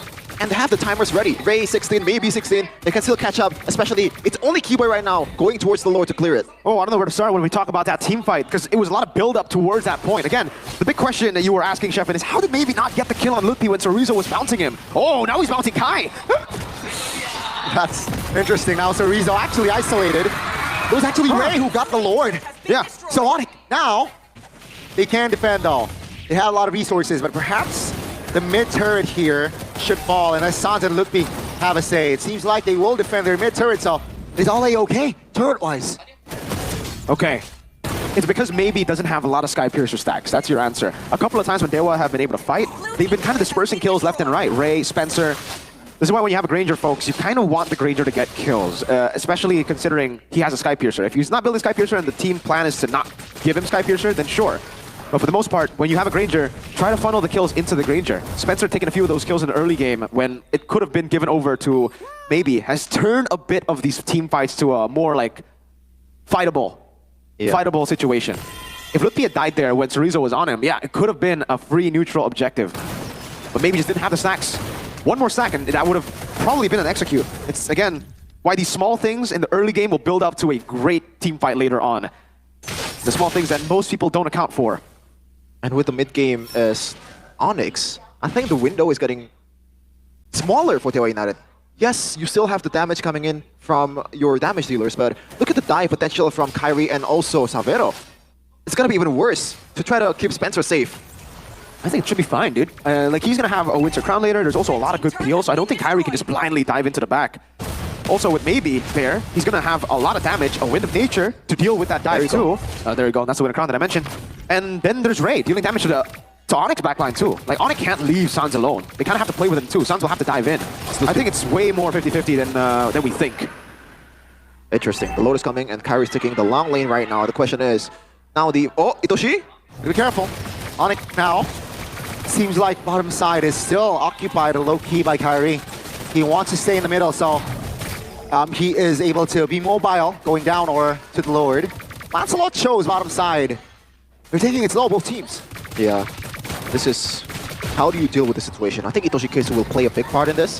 Do they want to go something like a long lane pickoff? I don't think it's viable right now. It's already been chunked, half HP for the Lord. This is the power of when you have two marksmen on your team, you can just shred down the Lord as fast as you can. And now Kyrie's once again on the housekeeping, taking care, trying to give out a forced error towards Dewa United. Slow build now, but Onyx definitely have the advantage with the Ling.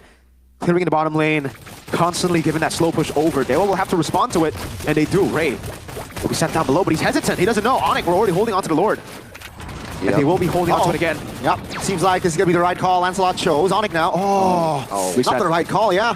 Unfortunate timing there as they actually committed a reset. Yep. And now it's an angle for Dewa to actually burst it down, knowing that Lutpi has to recall. Half HP on the Lord. Let's see. Technically a 4v5. He is a Baksha though. Let's see. Dewa taking it slow. 14,000 HP on the Lord. Lutpi jumping in towards the back. Kyrie. Praise the Lord! Now the big fight. Kyrie picks up one. That's going to be Itoshi Kesu out of place. Will be punished alongside Spencer! Sans, with the Wind of Nature, actually able to lock members down. And one by one, only maybe is the one left standing. Wind of Nature, pre-fire! But that's the Tempest of Blade, locking him in place as Kyrie, the god in the jungle, picks up the godlike. That's the experience for you. That's the experience of the world stage from Onic. Calm and composed. Great 50-50. It's not even a 50-50. It was a 30-70 for Kai, and he executed the right way. Onic takes the series. Amazing reverse sweep. Amazing ending for the yellow porcupines. Quality over quantity. It was Ray who won the Turtles, Lords for the most part, but the one Lord that mattered, it was Kyrie who got it. Now, Onic with a 2-1 reverse sweep victory will be on the rise in the standings, looking for a third place finish perhaps. With BTR losing their match, it is possible for Onic to rise in the ranks and get the 6th place matchup against TLID. And a sigh of relief for all these Sonics in the building right now, all over the world.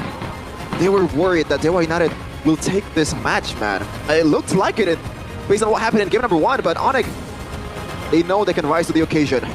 This is the real Yellow Porcupine. The Yellow Porcupine's back at it again. The Sky Kings, you can call him again, man. Wow. Yeah, we expected Ray to win out in that the Lord take because of the Thorn Rose combination with the Retri. But the one time there that he slipped up, it was instantly capitalized by Kai. This is why the Ling was picked up for him. That's why usually it's a wasted pick when you put him on a utility. The Sky Kings has come down to the stage of MPL Indonesia to answer questions from Bude Clara. Dan yay, di sini Onic mereka berhasil mendapatkan kemenangan 2-1, cukup mendebarkan. Dan match di minggu ke-9 ini, kalian berhasil mendapatkan kemenangan. Ada mindset yang berbeda nggak sih untuk menghadapi lawan-lawan kalian di minggu 9 ini? Nggak ada sih, kita yang pasti siapapun lawannya kita all in lah, gas terus. All in, gas terus. Tapi hari ini kayaknya ngegasnya juga berbeda ya. Upi, kamu pakai hero baru, apakah memang ini saatnya tim Onic bereksperimen, Lutfi bereksperimen? Pak Kito, kita nggak pernah lihat di season ini. Apa ya? Ya mungkin tadi komposisinya pas aja sih, terus kita pakai. Ide Lutfi? Enggak, dari coach. Dari coach, Ya. tapi selalu siap apapun yang coach bilang? Ya siap. Tadi pun main Baxia kan, Iya. jadi Kairi. Bentar, karena Kairi nggak mau pakai Baxia atau gimana? Gantian katanya gantian. Oh gantian, requestnya Lutfi atau request Kairi atau request coach? Request aku, gantian aja. Jangan dia terus. Kenapa jangan Kairi? Udah mirip Baxia soalnya Kairi. Jadi mirip Baxia. Oke. Jadi sesuai dengan pemerintahan dan hasil juga cukup menarik. Namun kita ngelihat kalau dari tim Onic, kemenangan kalian memang berarti kepada dari segi klasemen, namun tidak untuk upper bracket. Dari Suns sendiri, kita melihat Onic punya histori yang sangat baik jika berada di upper bracket ketika ke babak playoff. Namun season lalu nggak masuk upper bracket. Season ini juga nggak masuk upper bracket. Gimana, Sans? Bukan rezeki lah kalau gitu. Oke, bukan rezeki. Ya. Namun teringat nggak sih, apakah sesulit itu masuk playoff tanpa upper bracket? Season lalu kesulitan kah? Season ini bakal gimana nih? Sebenarnya nggak terlalu sulit sih. Yang penting tapi kita harus main lebih bagus kalau mau lancar aja. Jadi aman aja? Ya aman aja sih. Season ini apa reaksi kalian ketika nggak dapat upper bracket? Ketika tadi Geek Fam menang? Biasa aja sih juga. Nggak gimana-gimana sih. Emang poinnya si Geek lebih banyak aja. Oke. Jadi ya udah, poin berbicara dan dari Onic pun mengakui kalau mereka nggak bisa upper bracket, ya sudah aja. Ya betul Bude. Legowo, Sans ini memang ya. Tapi kalau dari Savero melihat banyaknya penantang-penantang dari Gold Lane, kali ini yang kamu bertemu dengan Maybe. Pertemuanmu hari ini gimana dengan Maybe? Biasa aja sih, nggak ada yang spesial. Gak ada yang spesial, tapi kalau bertemu dengan player seperti rookie player dan juga player yang sudah sering ada di MPL, ada bedanya nggak sih Savero? Mungkin dia lebih agresif banget aja sih. Jadi kalau player-player anyar di MPL itu lebih agresif atau khusus Maybe doang? Ya menurut aku dia yang paling agresif. Wow, apakah itu pertanda bagus atau pertanda Savero bikin makin ganas? Bagus lah. Ketemu, soalnya laning dia kuat juga. Laningnya jadi kuat, oke. Jadi saling ini ya, kita melihat kuat sama-sama kuat. Namun kalau dari Dewa sendiri ada perbedaan yang cukup menarik. Keyboy, kamu melawan dan juga Sans bisa dibilang ini kalian melawan lawan yang baru. 2 player yang baru saja naik di Dewa. Bagaimana kamu melihat perubahan Dewa untuk di minggu-minggu akhir ini? Kalau dari gua ya lumayan berbeda lah dari gameplaynya. Biasa kan yang connect banget Muesa sama Res. Sekarang udah ya player-player baru juga sih. Jadi kita nggak tahu. Cuma menurut gue mereka punya potensi lah. Punya potensi. Tapi kalau potensi Onic untuk playoff gimana nih? Ya harusnya kita bisa belajar lebih banyak sih. Buat banyak waktu juga buat nanti playoff. Mau di upper, mau di lower ya kita all in aja sih. All in, all out. Nggak ada kepanikan. Namun kalau ngelihat dari Kyrie, you face Ray and we saw last game, you guys ban all of Ray's hero. What's going on? No, sorry, nggak tahu. Hero-nya Ray di-ban semua. Ya. Is there anything about Ray? Anything special about Ray that you can share? Nggak tahu sih, tadi si coach mengadrop full sama Adi. No request, no apa, pokoknya pasrah aja. Tadi game 2 paling gua request mau main Baxia. Tapi nggak boleh. Tadi gua main box ya. Game 2. Game 2. Game 1 dicuri sama Upi. Sama siapa? Game 3. Oh, game 3 dicuri sama Lutfi. Ya. Oke, tapi request dikasih and you're happy now? Ya senang. Okay, and in this state, what is your main focus now in this regular season? You have one last match. Is there anything you want to do on your last match? Apa ya? Si Lutfi kata Lutfi dia ini sih mau lihat boxnya gua lagi besok. Baksya lagi. Oke, ini akan jadi menarik. Namun, kemenangan hari ini mungkin, is there anything you want to say for this win, Kyrie? Ke siapa? For anyone? Gak ada sih. Oh Sonic, buat Sonic paling. Terima kasih Sonic yang selalu dukung kita. Ya terus, jangan lupa dukung kita di playoffs. Playoffs di depan mata, walaupun mereka bukan di upper bracket, namun mereka terus mendapatkan kemenangan demi kemenangan. So, Sonic, sambutlah kemenangan dari tim Onic.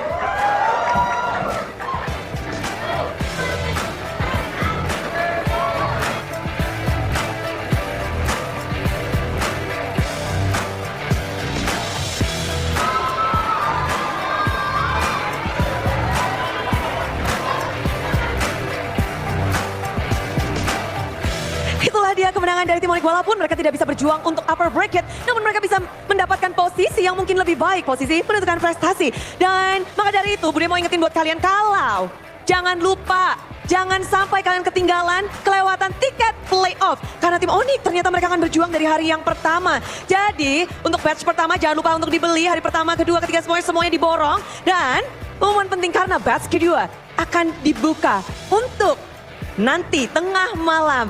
Jadi buat kalian yang penasaran, ini untuk final lower bracket, untuk grand final, kapan tiketnya dijual. Dan malam ini, di tengah malam, kalian harus bor untuk mendapatkannya. Dan Bude yakin banget kalian akan bersiap dan kalian udah gak sabar untuk mendapatkannya. Karena batch 1 udah 2 minggu nih, kita melihat bahwa perebutan tiket juga sedang lagi dijalankan oleh Superfans.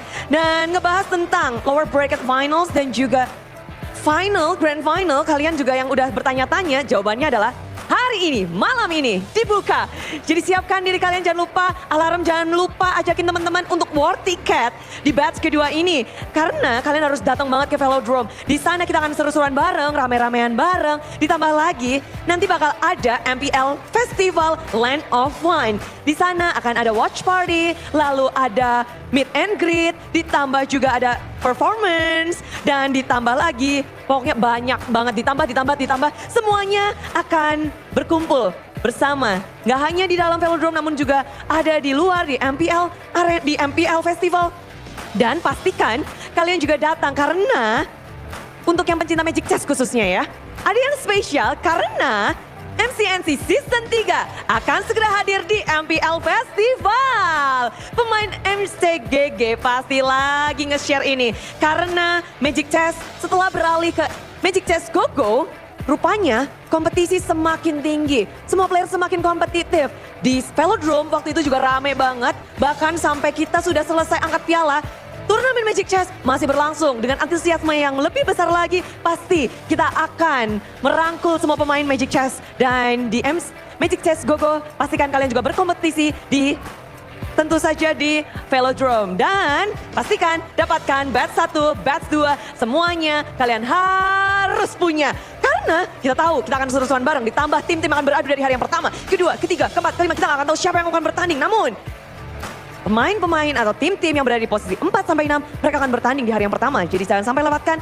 Dan kita juga nggak mau kelewatan informasi apa yang bisa dikasih tahu ke kita. Karena kita pengen tahu gimana cara tim Onic mendapatkan kemenangan di game yang ketiga. Baksya berada di tangan EXP Laner. Dan seperti apa, langsung saja para caster, break it down.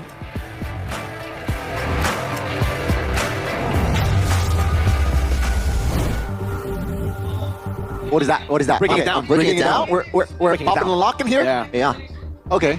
For the people back at home, I'm sorry I couldn't translate the interview. My phone died. They know that Bude Clara told us to break it down. Yeah. That's why you have to get the S15 Ultra. Because you can break it down? No, because the battery, this has been here for like 3 days. I'm not even joking, and it's still 32, bro. I don't think it's 3 days. The whole season. It doesn't need charging.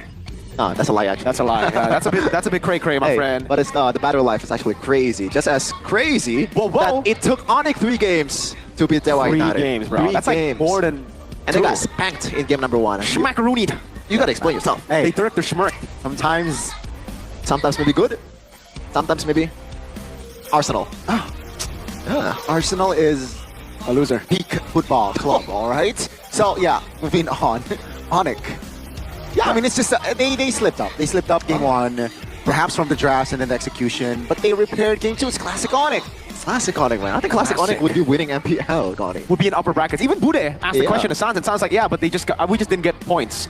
Sans answers in the most literal way possible. It's like, how do you feel? Geek Fam won, and you lost your chance to upper brackets. Yeah, they got more points. It's like, dude, I gotta give props to Bude because imagine having to interview Onic for like 3 whole seasons, every single match they play. It's like, not fun. holy moly. I mean, to be fair, for Onic's part, winning is fun. The interview over and over again, probably not. You're gonna see the crucial moment though. 1 out of 13 interviews for Onic is fun. And then there are 12 others where they just, we got lucky, here people have the mic. But it's so different when, like, they're just the opposite of what they are in the interviews. In the game, they're fun, they're entertaining, they're amazing, they got passion, they show passion with the individual flares. See, Sans, if he played the way he answers interview questions, he would just stand there in the back and shoot as a Kimmy. But no, he doesn't just stand there in the back. He knows when to walk forward, he knows when to flicker in, he knows when to go Kila, bro. He's crazy. He's the MVP presented by Tournament Smartphone Samsung Galaxy S25 series. The work that this guy did, if you give him space, maybe, you know? The solution all along was just to try to give out space for Sans. Not so much, you know, not essentially have to put Kyrie on a utility. Sometimes you're just gonna pick the frontliners that actually do frontline. And Sans is just gonna be there to feast. Yeah, a couple of times here and there though. Again, like this kill right here, he was able to get the Sky Piercer, but take a look at the rest here. It's not given to him. Hey, I'm sorry, but ladies and gentlemen, when you have a Granger in your team, you want to funnel. This is not just like an Eman thing. You need to funnel your kills into the Granger unless you have a good Suyo that can carry you anyways, you know? Then it's okay to take kills, and your Granger kind of whack. But in most situations in MPL, Grangers are good. And a few kills that they could have gotten on Lutpi, funnels could have played a big role. Again, it's the small margins, man. Getting that a little bit of advantage could change everything. Oh, that's a Sky Piercer for maybe towards Salvero. Yeah. Man, the Ray, what do you think about Ray's performance so far? His red trees are amazing, but you can definitely see that he hasn't played Lancelot in a while. His punctures were really weird. Like, he kept on missing the punctures. He never got resets. Look, he skill one again. Like, to the same Lord, so he didn't have puncture. Then he had to wait here, and then look again. He skill one, and he misses skill one, I believe. Boom. We didn't get to see it, but it's not like the frontliners, you know, they have a lot of CC. So yes, they do have CC, but it's more for the big team fights. You know, it's not Fredrin, it's not a Ruby that can pretty much dish out the cancels towards a Lancelot. So I kind of expected a bit better from Ray, but overall, from someone that bring out the Lancelot in a while, I don't think it's not that bad. Looking at the statistics here, though, 16-minute game. Anything that stands out here? Mirko, I'm trying to find one here. Sky Piercer is not built by Sans, actually. Yeah. No need. Yep. Yeah, it's just pure, nothing too crazy. Rose Gold Meteor, I guess we could talk about that. No. Wind of Nature for Kimmy. So Bloodwing's first item and the Wind of Nature last. I like this. This is how you play Kimmy. I don't like the glass cannon builds. Yes, for Moreno's case, he has a front line. But in game number 3, this was supposed to be what he built. It's not a pure front line like a Baksha anymore in game number 3 for BTR against Geek Fam. It was a Kalea and Haya. So here, you can see, very similar composition, right? Like, oh, actually, to be fair, there's more frontliners here than they were for even BTR. Yet, he still went for the Wind of Nature plus the Bloodwings. I think a lot of mid laners, a lot of gold laners need to learn, man, that even though you're really good, you need to respect your opponents. We saw a full flicker also from Sans and the team in game 1. Doesn't work. Purify, bro. Like, it's not cringe to go Purify. I don't know why a lot of teams now seem to be allergic. They're like, oh, you're a nerd if you go Purify. Like, ew, you live in the streets if you go Purify. No, it's not, guys. It's to win the game. Like, I think the worst offenders of this issue is TLID. They will just never go Purify. And why? Doesn't make sense. Stubbornness. They like go up against Tigreal and Gata and they're like, these guys are not gonna land skills. It's like they're playing against epics, man. They're playing against like same level players in MPL. Just go Purify. It ain't a crime, guys. People back at home, please, don't go Vengeance Juicin or Sprint. Vengeance Juicin? Who the hell does that? One of our fellow casters away. Arashi goes Sprint Juicin, Vengeance Juicin against an Atlas. To his defense, it's more mobile. And he What do you likes mean it more elusive. mobile? He likes it elusive, you know. Is that elusive? I don't know, Like maybe. silent, suddenly. Swift, elusive, deadly. Sprint to sin. I don't want to respond. I don't know if that's a rage bait or like you're just being weird. Now he's paranoid. I feel like I got rage baited already. Off cam, Gani has rage baited Sheffin so much that now he's paranoid. Man, oh man. Oh, it's so funny. But looking at the standings right now, wow, there's a change. Onic, number 4. instead of Fam. Alter Ego. Wait, Look at the start. So there's a chance Look at the we start. will get third place, BTR. Yeah, if Bigatron loses Alter Ego and Onic win their last match, there's a chance we might swap. And BTR will be going up against Alter Ego.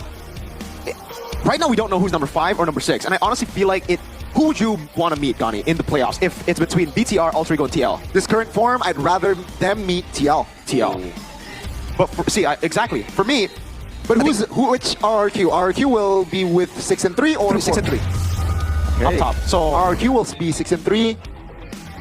Okay. See, that changes a lot now. Do you want top 3?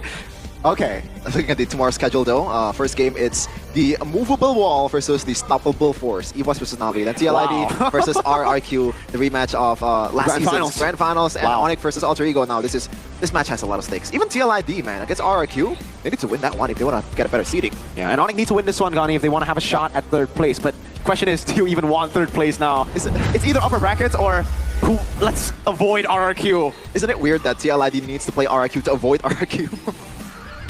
They don't need to win that. I think it's fine. Because like if they go, oh, you're right, they need to win. They need to be 4-5 to avoid RRQ.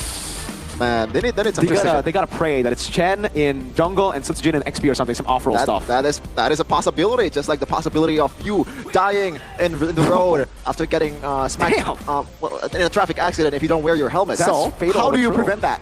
Thankfully, you can buy RSV helmet. Okay. And with some swag also, you can get the collab of all the teams, except a few, of MPL Indonesia collabing with this helmet. So if you're an EVOS fan, you know, I'm sorry for you, but you can still buy the RSV helmet right now. Yeah. Have you ever gotten into a motorcycle accident? I have. You know what the worst part is? What? It's a non-contact accident. You just fell. So the thing is, that's pretty embarrassing. Yeah.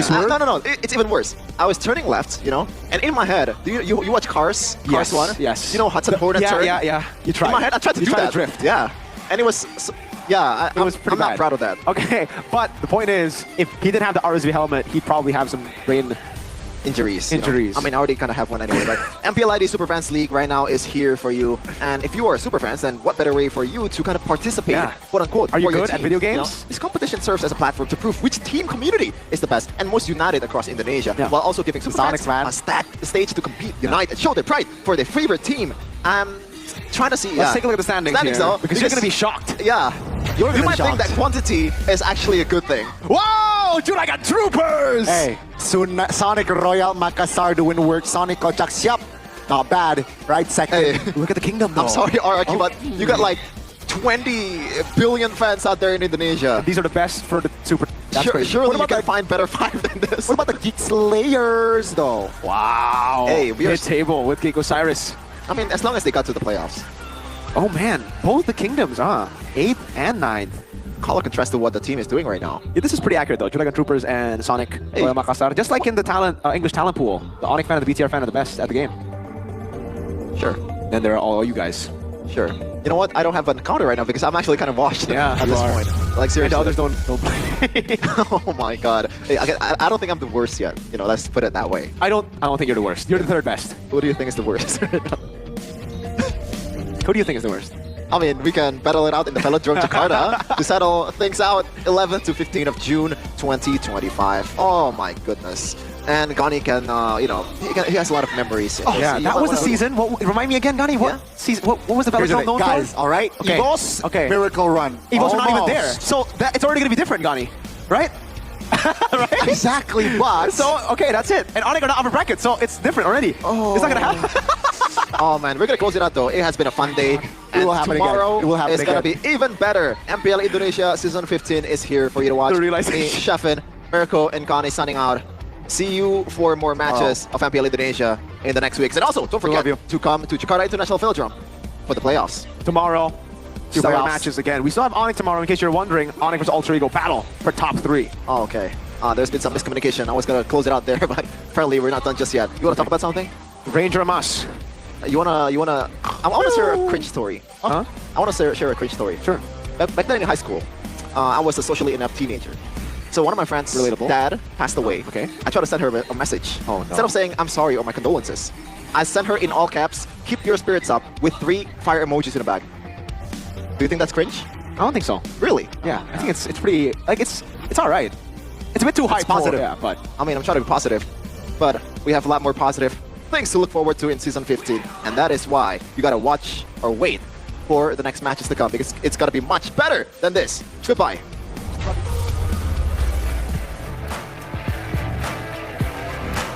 Yap, dan terima kasih para caster hari ini. Ternyata di minggu ke-9 semua tim masih berjuang memberikan yang terbaik. 21-21 dan benar-benar kita masih mencari posisi dari setiap tim untuk babak playoff. Upper bracket sudah disecure oleh tim RRQ dan juga tim Geek Fam. Namun bagaimana halnya dengan 4-6? Mereka akan menentukan siapa yang akan melawan siapa dengan posisi dari regular season. Dan sebelum kita berpisah, izinkan Budi mengingatkan jika MPL Indonesia Season 15 powered by Moonton, supported by PBSI, presented by official turnamen smartphone Samsung Galaxy, official e-wallet GoPay, official sponsor Head and Shoulder, official coffee partner Good Day, dan juga partner ini sports. Kita ada Dunia Games, Telkomsel, dan IndiHome. Bersama dengan advertiser Kacang Sukro dan juga Hokpen. Tak lupa advertiser kita ada RSV Helmet. Jadi semua yang sudah mendukung acara hari ini, para super fans dan seluruh yang telah mendukung dari rumah maupun datang ke MPL Arena, jangan lelah karena besok kita akan kembali lagi dengan 3 match yang sangat menarik. Jadi hari ini kita berpisah dan sampai jumpa di hari kedua MPL Indonesia Season 15 week yang ke-9. We own this.